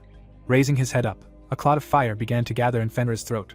Seeing the attack, the protagonist managed to jump, shouting that he could not believe that the wolf decided to use such a powerful move. Hitting the beast's chin with all his might with his palm, Minchio asked if the monster thought he would sit idly by. He jumped high above Fenrir's back. The hunter raised his weapon high up. He began to swing the sword strongly in different directions, thinking that he would strike several more times in a row. Looking closely, the protagonist saw that he had managed to cut through the monster's fur, so he needed to continue attacking it, like drops of water destroying a stone. Fenrir began to shake his head in pain, throwing off his opponent. The protagonist grabbed the handle of the weapon tightly, activating the blade's flash. Turning around in the air, the guy stuck the dagger into the beast's body. Minchio pulled the thread, saying that Fenrir would never catch him this way. Landing on the beast's fur, the hunter hit it with all his might with the Lightning Emperor's destroying fist. A strong electric shock immediately ran through the beast's body. The protagonist tried with all his might to hold on to the fur of the embittered Fenrir. He landed on the ground, thinking that the wolf was very strong, and now the guy had about half of his total energy left. Minchio looked forward with a wild gaze, thinking that this is what a real battle should be like, with an opponent whose attack could send him to the afterlife with just one. Suddenly, he narrowed his eyes in caution. Raising his head, the hunter noticed that the sky had split. He used the eyes of truth, reading that there were 42 minutes left until destruction, and then asked in his mind with displeasure if they had fought too fiercely. With his mouth wide open, Fenrir charged. The protagonist clasped his palms together. Activating mana, he stopped the wolf's attack on himself with his own hands. Minchio gritted his teeth, thinking that the world was beginning to collapse, and was it all due to the energy emissions produced by their attacks? The protagonist quickly jumped away from the beast, thinking that as if that wasn't enough, Fenrir continued to attack, and the guy weakened it blow after blow, but it was not enough to kill. He looked at the beast's extended claws, thinking that its chaos energy was about to run out. With one strike, Fenrir shattered the ground into small pieces. Minchio extended his hand, wondering if the monster wanted to restrict his movement, since it had destroyed the ground beneath them. The protagonist looked at its glowing eyes, thinking that the more he attacked, the less time they had, and besides, Fenrir's actions were becoming more and more thoughtful. The guy chuckled, asking if that was all, and if the beast thought that it could stop him, it was very wrong. Twisting the ring, Minchio used the 7-colored blessing, disappearing in front of the monster. The hunter grabbed the hilt of his sword, thinking that even the gods who ruled the dimensions had at least one weakness, and he was sure that Fenrir was no exception. He smiled, saying that he advised the wolf to calm down, otherwise this place would be destroyed, and then he thought that he would find his weakness and tie his hands and feet. Fury appeared on the wolf's face. The protagonist abruptly pushed off the ground. With the sword quickly advancing on his opponent, he shouted that it was time for the second round. The sky was covered with cracks. A cracked sky is a part of the world indicating the imminent destruction of the world. The torn-off pieces fell to the ground, and only 15 hours remained until the destruction of the dimension. Insane magical energy was accumulating under the sky. The protagonist swung in a jump and said to himself, "What a pity, because Fenrir, the devourer of gods and destroyer of worlds, fights without the slightest dignity like a wild beast." Having said this, he delivered a powerful blow. The monster's eyes burned furiously, they were filled with madness, and his gaze lost its grandeur. Minchio watched the wolf prepare to attack and said to himself that for some reason it reminded him of himself, because he once tried to split his body to descend to the earth, but in the end he only died at the hands of a human hero. He could not return to his original body, so he was reborn as a human, and this dimension will soon be destroyed, and if nothing is done, it will forever drift in the space of the destroyed world. While he was thinking about this, the huge beast released the energy accumulated in its mouth. The guy instantly found himself behind the enemy. He swung and said that he would die from his hand. Frowning, he said to himself that he attacked all the places where vital organs could be, but the only point where the blow to which led to any result was his neck, so he is sure that his weak point is there. When suddenly the protagonist saw something shiny in the enemy's wound. At that moment he charged, saying to himself that there was something stuck in his wound. Using the first form of the 7-star demonic sword, the blade that cut stars, Minchio slashed at the monster's neck. Blood splattered in front of him, and he said to himself that he was right. There was something stuck in his body, and then asked himself if this was his weakness. There was a brightly glowing stone in Fenrir's wound. Without thinking twice, the protagonist used the second form of the 7-star demonic sword, Shooting Star, and made a direct strike. The sword smashed the glowing stone into small pieces.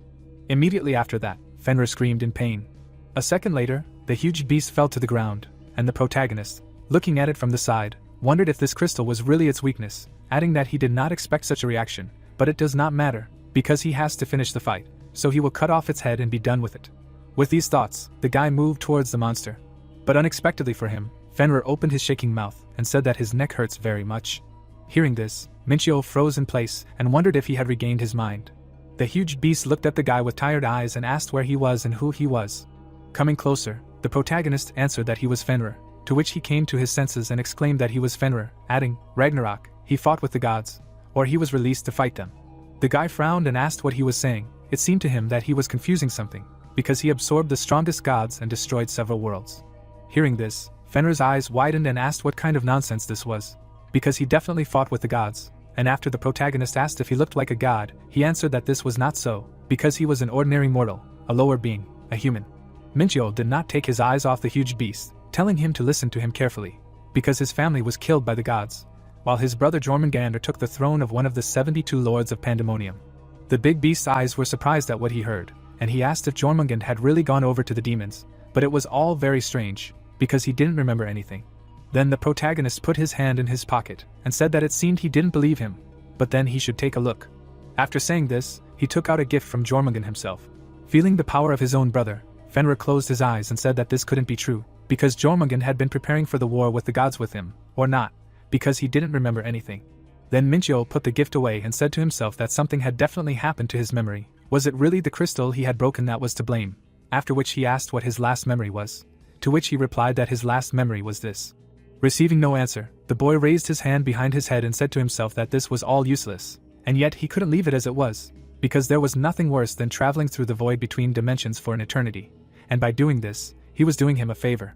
With these thoughts, he took out a powerful sword, which made Fenrir very scared and asked in fear if he was angry because he called him a lower being.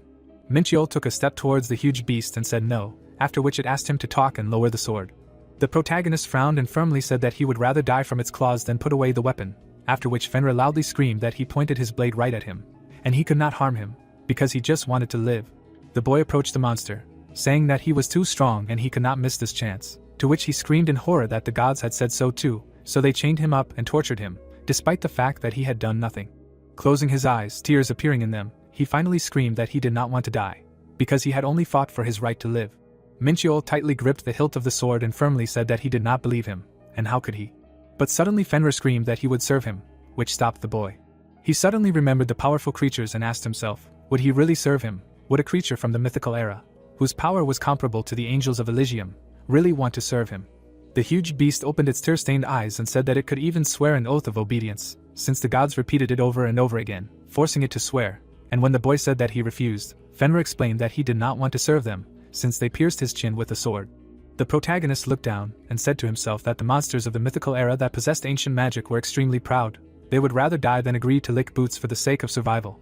He knew this because he had fought such monsters several times in his past life, but he could not believe that one of such monsters wanted to swear allegiance to him. Tears flowed from Fenrir's eyes. After a short pause, Minchio raised his head and firmly said that he agreed. Hearing the agreement, the large beast happily wagged its tail and exclaimed that it would not regret it. At that moment, the protagonist was enveloped in a powerful magical energy, and Fenrir said that he, the son of Loki, swears on his soul that he will serve him as his master, after which a notification appeared in front of the guy that the monster of the mythical era swore allegiance to him, swearing on his soul. After that, Fenrir began to smile happily and thank the master, and the protagonist said to himself that just a few moments ago he called him his brother, and now he is the master. Blood was oozing from the wound of the large beast, and he said that his neck hurt a lot, so if he does not mind, he will rest for a while, to which the guy replied that he will now heal him. Minchiol used holy fire on the wound, and the life-giving force penetrated the body of the target. Fenrir quietly laughed and said that he was warm, and the pain became a little easier, because of which the guy asked him not to talk, because otherwise the wound will get infected, at the same time saying to himself that he seemed to have started to act like a dog. But suddenly, he noticed the sky splitting. Frowning tensely, the protagonist asked the pet if it could run, because it replied that it didn't think it was possible, because its neck and legs still hurt, and most likely, it would only be able to move after a short rest. Minchiol saw a notification that said that there were only 5 minutes and 30 seconds left until destruction, and said that if they didn't get out of here, they would get a one-way ticket to the afterlife. And while Fenrir screamed in horror that he couldn't run, which meant that his owner had to think of something, the protagonist grabbed his head and said to himself that he hadn't even thought about how to get out of here, because he was focused on the battle, and then asked the large beast if it could shrink. And a second after this question, a bright glow appeared in front of him, which made the guy open his eyes in surprise and ask if he was serious. In the bright glow, he saw a curly paw. There he also saw a body and a short tail. And as soon as the glow faded, Minchiol saw a small poodle in front of him. A drop of cold sweat ran down his cheek in surprise, and he wondered if he really risked his life to defeat a beast that didn't even reach his knee. Was this some kind of joke? Gritting his teeth, the protagonist exclaimed that there was no time to complain about his appearance. Grabbing the poodle, he ran away with it. The dog looked away and said discontentedly that he didn't like being held by men, to which Minchiol frowned and replied that he could stay here and die, after which the dog apologized. In the blink of an eye, the guy reached the portal. He looked back out of the corner of his eye and said to himself that he used too much energy. He looked at the burning ground and said that it barely escaped, but it was terrible, after which he asked himself if this is really what the end of the world looks like. At this time, 2 people in capes were sitting at the table, and one of them was saying that mom in this dimension had gone out of control, so they could no longer watch what was happening. The guy sitting opposite him narrowed his eyes and quietly said that he could not believe it. Suddenly, a cloud of energy appeared in front of them, which screamed in rage, asking what he could not believe, because they swore that the ritual would be successful. But how did it all end? To which the guy spread his arms out to the sides in fear and said that if he gave them a little more time and strength. But before he could finish speaking, the fire hit the subordinate hard on the hand and screamed that for him, their excuse was like a crime, and no one was allowed to let him down. The guy grabbed his hand and quietly replied that this would not happen again, to which the boss replied that this was, of course, true. After all, it was not for nothing that he sent the professor to them. After these words, he turned to Zihit, who was behind him. He ordered him to meet the professor and help him with his next task, to which he, without raising his head, said that everything would be done. Leaning down, the cloud of flames said that he expected success from them, but if they dared to fail him again. Before he could finish speaking, the guy he had hit smiled through the pain and replied that he knew everything, so they would not fail him. And after shouting that their efforts would not be in vain and that he would reward them in full in accordance with their success, the cloud of magical energy disappeared. A bright light emanated from the magic ball, and the first guy said that Zihit would now obey his orders, adding that he could not believe that he would have to work under the orders of a pathetic person, to which he replied that if he did not like it, he could tell the master about it. At this time, the protagonist came out through the portal from the other side. He was greeted with loud shouts, which made him raise his eyebrows in surprise and ask if they had all gathered to meet him. In front of him stood the elves and Yumi, who asked if he was still joking, adding that when they arrived, the gate was on the verge of closing and they suddenly lost contact with him, so they could barely track his location, to which the guy replied that he knew this, which is why he had to go out in a hurry. Hearing this, Yumi jumped towards Minchiol and asked if something terrible had happened inside, to which he closed his eyes and replied that he was fine. Then the girl exclaimed that they were waiting at the gate, preparing for the worst because he had entered alone. And when the protagonist asked if she was really worried about him, Yumi's cheeks blushed. Stopping, she shouted that she wanted to say that his death would bring a lot of trouble to her father. The sun was shining brightly all around. The elves followed Minchiol, asking if they were trying to resurrect the demon lord through a ritual, to which he replied that he did not think so. Then Yumi asked what their goal was then. The protagonist closed one eye and replied that the ritual had failed due to the destruction of the strengthening magic circles, while saying to himself that it would not be a problem if he told them about Fenrir, and Yumi raised her eyebrows in surprise and said that it was a pity that they could not obtain such important information, but in any case, she could not even imagine what they would have had to face if not for his help.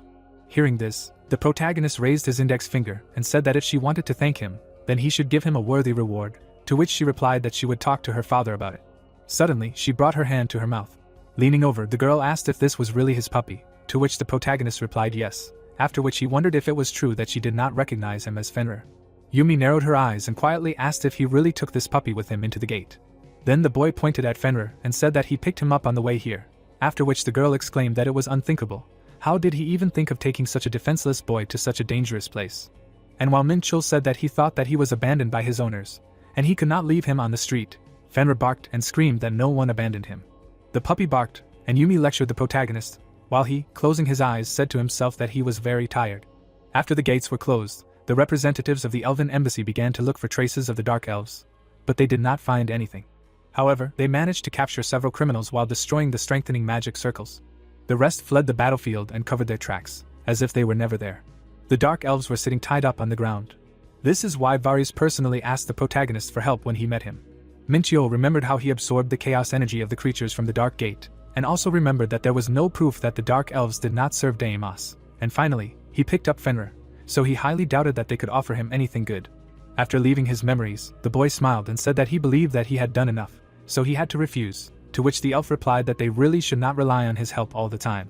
As he left, the protagonist said that he hoped that they would reward him properly for all his deeds, and hoped that they understood that one blank check would not be enough, to which Varys replied that of course the reward would not disappoint him, and his appearance may not indicate it, but he was part of the royal family, so he should be sure that he was far from poor. Min-chul waved his hand at the end and said that he wanted to be notified if the identity of the one behind the Dark Elves was found out. He held the surprised Fenrir in his hand and said to himself that since he had found out that the Dark Elves did not worship him, there was no doubt that someone else was behind them, and besides, as soon as he found out the identity of this demon, he would kill him with his own hands, grab him by the horns and spin him above himself like a propeller. While he was thinking about this, his eyes were burning. After a while, the guy closed his eyes and exhaled heavily, saying that he thought he could finally rest, after which he asked if he hadn't said he was hungry. Why was he so picky? Fenrir threw the food given to him from side to side, screaming that he could not eat it. Hearing this, the protagonist spread his arms out to the sides and said that when he asked him about his preferences, he said that any food would do, to which the dog frowned and screamed that he could not eat something sour, spicy, and it was his own fault for giving him inedible food. And when the owner asked him what he could eat then, Fenrir raised his eyebrows in surprise and replied that he did not know, because in the past he was always full even though he did not eat anything. Hearing this, Min-chul closed his eyes and said to himself that he should not have forgotten that this was not an ordinary poodle, but a god-eater, Fenrir. But he could not believe that his taste preferences were so different from an ordinary dog, after which he asked himself if maybe he should feed him like a werewolf. Putting his hand on his head, he said to himself that there was one person who could help him with this. After a while, the women's hands picked up Fenrir. Ellie smiled happily and shouted that he was very cute. Holding him close to her, she asked what kind of family he was, to which he replied that he did not know, because he had lost his memories and therefore could not even assume his true form. The protagonist closed his eyes in confusion when he heard the girl say that he must come from a very strong ancient family, because he smelled of strength, and even representatives of noble families did not have such a smell as him. After which she told the guy that he really surprised her, because when he called, asked about the werewolf diet, she did not even believe her ears, but she is also a werewolf dog. So she thought that he called because he knew about it. The food served to Fenrir was still on the floor. Turning her gaze to the protagonist, she asked what his name was, to which Fenrir said his name, but the owner interrupted him and said that his name was Pendu, adding that due to memory loss, he developed mythomania, so he tells everyone that he is Fenrir. Hearing this, tears appeared in the girl's eyes. Min-chul looked at his pet from the side and said to himself that it seemed like he was unhappy with what he heard, but he couldn't stop wagging his tail because he was hugged by a girl. He didn't look like Jormungand at all. And while they were exchanging pleasantries, the guy said to himself that Ellie shouldn't let herself be fooled, because even though he looks like a poodle, in reality he is a monster that has lived for over 1,000 years. Folding his arms over his chest, the protagonist asked himself with displeasure why he couldn't shake the feeling that he had lost to some dog. The office of the Interstellar Union, evening had come. Many people and monsters were walking around inside. Fenrir was eating greedily. Ellie stroked his head and told him to keep eating, and the protagonist looked at them from the side and said to himself that he came to find food for Pendu, but he never expected that she would give him ruby meat for 200,000 won. He added with a tense frown that the monsters of the mythical era were picky. After all, they could have gotten by with regular noodles or canned food. Suddenly, the girl looked at him and asked when they would see him again, to which he asked in surprise, "What do they mean now?" Then Ellie reminded him that he had promised to treat her to lunch, so she didn't think it was a business meeting like this, which made Min-chul turn pale and realize that he had completely forgotten about it. Ellie smiled sarcastically and asked if it was true that he hadn't forgotten, adding that she had been watching him for a long time, to which the guy excitedly asked what she meant by watching. Then the girl pointed at him with her chopsticks and explained that he couldn't hide his excitement, just like now. Realizing that he had been found out, the protagonist looked away and honestly admitted that he had forgotten, to which Ellie replied that she would not order anything expensive, after which she laughed and asked what day he would like to meet.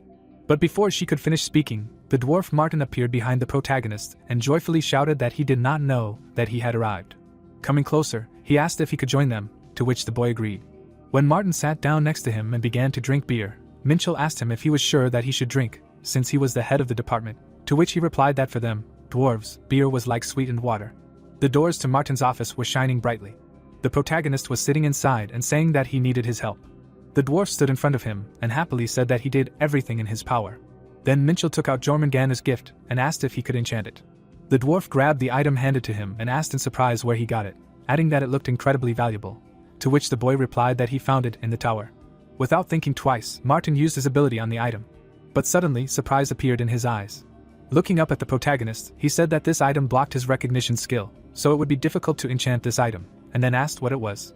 The protagonist replied that it was a cloak made of the scales of a world serpent, causing the old man's eyes to show shock, and he shouted loudly, asking if this was true and if he was not joking, adding that this was the first time he had touched something so valuable. After a short pause, Minchell asked if he really couldn't do anything with it, to which Martin turned away sadly and replied that it was true, and that probably only his teacher could handle this request. The protagonist, realizing that this item only became useful after enchanting it, and that he still couldn't wear it, asked if the dwarf could find someone who could take on this order, to which he replied with tears in his eyes that he knew a couple of craftsmen who would be interested in this offer, and he would talk to them. Suddenly, the boy handed him a blade and said that he wanted him to make 10 of them. Looking at the dark star of the triple hidden blade, Martin asked if it was really meant to be thrown, adding that it had a very interesting shape, the location of the center and gravity was just great, and then asked if he really wanted to use it as a consumable. Minchell smiled and explained that he planned to tie strong threads to the handle so that he could pull the blades to himself, while simultaneously saying to himself that the triple hidden blade technique is an art that requires the use of 10 daggers, so it would be better to collect the whole set, and the dwarf, examining the blade, said that in this case, he recommends using arachne threads. Suddenly, he received a call and said that he received a call from a person who is in charge of building a training ground, so he should answer. He picked up the phone and stepped aside. But suddenly he screamed loudly, and the protagonist immediately turned around, asking what happened. Martin approached him and said that he was asked about the magic circle drawn on the training ground, but as soon as his partner saw the magic circle, she immediately became eager to meet him. Hearing this, Minchell picked up the pet and said that she had taste, after which he asked why she needed it, to which the interlocutor replied that she wanted to buy the formula of this magic circle. Hearing this, the guy looked at the dwarf out of the corner of his eye in surprise and asked himself what it meant to buy the formula. After some time, the doors to Martin's office opened, and a girl ran inside. The head of the construction company Heron was holding a card in her hands and joyfully shouting about the magic circle. The protagonist took the card in his hand and said that since she was the head of the company, she was probably an extremely famous person, and Martin folded his arms across his chest and said that she founded her company because she did not want to join the Interstellar Union. Recognizing the girl as a dwarf, Minchell introduced the working guys and said to himself that dwarves are a race that specializes in creating objects, just like dwarves, and yet there is one small difference between them: dwarves are engineers by nature, while dwarves are more scientists. With shining eyes, Heron raised her hands and asked if it was true that he was the one who drew that magic circle, to which the guy firmly answered yes. He suddenly imagined how the girl came across this circle and explained that no one on Earth had the knowledge for such a thing. Having imagined the elements of the magic circle, he added that it consists of 18 rune words. However, if you look closely, you can see runes that are only used by heavenly beings, after which he said to himself that she wondered how he, a human, was able to use runes that only angels and demons know about. Leaving his consciousness, the protagonist, looking at the girl, asked her what she thought the circle was for. With her brows furrowed, Heron replied that all the runes were on one side of the circle, a formula for concentrating mana. In other words, the circle was collecting the surrounding mana. After receiving this answer, the guy folded his arms and said that it was impressive, and now he understood why Martin was working with her, to which she happily replied that she was 10 times better than that bearded stump. A second later, she clenched her hand into a fist and said that she wanted him to teach her the heavenly runes. Minchell lowered his head and refused, because she would not be able to learn them through lessons with a teacher, because a controller requires a predisposition on a spiritual level. Hearing this, Heron frowned and asked what about him. He was a human after all. The girl's eyes were determined and confident, and the guy, looking at her, said to himself that the language of heavenly runes was a special power that only spiritually developed beings could use, and even if he agreed, she would hardly be able to control this power. At that moment, he created a powerful magical energy on the blade of the sword and asked if she really wanted this. The dwarf and the gnome began to back away in fear, while the protagonist said to himself that finding heavenly runes among 18 ordinary runes was an extremely impressive result. In addition, she was very dedicated to her cause, since she immediately ran here as soon as she saw the heavenly runes. Heron screamed in horror, and Minchell passed by her. He made several blows to the floor behind Martin and Heron, while saying to himself that this was enough to pass. When the dwarf and the gnome turned around, they saw a magic circle on the floor, and the protagonist ordered the girl to pass mana through it. Heirin immediately fell to her knees and said that the gnomes were too weak, so they were ready to do whatever they were ordered. Suddenly, an explosion was heard. The protagonist looked at the dark silhouettes of those present through the smoke and said to himself that the trap of 6 formations, this technique passed down from generation to generation, one of the most famous families of the martial arts continent, the Chaigao clan. It is able to turn off anyone's senses, and now they have only lost their sight, but over time, all 5 senses will be paralyzed. Having said this, he destroyed the magic circle, adding that it must be erased before this happens. Immediately after this, the smoke cleared, the guys loudly shouted that they could see again. Minchio put his hand on his hip and asked if the girl could tell him the principle of this circle, to which she, turning around, answered no. Then the protagonist explained that it was a trap, simultaneously saying to himself that she somehow reminded him of his younger self, because before he was ready to do anything just to become stronger, so he knows how to deal with someone like her. And Heirin, looking at the erased magic circle in surprise, asked in surprise, a trap. After that, she asked why the guy showed her this technique, but he just looked at her. Suddenly, a grin appeared on his face, and he said to himself that he would fulfill her wish. Without taking his eyes off the girl, he said that he wanted her to help him, while saying to himself that if she could not learn the heavenly runes, he should just teach her something else. The sun was shining brightly outside. The gnomes, a race living in peace and harmony, thanks to their exceptional knowledge of magic, in exchange for a quiet existence, they gave up their ambitions, but Heirin was different. She left saying that she was tired of a boring life. She gravitated towards new knowledge and material wealth, so the other gnomes considered her an eccentric. Holding onto the straps of her backpack, she said that she would leave this city at the end of the world and find herself an adventure. Life on her home planet could not satisfy her curiosity and thirst for money. Using her exceptional knowledge of magical artifacts, she was able to get a job at the Interstellar Union. There she met Martin, with whom she successfully completed a major project. Working at the Interstellar Union, she earned a lot of money and achieved recognition, but her ambitions were still not satisfied. She wiped the sweat from her forehead, saying to herself that she still had a lot to grow. One day, a distant dimension was stirred up like a sea during a storm. Karine noticed this place. A testing tower appeared there, built to resolve the conflict between Elysium and Pandemonium, a neutral zone that suited both sides. Smiling widely, the girl exclaimed that this was her chance. Earth attracted her. Martin, clenching his hands into fists, shouted loudly, asking why she left the company, because everything was going so well, to which Karine, leaving, told him to calm down. Because she just wants to satisfy her ambitions, she never ran away from problems, so, trusting her intuition, she left the Interstellar Union, and soon she realized that Earth was far behind in technological development. Finding herself among people, she opened her own company with the money she earned during her time working in the Interstellar Union, called the Linswood Construction Company. She used her knowledge of magic and applied it to the construction industry. It significantly accelerated the process of building construction. In addition, the use of magic circles allowed people to experience all the delights of magic, and thanks to this, the business went uphill. However, the girl raised her hand to her chin and said to herself that her knowledge was not enough. She realized that she had reached her limit when she acquired competitors like the rapidly developing Interstellar Union. At some point, working with Martin, she discovered an incredible magic circle, so she immediately wanted to meet its creator, wanting to learn the runic language. And just recently, the main character smiled and said that he wanted her to help him, thus, she herself unexpectedly received an extremely tempting offer. Heirin remembered the magic circle trap drawn on the floor and realized that she, who had a huge knowledge of magical artifacts, had encountered a technology that was beyond her understanding, and she had no reason to refuse Minchul. She shook the protagonist's hand, simultaneously saying to herself that if she learned this, she would be able to break away from her competitors. After some time, the guy looked at the paper in his hand and said to himself that now he did not have to worry about money, because he had made a contract with Heirin. On the paper were their signatures. The first condition was a fee. He would teach her how to use the circle trap, described only in legends, and in return she would pay him a fee for each construction using this technique.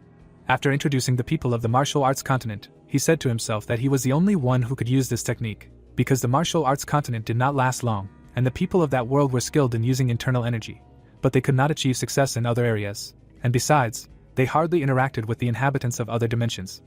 And the fact that he was able to visit this place was a real miracle. After leaving his memories, the protagonist opened the magic bag and said to himself that it would be nice to use trap circles in construction, because they are effective as magic, but they work on a completely different principle. The second condition is confidentiality. That day he smiled and said that she was forbidden to tell her about his true identity, to which she exclaimed that she would definitely keep everything a secret.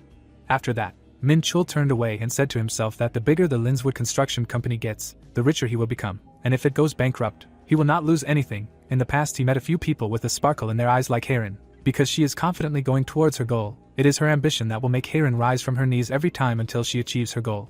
When Martin asked the girl if she needs investors, she frowned and asked if he was not the one who tried to stop her when she quit her job at the Interstellar Union. And besides, if she agrees, the Union will interfere with her work, so she is forced to refuse. The dwarf smiled confusedly and explained that at that time he thought that she left the Union without thinking, and he will be the one to invest, not the Union, after which they shook hands. After a short pause, the protagonist abruptly rose to his feet and said that the contract was concluded and everything is fine. Heirin's eyes lit up and she asked the guy to teach her how to use the trap circle as soon as possible, since she wanted to learn it right away. Calling his pet to follow him, Minchul said that they would do it after the auction ended, causing the girl to exclaim, asking why they had to wait so long. As he left, the protagonist explained that he had something to sort out, while simultaneously saying to himself that he had another very important thing to do, namely training in ancient Celestia's techniques. After some time, he sat in the center of a huge magic circle. Concentrating his strength, he said to himself that he spent a lot of money on the training ground, but in fact, he never used it for its intended purpose, not that it was completely useless. In the end, he found Pendu. But the energy he absorbed was only a small part of what he could actually use, and if he did not pull himself together, he would not be able to know when the world stone was empty. A fire suddenly appeared inside him, and the protagonist continued to say to himself that there were 10 days left until the auction, and if he could process the energy of the world stone using the ancient Celestia techniques and absorb it, the microcosm inside his head would approach the ideal. Powerful magical energy began to accumulate around him. The sun was shining brightly inside. 10 days later, a strong aura began to emanate from Minchul. Without raising his head, the guy opened the stats window, which reported that his stats had increased more than twice compared to last month. Seeing this, the protagonist smiled contentedly and said to himself that now he could even compete with A-rank hunters, which meant that the chaos energy had reached a decent level. Standing up, he stretched and added that he had been sitting in the lotus position for 10 days, and that the ancient Celestia techniques and holy fire used chaos energy, so theoretically he could fight 2 or 3 hunters at the same time without any problems, and it was a pity, of course, that he had not been able to increase his level much, which meant that it was high time to do it. While he was thinking about this, Fenrir ran up to him. He smiled widely and said that his master's aura had become much stronger, to which his master looked at his pet in surprise and asked if he could really feel it. Browsing, the dog answered of course, adding that perhaps you can't tell from him, but he has a dog's sense of smell. After these words, Minchul put his hand on Fenrir's head and, seeing his characteristics, said to himself that they were still limited, but he thought that after some time they would return to normal, which meant that he needed to find a way to remove the limitation. Of course, he was already strong, but he needed his former glory as the God Eater. At this time, the pet shook his head in displeasure, saying that he should first take a bath and only then pet him, because he had an unpleasant smell. After these words, they began to leave, while the owner said that he would have to take a shower anyway, since he was going to participate in the auction. After some time, an expensive car was parked on the road. The guy kept his hand in his pocket and asked why they should meet him not at the auction site. When suddenly he saw Ellie, who winked at him and said that this was all in order to meet their dear client. The protagonist confusedly raised his hand behind his head and said to himself that she looked beyond all praise, completely different from usual. Suddenly, she approached him and asked if it was true that he wasn't going to the auction wearing this. And as soon as Minchul replied that he thought it was quite formal, the girl grabbed his hand and led him along, saying that some of the most famous people in the world would be participating in the auction, so he couldn't wear this. She frowned and continued saying that she wouldn't let anyone look down on their business partner, and since they didn't have much time, they needed to hurry. She sat the guy down on a chair and ordered him to be tidied up. 3 stylists stood behind the main character and said that since Ilya herself asked for it, they would do it quickly. Before Minchul could react, 6 hands pounced on him from all sides. After a while, Ilya smiled happily and exclaimed that it was true that they say a person is judged by their clothes. The protagonist straightened his tie and asked if he had looked ugly before, to which she replied that it was not so, he looked great without it. When the guy asked her when she had time to prepare the formal suit since it fit him like a glove, Ellie put her hand to her chest and said that she had it specially adjusted to his size in advance, just in case. And while the protagonist was thinking about how he had never told her his size, the girl began to leave, saying that she was very busy, and in truth, she barely managed to find time to meet him. Minchul watched her go, saying to himself that it was no wonder, since after all, the auction was being held by the Yongsan branch of the Union, and as Martin's direct subordinate, she should be very busy. Then Ellie suddenly turned around when the guy called out to her. Folding her arms across her chest, the protagonist said that she looked great in the dress. Hearing this, the girl raised her eyebrows and asked what had come over him, adding that she looked great in any clothes, after which she said that they would see each other later. When she left, Minchul's expression changed and he said to himself that she really looked different in that dress. After a while, he found himself at the auction site, which looked more like a banquet, and asked his pet not to cause any trouble, while saying to himself that there were so many famous people gathered here, actors, politicians, and so on. A girl was watching them from the side. And when she said that the protagonist had a cute dog, he turned around in surprise. Not far in front of him, he saw a girl with red hair and wondered who she was. The girl smiled warmly at the protagonist, and he wondered who she was. Then suddenly the girl handed over a business card and introduced herself as Jiyeon. And suddenly Minchyo was struck by lightning. He looked at the business card given to him, which had the Divine Guild written on it, and realized that she was the head of the guild, one of the 3 largest guilds in all of Korea. This guild is directly subordinate to the largest corporation in the country, Divine Group. The guy suddenly introduced a man with glowing eyes and added that she was the youngest daughter of the head of Yusung, and part-time the founder of the Divine Guild. Jiyeon looked at the protagonist with warmth in her eyes. Raising his hand behind his head, Minchyo said that at first he did not recognize her, to which she asked, now he recognized her. The guy smiled widely and said to himself that Divine Group, of course, is influential, but only in Korea, and in the world there are several more corporations that have more repeats than hers, and nevertheless he has no reason to be rude to her. Raising his hand, Jiyeon said that they have long wanted to invite him to their guild, and now she finally got a chance to meet him, and also called him several times, but to no avail. Hearing this, the protagonist raised his eyebrows in surprise and asked what she meant. She called him, adding that he does not remember anything like that. And as soon as the girl said that she called him right after he passed the exam, Minchyo remembered hundreds of missed calls and said to himself that his phone was ringing off the hook, so he didn't pay much attention to it, and people probably thought that he ignored them, which meant that it was time for him to leave while he was still alive. Leaving his memories, he put his hand to his mouth and said that he had time and it was time for him to go. But unexpectedly for him, Jiyeon asked him to stay for a while, and he looked around, which he did immediately. He saw that many people had gathered around them, and he wondered when so many people had gathered here.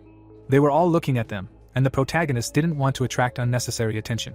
Then Jiyeon smiled and said that it seemed like he didn't quite understand what was happening right now. He was considered a real storm petrel. His performance overshadowed all the other participants. She recalled the strength that emanated from the protagonist, adding that he also won first place despite the fact that the exam was attended by members of the largest guilds in Korea. Turning to Minchyo, the girl finished by saying that he had wreaked havoc on the entire hunter community.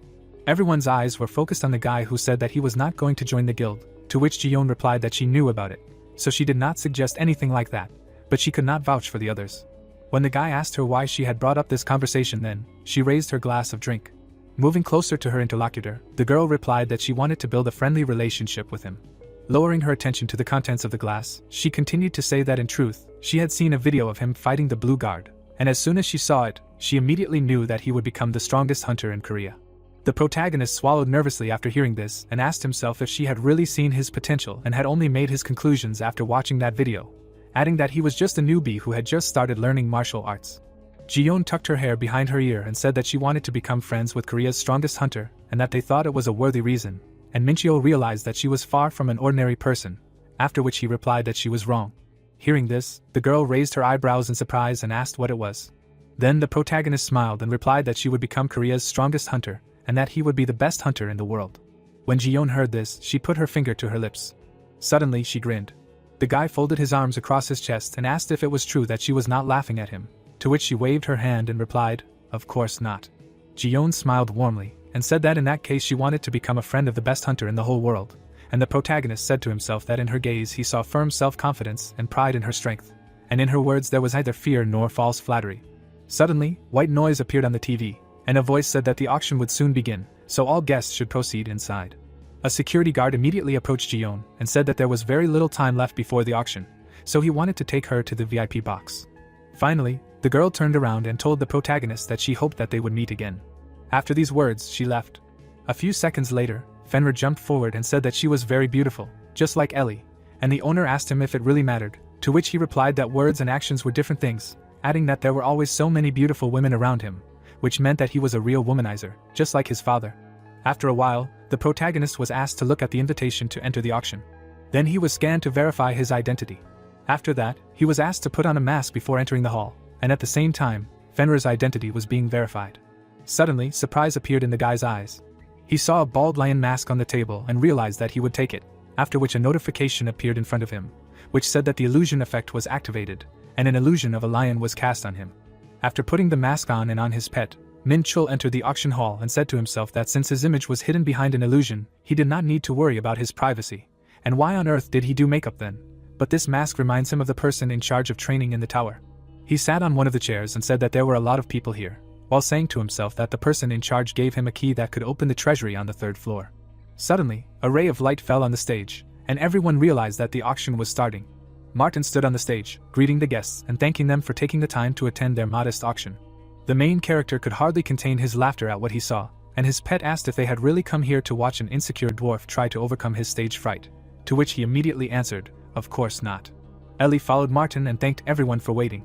When Fenrir saw her, he immediately said that she was very beautiful, and his master said that they could not talk until the end of the auction. He suddenly remembered that he had seen a list of lots long before the auction began. It included the Guardian's bracelet, the Nameless blade, and the cockatrice egg. Bidding was actively underway, and the guy, looking at the stage, said to himself that there was nothing among the goods that he could need, trash and nothing more, because the items created by Martin are many times better than this. After saying that, he put his hand to his chin and introduced the happy dwarf, who said that he expected nothing less from him and knew that he would recognize his talent. At this time, Ellie spread her hand to the side and introduced the mythical item that dropped after the death of the B-rank gate boss, Drank's key. Upon seeing it, Minchiel immediately made a bid, while saying to himself that without the eyes of truth, no one would be able to see the true value of this key, so it was unlikely that anyone would want to buy it, and then the key was sold to him, which was a good start. Ellie pointed to the side and presented 10 kilograms of mithril and 5 kilograms of orichalcum, and the boy immediately understood that this was the main course, the ore needed to refine the Dark Star. At that moment, a furious bidding began, and the protagonist asked himself why he should beat around the bush. He could simply offer twice as much. With that in mind, he raised his palm and doubled the bet. But immediately after, guest number 79 raised the bet by 10% while giving a thumbs up. Seeing this, Minchiel frowned and wondered if he was challenging him, and then doubled the bet again. Guest number 79 gave him a thumbs up again and raised the bet by 10%. Minchiel gave him 3 fingers and increased the bet by 1.5 times. Guest number 79 gave him a thumbs up again and increased the bet by another 10%. Ellie's eyes lit up and she screamed at the top of her lungs that the current bid was $13 million. Minchiel was already angry enough that he gave a thumbs up, increasing the bid by 10% and screaming in his head that it was time for a blank check. After that, guest number 79 sadly hung his head without raising his bid. 3 seconds later, the lot was sold to the protagonist, who was smiling madly and saying to himself that this dog should have given up much earlier.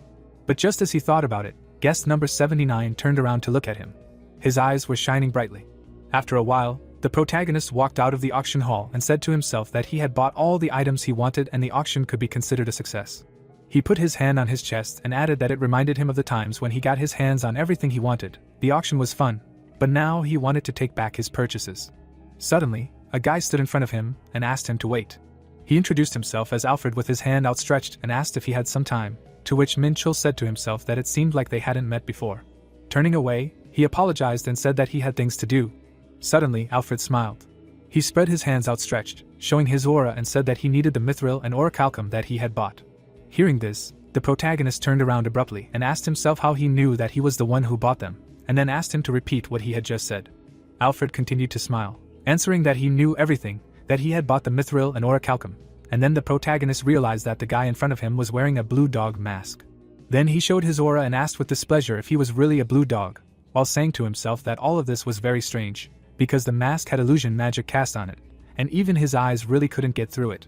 At that moment, his eyes lit up and he wondered who he was to be able to see his name through the mask. A stat window appeared next to Alfred, saying that he was an angel. The guy's face broke out in cold sweat from what he saw, and he wondered why he was here. A few minutes later, they were standing on the roof of a building, and Minchiel was asking if he understood correctly that in a month he would have $20 million, so he wanted to buy the mithril and orichalcum with that money, to which Alfred replied that it was true and that they were getting along well. The angel spread his hand and said that in a month he would become incredibly rich, and the protagonist was wondering why he needed those metals so urgently, and where did he get the black baltism from. He glanced at his interlocutor out of the corner of his eye and added that he felt the same energy from him as from Verde, but did not see the mark of the fallen. Most likely, he was still an angel, but he was sure of one thing: someone was behind him, and first he would try to find out his motives.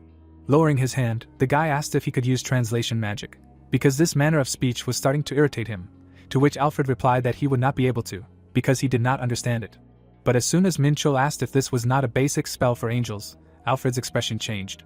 In that same second, a bright flash of light was released from his body. Having shown his power, the angel asked how he knew his true identity. His eyes were burning, and he added that he should know this. Fenrir smiled contentedly and asked if they were really going to fight, to which his master replied, no, he had many questions, so they needed him alive, while saying to himself that his opponent was just an arrogant idiot with chicken wings, and in the past, he would have already cut off his head, but after reincarnation, he became much kinder, which is why he forgives him for this arrogance, and then ordered him to take a closer look. Hearing this, Alfred frowned tensely and asked what he was talking about. The protagonist used 100 units of divine energy, and also used holy fire, after which an angel appeared behind him, and he asked if Alfred did not recognize him. The guy shook in fear from what he saw. He immediately fell head down and shouted loudly that he welcomed Mr. Michael, one of the 7 strongest angels. Seeing such a reaction, Minchol snapped his fingers and ordered him to tame his energy. When the angel had done his bidding, he ordered him to raise his head, to which he loudly shouted that he dared not do so, since he had no right to speak to him face to face. A few minutes later, the protagonist folded his arms across his chest and asked if it was true that he was curious about how he had ended up in this world, to which Alfred, without raising his head, replied that he, as a lower being, dared not find out. But as soon as the boy said that the truth was that Elysium had been infiltrated by infidels, Alfred raised his head in fear and asked what infidels meant. And when Minchiel said that his Baltist energy was proof of this, horror enveloped Alfred, and he screamed in horror, asking what he was talking about. At that very second, he lowered his head and began to ask for forgiveness, since he had followed the instructions of his superiors, so he knew nothing about Baltism, and when the boy asked him who had given him black Baltism and sent him to Earth, he replied, one of the pillars of Edel. The protagonist put his hand to his chin and said to himself that he had never heard of him, and it was no wonder, he was a lowly 6th rank, and then asked Alfred why he came here, to which he raised his head and replied that he heard that a ritual would be held in America, that's why he needed mithril and orichalcum. Hearing this, Minchiel frowned and said to himself that the dark elves and angels were holding some kind of rituals, and this was very strange and suspicious, and this was too much work for a 6th rank angel, which meant that the one behind all this must be at least the level of the Pandemonium monarchs. But anyway, this guy doesn't know anything, just like Verde, Alfred is just a pawn, the puppeteer is in charge. And in order to lure him out, without finishing, he put his hand on Alfred's head and said that he was still invisible, and when trouble comes, people appear who try to corner the lamb. With that, the protagonist used holy fire on the angel, saying in his head that he needed to lure him over to his side. Tears flowed from Alfred's eyes, and he said to himself that he was very warm, which meant that he forgave his sins. After that, Minchol put his hand on the angel's shoulder and said that he had a task for him. He would be his undercover agent in Elysium, because until now he had acted alone. But today he met someone he could finally trust, and so Alfred became an undercover agent. Raising his hands, he joyfully shouted that even if his body was covered in fire, he would follow his orders and do everything to justify his trust. A cold drop of sweat was running down Fenrir's cheek, and his master was saying to himself that thanks to Alfred's trust, he was able to roughly understand the situation, and in connection with this, he instructed him to find out the details of the ritual, and he must handle it, because whoever was behind this, they would not allow him to linger on Earth. With these thoughts, he began to leave with a crazy smile on his face, saying that it was time to go pick up the purchases, adding that he did not care if such agents existed in Elysium, but acting like an angel was a shame. After some time, the protagonist came to pick up the purchases, and Martin said that it seemed like he got everything he wanted. Then he looked at the empty check and asked where he got it, because it was indeed Varus's signature, and this should cover all the debts. After handing over the money, Minchiol used the black star glove and placed his hand on the metals. After the order to absorb everything that was, a bright light appeared from it. Seeing the surge of magical energy, the dwarf asked in surprise what he was doing, to which the guy replied that he should just watch, while simultaneously saying to himself that it looked like the black star was very hungry, because it was so greedily absorbing these metals. The protagonist looked at this with a smile on his face and added that she was a real glutton, and although Fenrir was also a gourmet, the black star was not so picky, but he paid a lot of money for this. After some time, Martin looked at what happened with his eyes widened in shock and shouted that the metals were gone. Powerful magical energy emanated from Minchiol's glove, and he said to himself that he had unlocked the 2nd level. After these words, a window of characteristics appeared in front of him, which reported that the black star was an all-powerful weapon created from the essence of a dying star, as well as other information about this weapon. Without thinking twice, the protagonist changed the shape of the glove to a black blade of a unique type with infinite durability, and said to himself that if he could only recreate weapons from his memories, then he only had to hone his handling of them to perfection, and although the 2nd level elevated the black star only to a unique rank, this was quite enough. Smiling sarcastically, the guy added that as long as he could recreate weapons for each martial art, his strength would only grow. After these thoughts, he slightly turned his head to Martin. Smiling, he said that he would like to take an order for the gate, so he needed to find something closer, while saying to himself that having obtained a new weapon, the first thing he needed to do was to properly test it in battle. The next day, he was at the gate in Payu, Geoxian Mayan, rank A, in a tropical forest where the sun was shining brightly. The ogre, whose strength was 170, agility 150, constitution 190, and endurance 100 units, raised his head and growled furiously that he was just prey and food. After these cries, the titanic glove of the black star, enveloped in powerful magical energy, whistled through the air. With burning eyes, the protagonist asked who wanted to snack on them, after which he used the destructive fist of the Emperor of Lightning. The impact created an insanely powerful explosion. All that was left of the ogre fell to the ground, and Minchio jumped back to the team. Looking at his glove, he said contentedly that removing the second seal was worth it. There was no life in the ogre's eyes. The guys from the protagonist's team touched his body and said that his flesh was tough, and they had never touched an ogre's corpse before. Then Fenrir suddenly asked if he could eat the monster's soul, which made the guy lower his head and ask in surprise, "Soul, can he really do that?" Saliva flowed from the dog's mouth, and he answered yes because his consciousness left him, but the soul remained in his body. Then Minchio introduced the powerful demons and said to himself that soul absorption is a unique skill that some pandemonium demons have. By devouring the souls of fallen opponents, they become stronger, overcoming the limits of their bodies. But if the negative emotions have not left the soul, its absorption may be accompanied by some side effects. The guy thoughtfully scratched his cheek, adding that if evil absorbs a person's soul, he loses contact with the world and begins to deteriorate from the inside. After a short pause, he exhaled heavily and allowed the pet to absorb the ogre's soul. Fenrir thanked his master for the food and opened his mouth wide.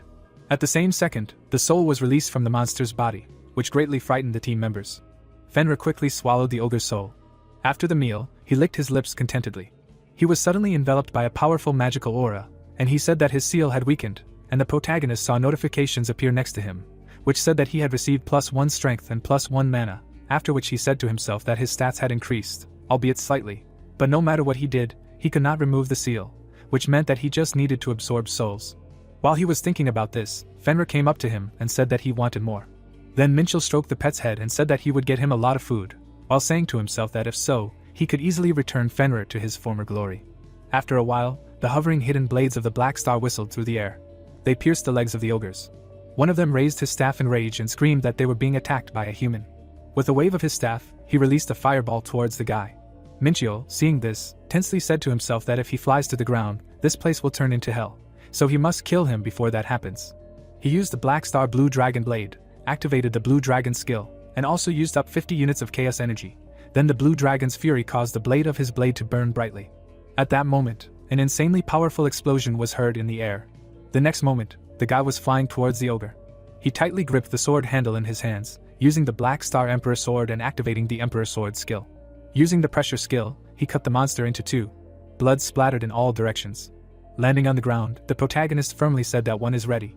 Suddenly, a terrifying scream was heard, causing him to turn around abruptly. The ogre was heading towards his team. But unexpectedly for everyone, Fenrir showed his powerful aura. Raising his head, he howled loudly.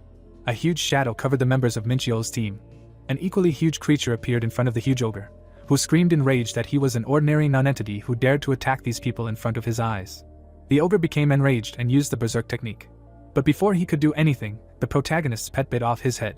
With a powerful jerk, Fenrir tore it from his body. Blood flowed down his mouth. After a short pause, he spat out the ogre's head and said that it was disgusting, adding that ruby meat was 1,000,000 times better. The head of his kinsman fell next to the last ogre. He turned away in fear and screamed that this monster was too strong.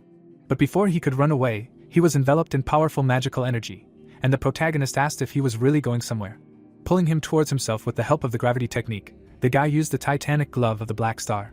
Using the Lightning Emperor's destroying fist technique, he hit the ogre's head with all his might, saying that it seemed like one hit wasn't enough for him, but he even enjoyed beating him up. At this time, his comrades watched this with their eyes widened in shock, because they didn't even know that ogres could run away in fear. Less than a minute later, Minchio stood up and said that it took a long time, which was to be expected from A-rank monsters, and a notification appeared in front of him, stating that he had received 1.8% of experience. Taking the form of a poodle, Fenrir jumped on his master's shoulder and asked if he was good, to which he replied yes, and then asked why he did this, because weaklings like ogres were not even a warm-up for him. A second later, he patted the dog on the head and laughed, saying that he was doing a good job and that he should continue to protect people, while saying to himself that if it weren't for him, someone could have gotten hurt, because this was an A-rank dungeon, so it seemed like he would have to give it his all. With these thoughts, he continued walking. A few minutes later, the protagonist came across a two-headed ogre. The boss looked at him and said that he couldn't believe that he had reached the king, because a person like him was no obstacle for them. Minchio raised his hand behind his head and said to himself that he imagined himself to be a king, after which he laughed and said that he was allergic to all kinds of nonsense. From hearing this, the boss's eyes lit up in rage. They showed their powerful aura and shouted loudly that they were the king of the ogres, after which they asked how dare he be rude to the king, adding that they would crush him for this. At that moment, they rushed to attack the guy who did not even move from the spot. Unexpectedly for them, the protagonist showed them the middle finger and asked if they had enough strength for this. Becoming even more furious, the boss used the shockwave technique, which was released towards the guy. Seeing this, Min-chul asked himself if this was a shockwave, adding that it had an incredible amount of energy. But this skill does not require any special skills, they just want to crush him with force. After that, he used the Black Star Blue Dragon Blade, as well as the 5 Tiger Blade, and then swung, intending to cut this wave. A Black Star Snake Whip appeared in his hand. At that moment, the guy began to furiously attack the shockwave. He broke through the barrier of the second seal due to the fact that the Black Star became able to enhance his martial arts, after which he used the 7-star sword, rushing to attack. He soared into the air above the boss, saying to himself that he was still too slow and needed to train more. And while the ogre was saying something, the protagonist raised his sword behind his back, thinking that this monster would become a stepping stone to his power. As soon as he finished speaking, he delivered a powerful blow with glowing eyes. At this time, 2 guys were guarding the gate inside. Suddenly one of them asked the second if he was nervous, which made him look at the first in surprise. The first guy looked at his comrade in confusion and said that this was their first task to guard the gate, to which he smiled and replied that he had nothing to be nervous about and that he should also relax, because these gates had appeared only recently, and even if they ignored them, they had 2 days before the breakthrough. When the first asked what if a force majeure happened, the second replied that in that case they would just run away, because there was nothing else to do. Then he raised his hand and said that the first guy was panicking too much, but if he were in his place he would be afraid that they would have to stay here until late at night, to which he replied that of course this also worried him. But before he could finish speaking, the radio in his hand vibrated and he said that he had received a message from the group, to which the second guard turned around in surprise and asked, "Really? But they had only just entered there recently, it looked like they had gone there for reconnaissance." The members of the protagonist's team came out of the portal, and the first guard said that it was not surprising, because Hunter Minchio was the only one who could fight, and it looked like they would stay here until late. The second guard immediately approached Younghyun and said that they must be very tired, to which he replied, "Not a bit, they were probably much more tired, they were dying of boredom here." The second guard widened his eyes in shock when, to his question about when the next time for entering the gate would be set, they answered that they had already finished, since Hunter Minchio was too strong, which meant it was time to send the information to the association. The 2 boys looked at the closing gate, saying to themselves that they had heard a lot about the protagonist, but for him to clear an A-rank gate by himself, did it really only take 2 hours? An expensive car was driving quickly along the road. The protagonist recalled that he used the body of the 2-headed ogre as a training dummy, since his lifeless body collapsed to the ground when he was about to master the Black Star techniques. With a smile on his face, he looked at his weapon and added that he had awakened the memories of Daimos, the god of war, stored deep within his soul while in the body of an ordinary person, and it was much more effective than training with himself.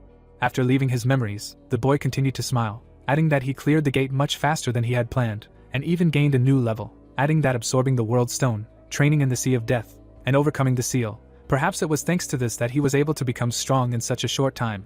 He stroked Fenrir's head and thought about how he shouldn't be forgotten either, because he was able to focus on the monsters because he was protecting the people behind him, and maybe he could even push a little harder.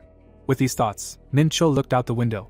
Sitting opposite him was Ellie, who was telling him that she had found him another gate that he could enter tomorrow, to which he expressed gratitude, adding that he could rely on her. Smiling widely, the girl said that if he was truly grateful, then why didn't he do something special for her? Before the guy could answer, an unfamiliar number called his phone. After a short pause, the protagonist put the phone to his ear and said that Min-chul was on the line. With tears in her eyes, Heirin held the phone to her ear and said that she was a small and weak dwarf, adding that the auction had long ended and he still hadn't called her. Hearing this, the guy frowned tensely and remembered that he was supposed to teach her how to use the trap circles, but it completely slipped his mind, and he also forgot to ask for the number. Closing his eyes, he apologized to the girl and offered to meet him later at his place.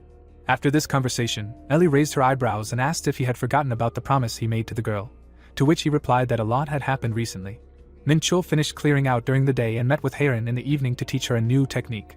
A magic circle was drawn on the floor, since in order to effectively use the circle, she needs to learn the meaning of each word. He wrote them in a language that would be understandable to her, slightly changed their places and only then told her about this circle.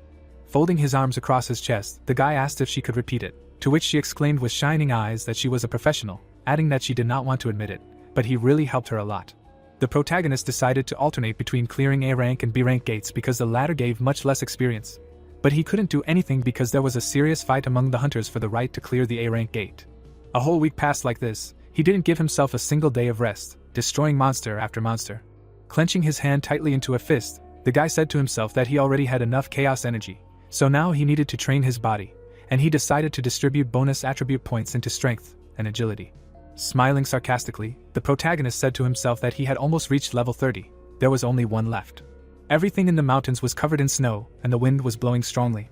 After the owner said that the guys were staying with him, Fenrir smiled widely and replied that he would not let him down. They were at the gate in Bio, Jamin, rank A, in the tundra area. A rival came out to meet Minchio. It was a Vulcan warrior with his kin. Folding his arms across his chest, the protagonist remembered that the Vulcan tribe were the indigenous inhabitants of the Vulcan dimension. They were naturally endowed with a strong body, so they often came into conflict with demons, who also loved to fight, and in his past life he often hired them as mercenaries to participate in wars between dimensions. But these guys were not real Vulcan warriors, but ordinary dolls protecting the core of the gate. Leaving his memories, he grinned and said what a pity, because he thought he would meet real warriors here. Hearing this, the Vulcan warrior frowned and asked discontentedly if he was trying to insult them. Then the guy beckoned them with his finger and told them to show what they were capable of, while saying to himself that they were much weaker than the originals. At that very second of the war, the Vulcans rushed to the attack with shouts that would make him regret his words. Using the titanic Black Star Gauntlet, Min Chiol swung his sword and said to himself that their battle cry, considering it was a fake, sounded pretty good. His eyes were burning from the overabundance of magical energy. A second later, he dealt countless blows. The Vulcan warriors screamed in pain, and blood spurted out from their mouths. After dealing the final blow, the protagonist said to himself that this still didn't give him the right to be called a Vulcan warrior, because he needed to become twice as strong to catch up with the original. After defeating the enemy, a notification appeared in front of him, informing him that he had reached level 30, which made Min Chiol smile widely and said finally, because at level 15, a pleasant bonus awaited him. So he thought that level 30 would also please him with something unusual, and he was right. Last time he opened the power of Hellfire, so now he is interested in what options will be this time. He was faced with a choice, the power of the charm of the demoness Seraphina or the power of the demon Zirin, the ability to summon the undead by placing a crystal in the victim's body. Seeing the second option, the guy put his hand to his chin and said to himself that if he was not mistaken, Zirin was a master in necromancy, and he always considered his method tasteless, because he always stood behind, raising more and more dead people. But nevertheless, this ability is much more useful in battle than some seduction. Having said this, he chose the power of the dead without hesitation, and the power of charm hid in the depths of his soul, for which he received 10 chaos energy, and he now has the power of light and the power of darkness, and the power of the dead was transformed into an army of chaos.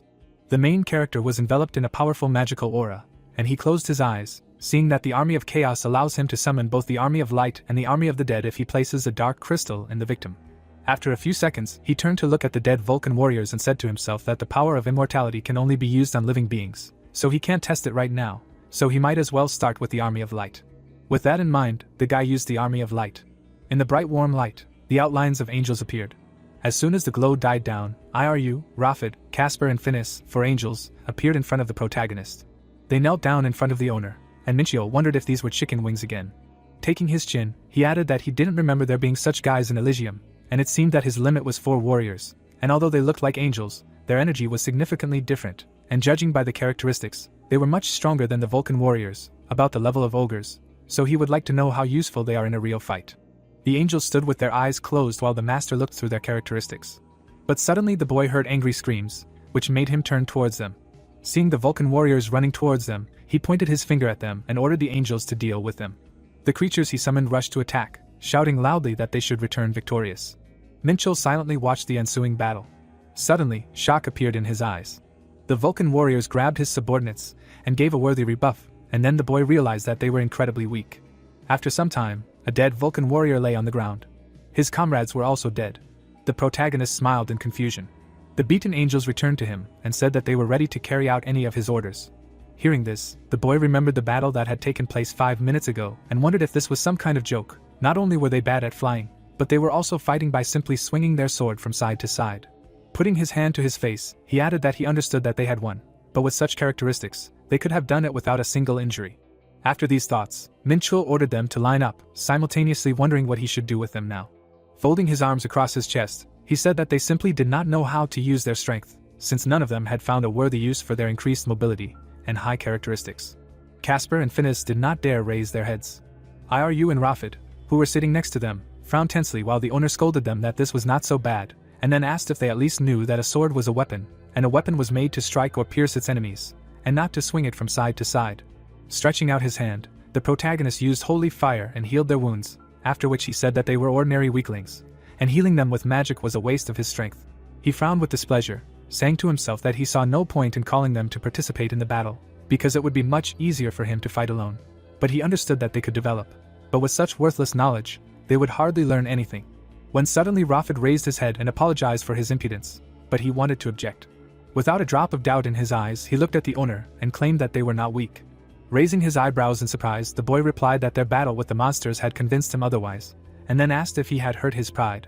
The angel frowned and explained that they had fought poorly because they had been summoned suddenly, and the protagonist, noticing the arrogant look and saying to himself that he was speaking as self-confidently as those misunderstandings with the chicken wings, ordered Rafid to attack.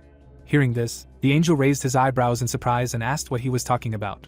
Minchio, with a crazy smile on his face, leaned towards his subordinate and ordered him to fight him, and then he would understand from his own experience that he was wrong, while saying in his head that he had enough and doubted that he would summon them again. He glared at the angel, saying that this was his master's order, he must attack him with everything he could. Fear appeared in Rafid's eyes, and he confusedly agreed. Less than a minute later, a fight broke out between a human and an angel. Rafid attacked his master furiously, asking himself how this was possible, because he was much faster and stronger than him, but none of his attacks reached him. The guy easily parried any blow from his subordinate. Dodging another attack, he said that it was too boring, and his movements were too predictable. Immediately after these words, he carried out a powerful blow, which the angel was unable to dodge. The rest of the angels gaped in shock at what they saw.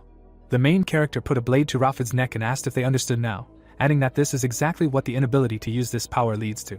He looked at the defeated opponent with contempt in his eyes, adding that they were an exact copy of the chicken-winged idiots, and he was too disappointed. Exhaling heavily, the guy said to himself that they could become stronger if they trained, but he was not ready to tolerate their pride. As soon as he was addressed, he turned around with a vein on his cheek and asked what now, did he refuse to admit his defeat. Rafid took his comrade's hand and said that his sword was meant to protect his master, and he realized how weak he was. All four angels knelt down, and Rafid continued to say that nevertheless, they asked to be allowed to ask for only one thing, to teach them such swordsmanship. Hearing this, Minchul smiled and asked himself if they had overcome their pride, adding that it was very interesting, because angels would never give up so easily. The angel looked at his master with horror in his eyes and shouted that he was ready for anything. After a short pause, the protagonist put his hands on his hips and said that at the gate, they should concentrate on the gate, and even if he did, it would be after clearing the gate, while saying to himself that it seemed like they were more open than the chicken-winged idiots. After saying this, he handed over the angels to Ping as his successors, causing him to happily wag his tail. The angel stood up and said that he was the only one who could command them, and they could not follow the commands of some insignificant creature, after which the guy asked Fenrir to show his superiority. Without thinking twice, the mythical creature transformed from a poodle into a huge wolf, the God-Eater, and the angels immediately shouted that they swore allegiance to him, while Minchio said to himself that he had dealt with the army of light and now he needed to try the power of immortality.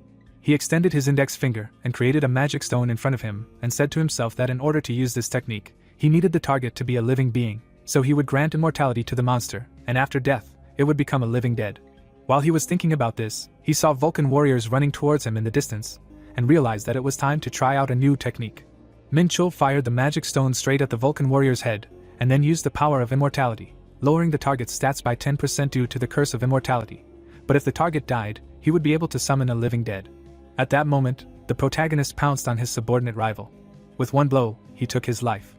A notification appeared in front of the guy, stating that the target was dead, and the creature's abilities and the karma of its soul would be taken into account when he was reborn as an undead, after which magic stones began to grow from the Vulcan warrior's head.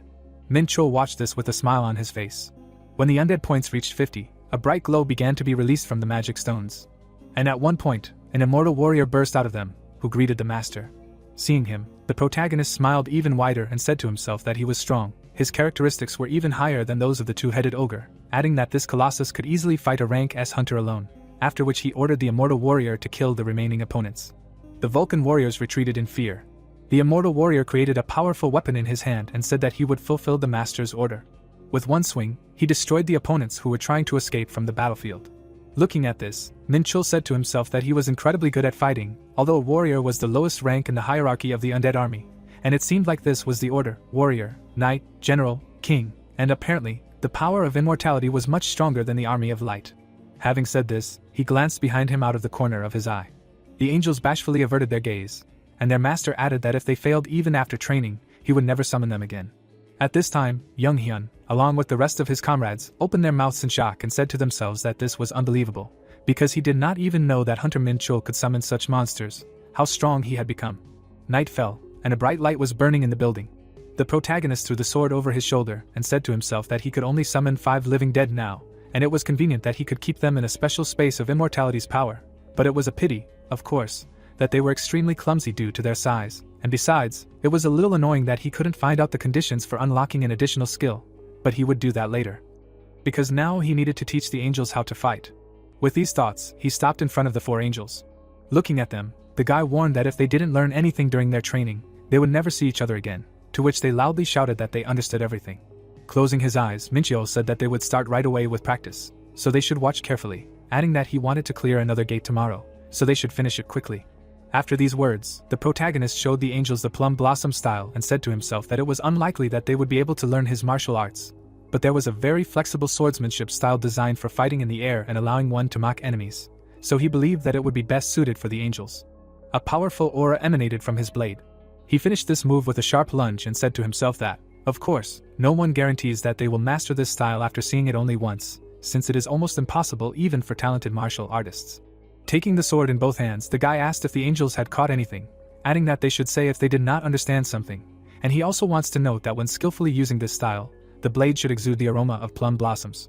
But suddenly, shock appeared in his eyes when the angels shouted that they could master this style if he showed it again, and he asked if they had mastered it. The angels' eyes lit up and they shouted loudly that it was true, and their master said to himself that they were terrible in the first fight, but it seems like they are real martial arts geniuses. Rafid swung his sword with loud shouts. Phineas was not far from him, trying to imitate his master's technique.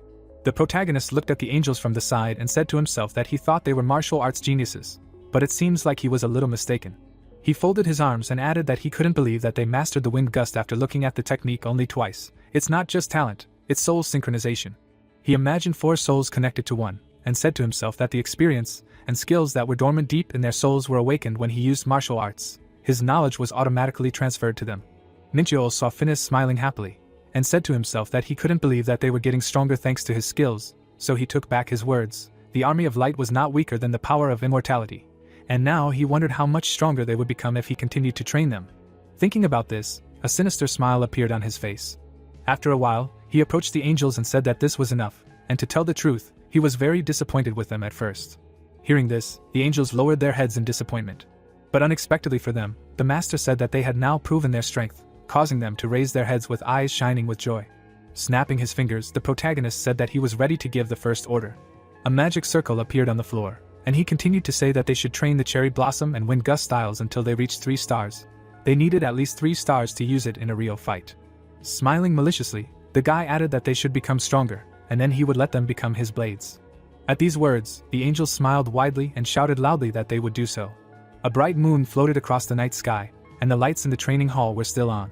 The protagonist sat in the center of the magic circle and thought about how while the angels were training, he used his chaos energy to absorb the energy of the world stone. Thanks to this, he was able to accumulate a huge amount of chaos energy, and take the arts of ancient Celestia to the next level. Raising his hand behind his head, he added that this method of energy cultivation removed all his fatigue, so he felt cheerful. Suddenly, the guy heard the clanging of metal, causing him to turn around. His angels were practicing the cherry blossom style, and said that they should train hard to absorb this knowledge, so they had already reached 1 star. While Min Chul was thinking that even though they were all together with a high concentration of mana, it was still incredible, which meant that they were much stronger than he thought. Suddenly, the phone in his hand rang, after which he said that he had to go to work and that they should continue training. Some time later, Fenrir was running happily along the road. Ellie began to pet him, saying that the hunter was a little late, to which he asked if he remembered correctly that they were going to Incheon today. The girl answered that everything was correct, after which she handed the guy the case that the head of the department asked her to give, but she did not know what was in it, because he did not say. After opening the case, the protagonist saw a triple hidden blade, from which he happily exclaimed that these were the daggers that he ordered. Picking up one of them, he happily added that it was just perfect, adding that the triple hidden blade itself was nothing special, so the rare rank for this item was a miracle, and with it, he could defeat anyone, so he couldn't fall behind the hard-working angels. While he was talking to himself, Ellie answered the phone and asked in surprise if it was out of nowhere. She then turned to Minchio and said that she needed his help since there was a request from the association to clear the gate together, causing the guy to raise his eyebrows in surprise and ask if it was really a joint clearing that suddenly. The girl knitted her brows in disappointment, and replied that the association rechecked the length of the gate's magic waves and found that the space inside had doubled in size, and that at least 2 guilds were needed to clear such a gate, to which the protagonist calmly replied that he thought he could handle it alone. Ellie bowed her head and apologized for the trouble she had caused. After saying that it was not her fault, The guys went to the car, and the guy was saying to himself that the more people participate in the raid, the more surprises can happen, which means it will not be easy. At the Incheon station, there was a purple gate. There were RVs around it, and the protagonist asked which guild would participate in clearing such a large gate, to which Ellie answered, the Jumsun Guild. While the guy was looking around and saying to himself that this was the third most powerful guild in Korea, and there should be quite a lot of people in it, but the more people participate in the raid, the greater the chance that someone will make a mistake, a man approached him and asked if he was the rookie everyone was talking about. Chun-woo, the captain of the second attack squad of the Jumsun Guild, extended his hand to Minchio. They shook hands and the guy introduced himself, to which the man replied that he was not mistaken, so he was counting on him. He suddenly began to look around, asking where the rest of the Union hunters were, to which the protagonist calmly replied that he was the only one who had arrived. As soon as the man heard this, horror appeared in his eyes, and he asked if he was really the only one who would participate in the raid. Minchio smiled sarcastically, and replied that one in the field is also a warrior. Ellie watched them from the side, while Chunwoo said that he thought that the Interstellar Union would send more people to help, but he came alone, so he was obliged not to let them down. After these words, he left, and the protagonist, looking after him, asked the girl if he was really looking for a fight, and if he really had some kind of friction with the Interstellar Union, to which she replied that she thought so too. Chunwoo's bald head was shining in the sun as he ordered to prepare to enter the gate, and Minchio was thinking that he didn't know what was going on, but he wondered why he was so unfriendly and why he didn't like him so much, but maybe he should have given him a reason. He suddenly smiled ominously and said that he had gotten into trouble, and now they would see who would lead whom. After a while, the skeleton army was furiously advancing into battle. Chun-woo gritted his teeth and prepared to attack. He kicked the ground with all his might and used the stomp that surrounded the ground. Immediately after, more skeletons appeared from the ground, and he ordered to prepare for battle. While the Jumsun Guild members were fighting, the protagonist watched them from the side. Young-hyun suddenly approached him and asked if he would help them, to which he replied that there was no need, because the skeletons were low-level undead, so there should be no problem. He looked at the enraged Chun-woo and added that they were experienced hunters, ranked B or higher, not to mention Hwarang, so they would hardly lose to D-rank undead, but even they hadn't realized that this was the Valley of the Dead, and the ground was dark not because of the sand, but because of the undead underneath, meaning skeletons could appear from anywhere. As he was saying this, a skeleton began to emerge from the sand. At the same moment, Minchio stepped on it. Showing his aura, he added that moving forward without thinking about one's defense was the same as moving towards one's death, and any hunter with exploration skills would have realized this immediately, but they were in too much of a hurry to clear the gate. But in order to clear the gate of the Valley of the Dead, they needed to. Before he could finish speaking, he felt a dark magical energy and said with satisfaction that he had found it. At that very moment, the protagonist summoned 5 immortal warriors and ordered them to stay here and protect people, and also left Fenrir with them. As he soared into the air above the Jumsun Guild, he said to himself that they would achieve nothing even if they killed skeletons for days on end, because in order to leave here alive, they needed to defeat those who ruled the Valley of the Dead. With these thoughts, the guy moved forward, jumping away from the skulls of skeletons. There was no emotion on his face, and he said to himself that these were usually high-level undead. Most often they can be found by a large accumulation of energy, just like there. He stared at the bright light in the distance. But unexpectedly for him, a powerful magical attack flew past him. After dodging, an explosion was heard behind the protagonist. The guy smiled maliciously when he heard a rough voice that said that he was able to dodge his attack, which made him impressed. In front of Minchel appeared a high-level undead named Dullahan. The protagonist frowned tensely and said to himself that the Valley of the Undead was a world created by the vengeful spirits of the dead, and most likely, he was one of those who supported this dimension. Out of the corner of his eye, he looked behind him, remembering the Jumsun Guild. The guy saw how the guys were fiercely fighting hordes of skeletons and said to himself that they must be fighting hard, because the low-level undead will rise as long as the core exists. And while he was thinking about this, the boss rushed towards him in rage, shouting that it seemed like he was worried about the lives of his comrades. But there was no need for that, because very soon he would become part of his glorious army. At the same second, the blade of Minchio's blade was engulfed in holy fire. The guy used the Dark Star triple hidden blade and said that they were not his comrades, they were a thorn. After these words, Dullahan threw a spear at the guy. The protagonist threw a blade at the enemy in response. They approached each other at high speed. At the same moment, there was an explosion and a bright flash. The boss's spear spun in the air. It landed not far from its owner, and the protagonist caught his blade at that time. What he saw made Dullahan angry and loudly shouted quite a bit. He clenched his fist tightly and ordered his soldiers to rise up and tear him apart. The guy felt the energy of the undead begin to accumulate in the air and asked if that was really it. But before he could finish speaking, he saw mid-level undead flying in the air dark robes and said to himself that if he was not mistaken, they specialized in magic, which meant that he would not be able to fight them in close combat. After these thoughts, Minchio grinned and asked if he was sure about that, adding that if they tore him apart, he would not be able to raise him as his soldier. Hearing this, the boss waved his hand and shouted loudly that he did not need to be afraid of it, and then ordered the soldiers to attack him. The dark robes immediately rushed at the protagonist, who asked if the sense of humor dies with the soul. After this question, completely new blades rose into the air. The guy said that his opponent was too boring, so he would just get rid of them in one fell swoop. After saying this, he used the floating hidden blade style. 10 of his blades destroyed the dark robes one by one. Dullahan, seeing this, with his eyes burning in rage, shouted for his soldiers to run away from him. And when all the dark robes were defeated, the boss rushed to attack in rage, shouting that he would finish the guy with his own hands. But as soon as he shouted this, he missed a powerful blow to the chest. He and his horse immediately fell to the ground, and Minchio glanced at him out of the corner of his eye and said that he would do him a great favor by getting closer. At this time, Chunwoo was waving his sword furiously and shouting that the skeletons were too persistent. But suddenly, surprise appeared in his eyes and he said that he did not understand anything. All the skeletons suddenly fell to the ground. The man turned around and asked in surprise what happened. On the ground were the remains of Dullahan, and the protagonist was saying to himself that if he killed the higher undead, all his subordinates would also die, and all the experience for them would go to him. While he was thinking about this, Chunwoo ran towards him as fast as he could. Stopping, he asked if he was the one who stopped the skeletons' invasion, to which he firmly answered yes, after which he asked how he did it. Minchio then pointed his finger at the dead boss and explained that he killed the high undead that summoned them, otherwise they would have kept appearing. Seeing Dullahan, the man raised his eyebrows in surprise and asked if he risked his life and killed him himself, but that couldn't be true. Thinking back, he remembered the first time he heard about Hunter Minchio 3 months ago, when he had smashed their rising stars, the Dark Trio, to smithereens when they returned from the exam. Those guys were the students of the man who also taught him, and back then, Junwoo thought that Hunter Minchio was an arrogant newbie who was mocking his teacher, causing him to tightly clench his fist and swear that he would show the protagonist how scary his guild members were, but he was proven wrong. Currently, Chunwoo was looking at the guy in the bright light and said to himself that he was truly a noble man, because they had rushed into battle without any strategy, putting themselves in danger, so he took all the risks to save them. While he was thinking about this, the protagonist held his hand to his chin and said to himself that he figured it out. At that moment, he flew into the air and told the man that if he thought it was dangerous, then he should just watch him from afar. These words brought tears to Chunwoo's eyes, and he said that the guy was a true hero, a noble hunter, because he was so worried about them, and then loudly shouted to his comrades that they should also show how strong they were. Hearing these shouts, Minchio looked at them and wondered why they were so excited. Suddenly, he frowned tensely and asked himself if they really wanted to take his precious monsters after learning the secret of this gate, adding that he should have left them to fight the skeletons for a little while longer, but they still wouldn't get his experience. After a while, he destroyed one of the monsters with one blow. The supreme undead soul eater quickly turned into a clot of slime, and the guy moved forward. He killed one monster after another, raising his level.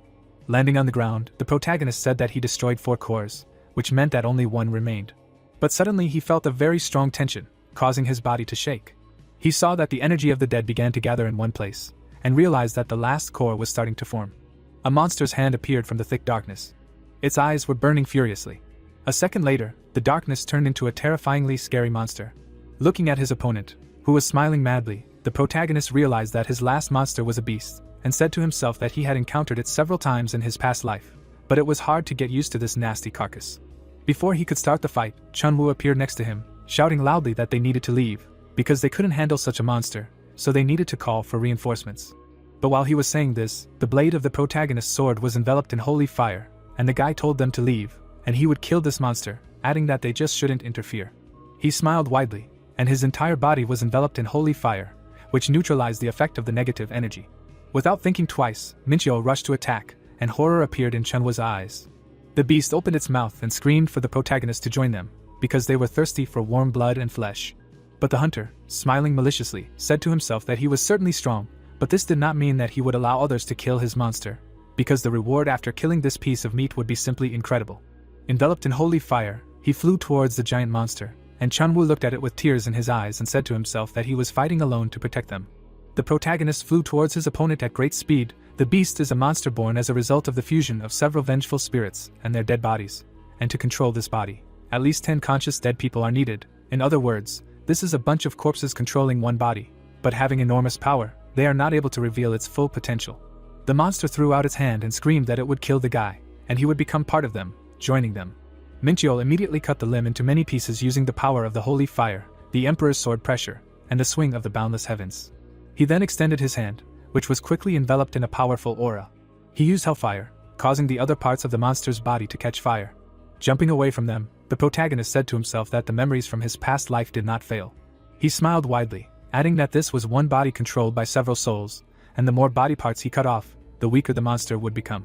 The monster waved its severed body parts, and in the characteristics window, the guy saw that the strength and agility of the creature had become less, after which he said to himself that if he cauterized the severed limbs with hellfire, he would not be able to regenerate them even if he had such a skill, which meant that he only had to worry about its strength, which exceeded 600 points. With these thoughts, Minchio pushed off the monster's flesh. He brought down countless blows on his opponent, saying to himself that if he did not get hit and continued to cut off limbs, the monster would quickly lose its characteristics.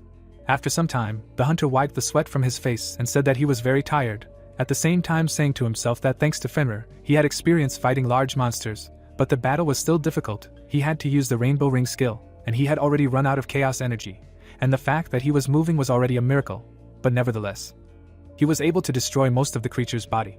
Small red eyes looked at him. The creature had shrunk in size by tens of times and was left without limbs. Turning away, the protagonist said that he was leaving it to his subordinates, who replied that they understood everything.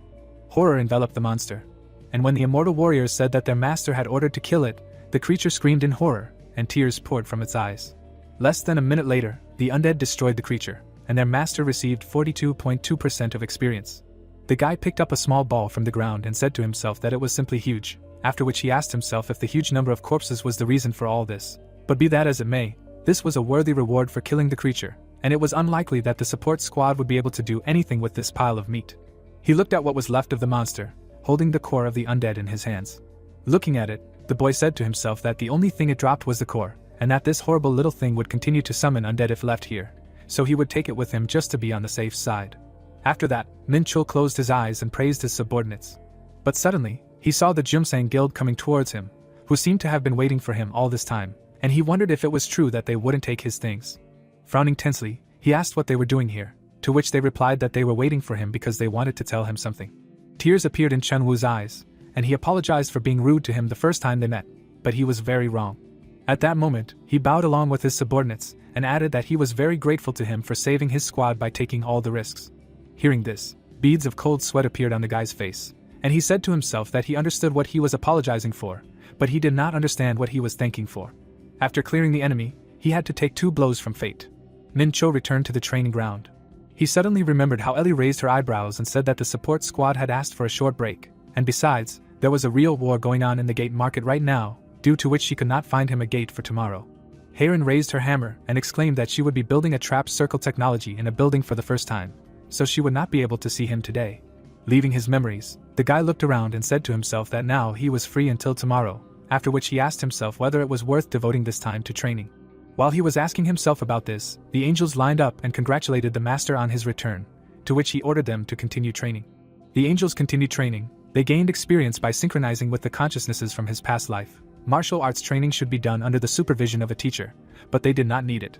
The protagonist watched them from the side, thinking that, in addition, the huge amount of mana in the hall resonated with holy power, so every swing of the sword made their body stronger, and also increased the effectiveness of their training. When suddenly he raised his eyebrows in surprise and asked himself, did it really increase the effectiveness? Remembering the energy of darkness emanating from the core of the undead, Minchio took the core out of his pocket and asked himself what if he used it to absorb the energy of the world stone, adding that in theory it was possible. Without thinking twice, he sat in the center of the magic circle. From the tension, veins appeared all over his face, and he said to himself that the core of the undead was like poison to living beings. Using its energy would cause him pain, but he must endure it until the energy entered his world. Minchio continued to stimulate the world stone, causing the darkness to quickly burn away. The dark energy was destroyed by a bright, warm light. After a few seconds, the core of light illuminated everything around, and the protagonist realized that everything worked. The energy of the undead core is very strong, so this method is more effective than using the energy of chaos. The world stone continued to displace the influence of the undead core, and thereby gave off a huge amount of energy. After a while, the core that he recently received from the beast fell to the floor, and the guy's star system technique reached 6 stars. His body was significantly strengthened, and all indicators increased, and the successful absorption of the energy of the world stone led to an additional increase in the power of chaos by 80 units. Minchio continued to sit in the lotus position, reading the notice, which said that the privileges of 5 stars increase the energy of chaos by 50%, and the privilege of 6 stars is the creation of constellations in the star system. After that, he smiled heavily and said to himself that if he gave the undead core to the Pandemonium craftsman, he could obtain a legendary rank item.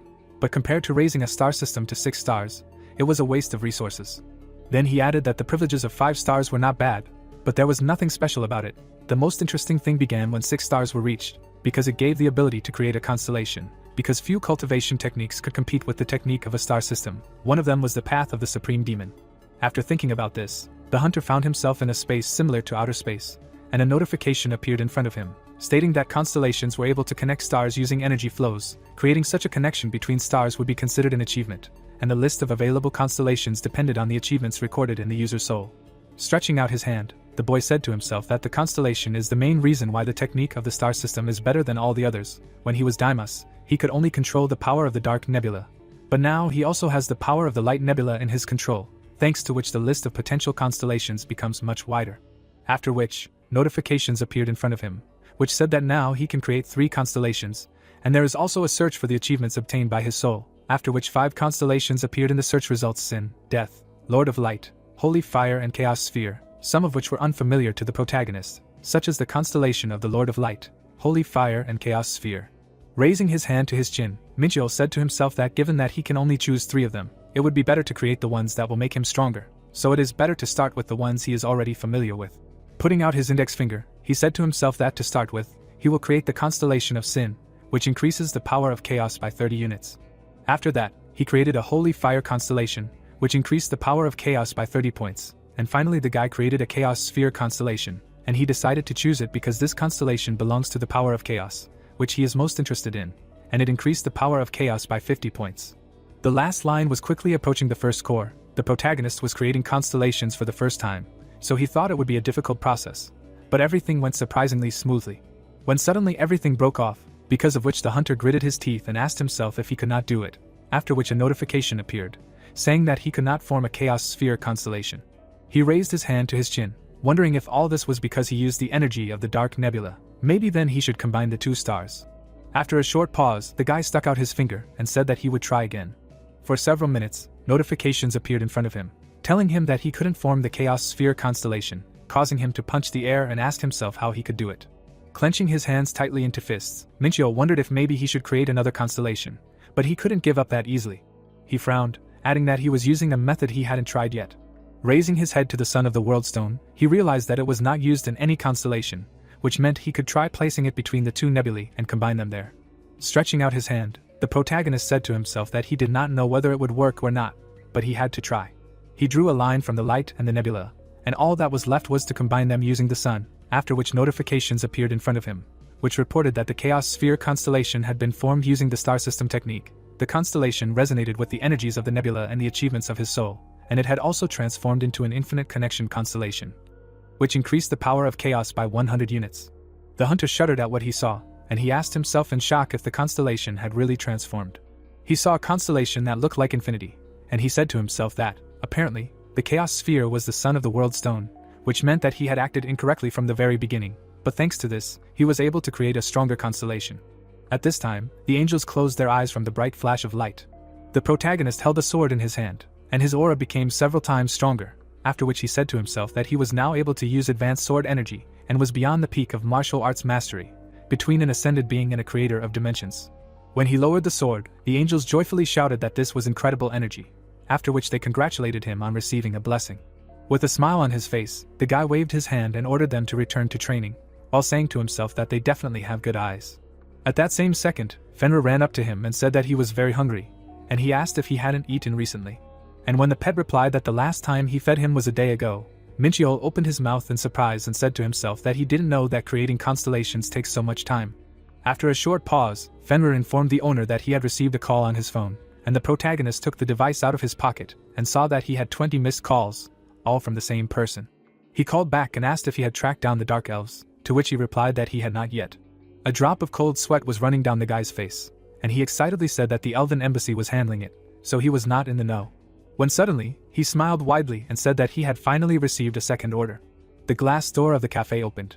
The protagonist looked away when he heard his comrade's voice and asked if he was too early. Yunsu spread his arms and said that he could not keep his master waiting.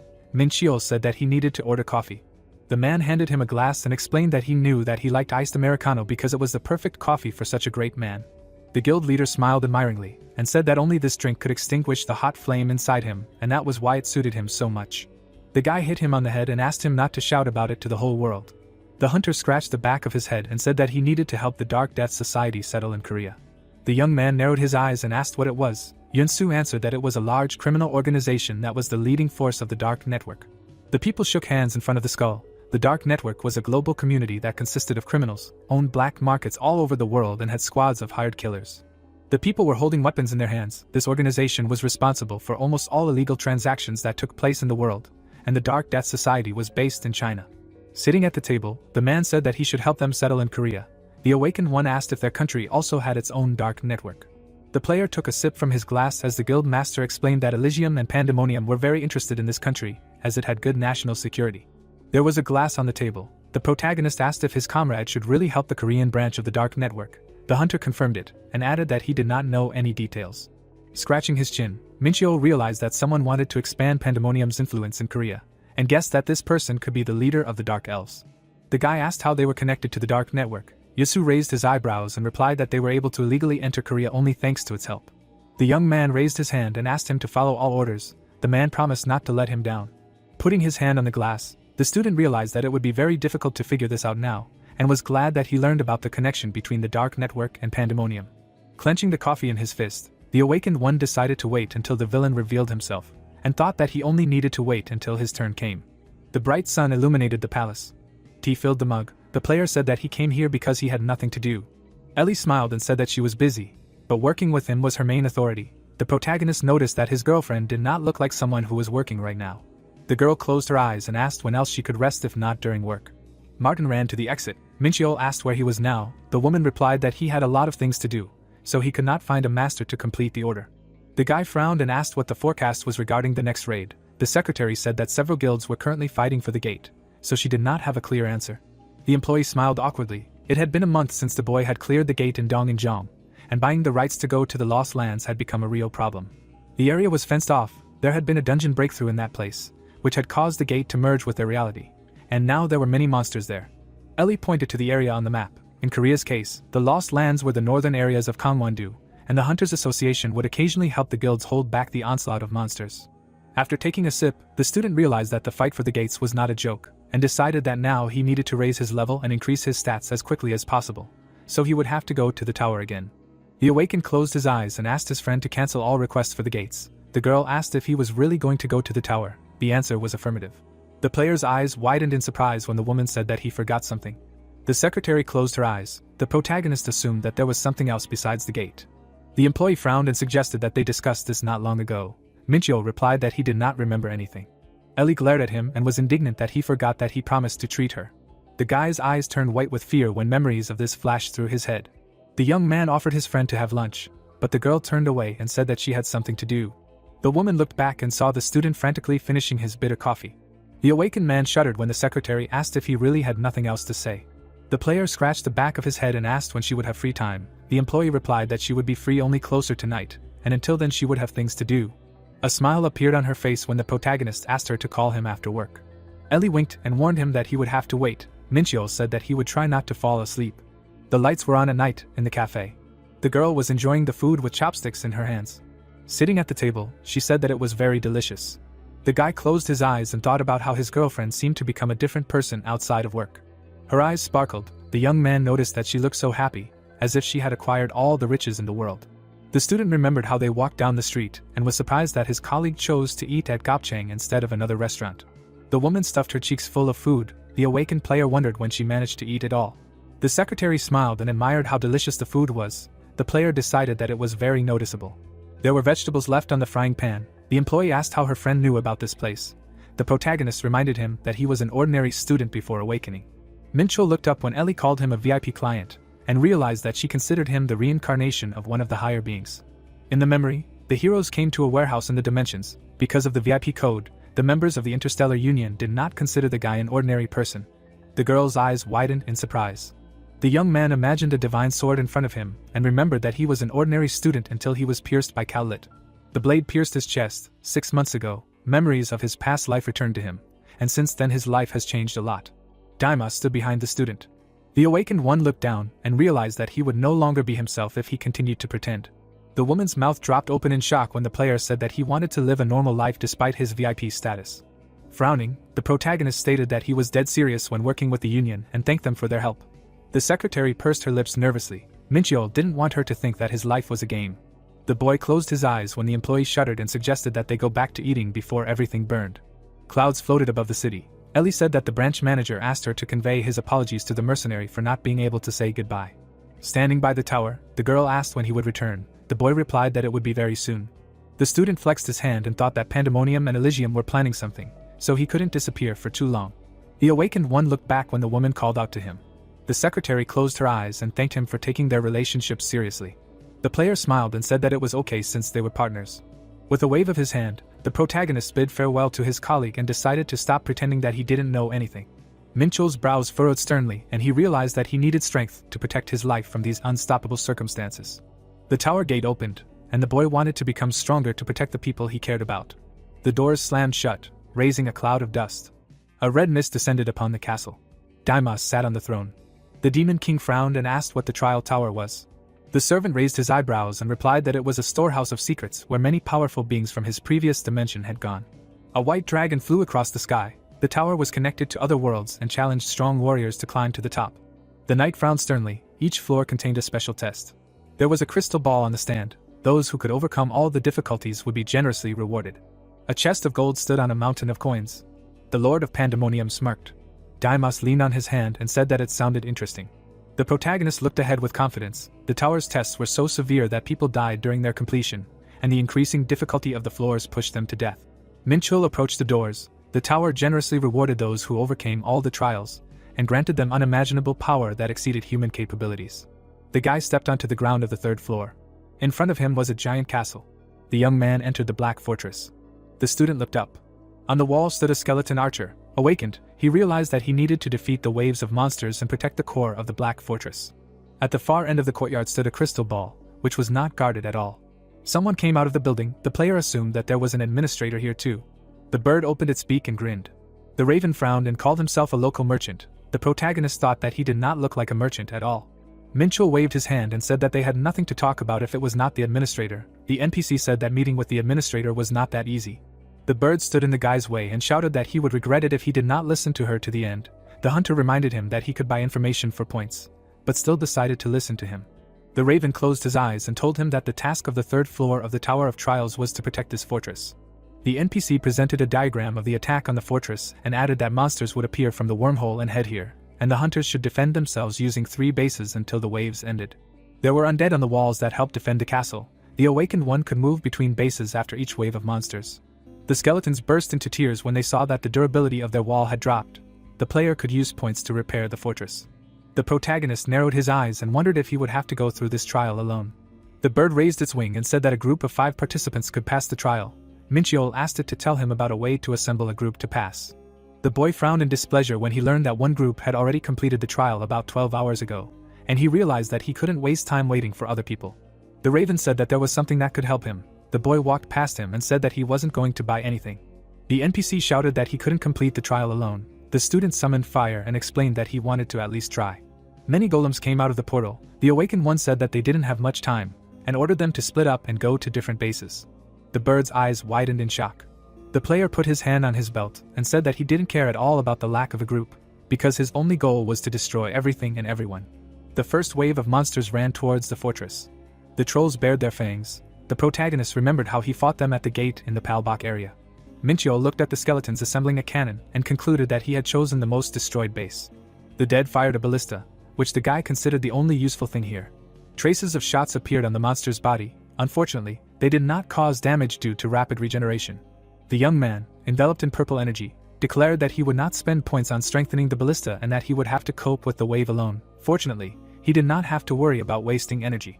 With one powerful blow, the student decapitated a group of monsters at once. Smirking, the awakened one remembered that they were rank B, but very easy for him, and decided that at this rate he would succeed. Light particles appeared in the air. The player realized that he should not hesitate, and moved to the second base. The troll swung his hammer and promised to destroy the enemy. The golem grabbed him by the face. A purple aura of life absorption appeared under his hand. The protagonist squinted and thought that these creatures never ceased to amaze him.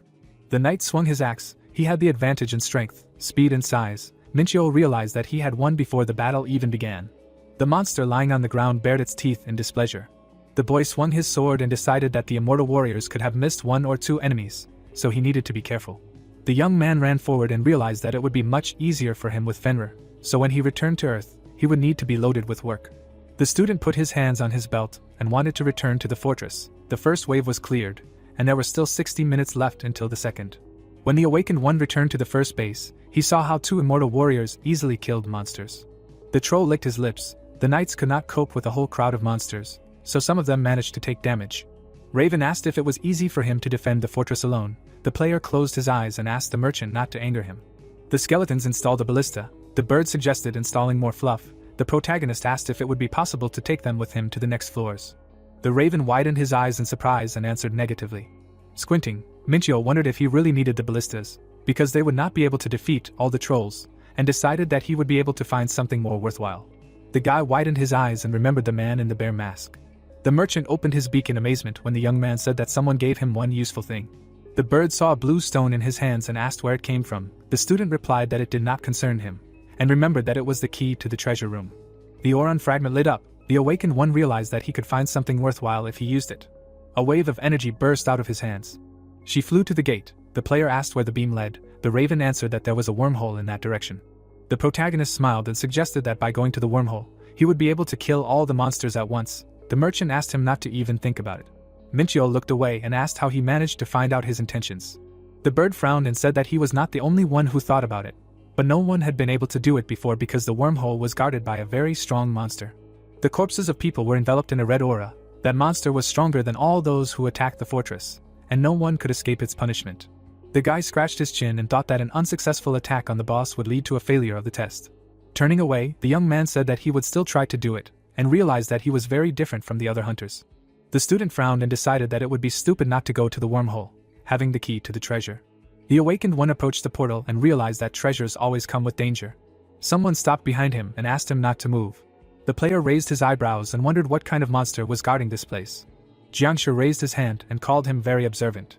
Frowning, the protagonist asked him not to talk too much and remembered that this was a corpse that had a special necromancy skill and came from the martial arts continent. The man narrowed his eyes in displeasure and remained silent. Standing in front of the uninvited guest, the living dead asked if he was also from the continent. Minchio answered negatively and added that he had some connection with him. The body lay in a lake of blood. The guy thought that such jianshi were a real threat to the entire continent, because to create them, people used the corpses of martial artists, processed with special tinctures and human blood. The villain looked at the intruder from under his brows and asked if they had the same homeland. The young man decided that it was not surprising that the crow dissuaded him from coming here. Thinking that he had very high characteristics, the student opened his mouth wide and said that he knew that someone was guarding the wormhole. The awakened one spread his arms and said that he could not even think that it would be a bloody jianshi who had reason. The monster replied that this was part of the contract. The player took a step forward and decided that he would not let him pass anyway, even though fate itself brought them together. The protagonist looked away as the boss declared that it was impossible. A line formed on the ground. The dead man asked the guest not to cross it. The man raised his clawed hand and explained that he did not want to spill the blood of innocence. Minchio crossed his arms and asked if he should not go further because he was so confident in his victory. The villain closed his eyes and confirmed this, saying that he should not lose his precious life in such a place. The guy slyly smiled and crossed the line. Jiangshi clenched his teeth in anger and growled. Powerful shock waves emanated from his body. The coffin standing behind him opened. The zombies came out and stopped next to the owner. They had amulets on their faces. The young man was disappointed that his opponent decided to call his comrades for help. The student ordered the golems that were next to him to deal with the monsters. The man smiled widely and laughed. The awakened one beckoned him with his finger and suggested that madness had gotten the better of him. The player drew his sword as the monsters rushed to attack. A huge amount of energy burst out of the necromancer's mouth. The protagonist swung his sword, the holy fire burning away all the impure energy. Minchio struck and realized that he would have to strengthen his blade. The corpse blocked the attack and flashed his fiery eyes. The villain cut the air with his long claws. After a series of blows, the boy dealt a crushing blow to the enemy and asked him not to pretend to be a wolverine. Jiangshi jumped into the air and retreated. Frowning, the young man asked if he was scared, and thought about how, despite the wound, the monster continued to spit poison and regenerate. A mad smile shone on the man's face. An ominous energy enveloped his body. The student looked up and decided that it looked dangerous. Blood rained down on the ground. The awakened remembered that it contained poison and destructive blood energy.